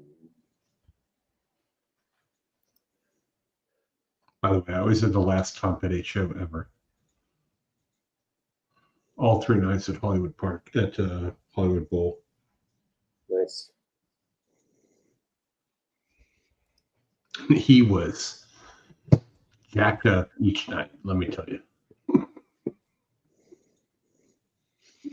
All right, I'm switching up what I'm doing. All right. I'm listening. Exact is 10 and 11 over 5. 10 and 11 over 5. Those pay 17 to 1. And I don't have to do them for a ton of money. And everything else is going on the 5 because I'm not leaving the damn putt short.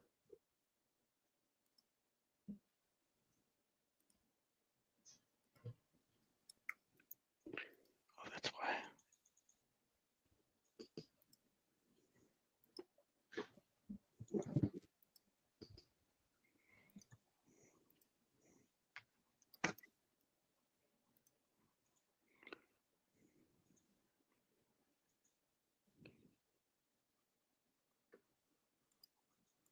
That should take the horse down in odds a little bit. 80. No, there's 80 grand in the pool. That's fine.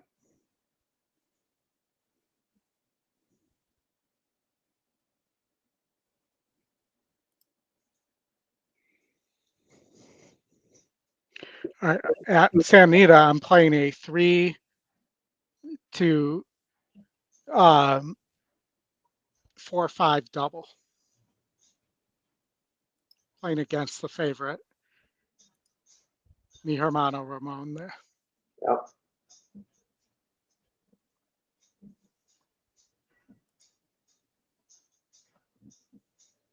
I am in first in that Tampa tournament, in the Turfway tournament. That was fun. What were your digits, Oldie? At San Anita or here? San Anita. 3, 4, 5, 7. I'm sorry, 3, 4, 5 is my so 3 to the 4-5 double. Paying pretty well. And I will be right back for the Oaklawn race.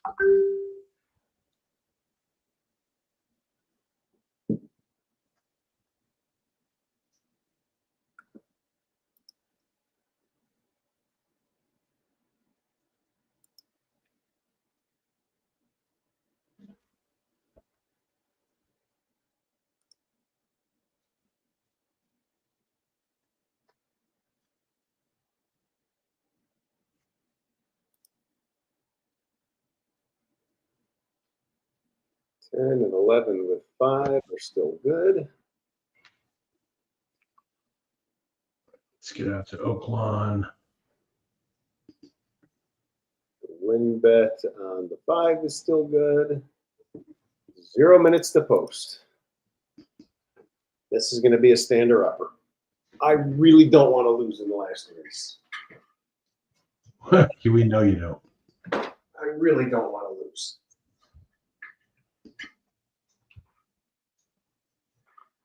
Does the new tournament leaderboard start today? Tomorrow. Okay. They really wanted to squeeze any last bit of me before opening it up to the group. You are in the lead at Turfway, and you are in second at Oaklawn. Yeah, that's normal. That's still ridiculous in my opinion. Give me this 5. The bet coming out of Fix. It's 5. With position 3. Phenomenal Dream coming out. Austin's Man. With Lord, post position 5. Sick feeling here. Rod. Into the outside post. Museum Quality. To round out the field of 11. Live racing resumes tomorrow. First post 12:30 on a 10-race card. We'll see you then. But for now, enjoy the cap. Ready to go. Let's just keep saying that. They're ready to go. And Lara in the nightcap. Good. Side Museum Quality put into play. Penrod. What do you need here? 5. 3 outside runners getting towards the rail. Oh my God! And he went to 1-2. Quality, who's got a half-length lead. Oh my God! He dropped to 1-2. Are you kidding? With Austin back in the middle of that trio. Gap of 2 to the favorite. Good goal. Toronto while on a pole. He's a length in front of Tactical Man. And Tweets him with the white jacket. Runky to run outside of him. Big Bourbon River is next to join second to last with Safe Bet. And 1-2. As they round the far turn, Austin's Map, the first one out of the early leaders to give way. A Fix is on the lead with Museum Quality. Penrod still between horses, knifing his way through between them to come and challenge the pace at the top of the lane. Good Lord is set to lock. A joint third with a Fix is going to get outside for the stretch drive. They're off the turn. Penrod in the corner. Museum Quality still battling, but he's second behind Penrod. Good Lord in third. Furlong to go. Penrod leads the way. Museum Quality is second. Good Lord is charging down the center. Penrod scoots away. Lead. Well, but Penrod is finishing strong too, and he will break the maiden. Penrod, Ricardo. Right. That might have been a good result. Museum Quality third. Phenomenal from dead last. Rallies to round out the superfecta. 10-5. Got crushed. Unbelievable. My luck at this shit today. Last one to load for the DK horse San Felipe is Smooth I should be at Cruisin'. 23-40. We'll see. They're in the gate. God. And they're off in the DK horse San Felipe Stakes. Journalism broke smoothly, and so did Barnes. Barnes takes the lead after just a few jumps. Rodriguez came away in third. Smooth Cruisin', and Mellencamp is at the back of the field. So Barnes is the quickest, and he makes his way over to the rail, opening up 2 lengths. Rodriguez moves into second. Long shot, Smooth Cruisin', trying to be a part of it. Moves up on the outside of him, trying to keep a little bit of pressure on Barnes, who's doing it easily past the 6 furlong pole. Rodriguez would have gotten Roberto Rispoli has Journalism in fourth, 3.5 lengths off the pace, and Mellencamp is just outside of him. The tempo is reasonable, and it's Barnes in charge. Has it by just under a length over Rodriguez, heading to the half-mile pole in the DK horse San Felipe Stakes. Smooth Cruisin'. At the rail, Journalism is 3 lengths off the lead, trying to get a little bit closer now. He's just in front of Mellencamp. Into the far turn, it's been all Barnes. He gets a little bit of a nudge and responds. Barnes starts to sprint for home. Stablemate Rodriguez trying to make it interesting in second, and Journalism 4 off the pace in third. They're followed by Smooth Cruisin' and Mellencamp. They're a quarter of a mile from home, and Barnes is widening. Journalism now swings into action on the outside. Ooh. These are the 2 as they come to the 8th pole. Barnes in front by 3. Journalism chasing with determination, getting closer with every stride. And here comes Journalism right on by Barnes, and it will be Journalism striding away powerfully to win the DK horse San Felipe Stakes. Barnes had to settle for second. Rodriguez a distant third. I'll say it. I think we're all kind of happy about that. I'm not an evil, mean-spirited person, but I just think if Barnes ran off the screen, we'd all have a little bit of stomach acid in our mouths right now, and that was pretty cool to see. All right, we're waiting for the leaderboard to update here at Oaklawn. Yeah, I think, and by the way, I mean, these calculations couldn't have ended up tighter. I don't know if I passed the guy in first or not. It's close. I also don't know if it matters.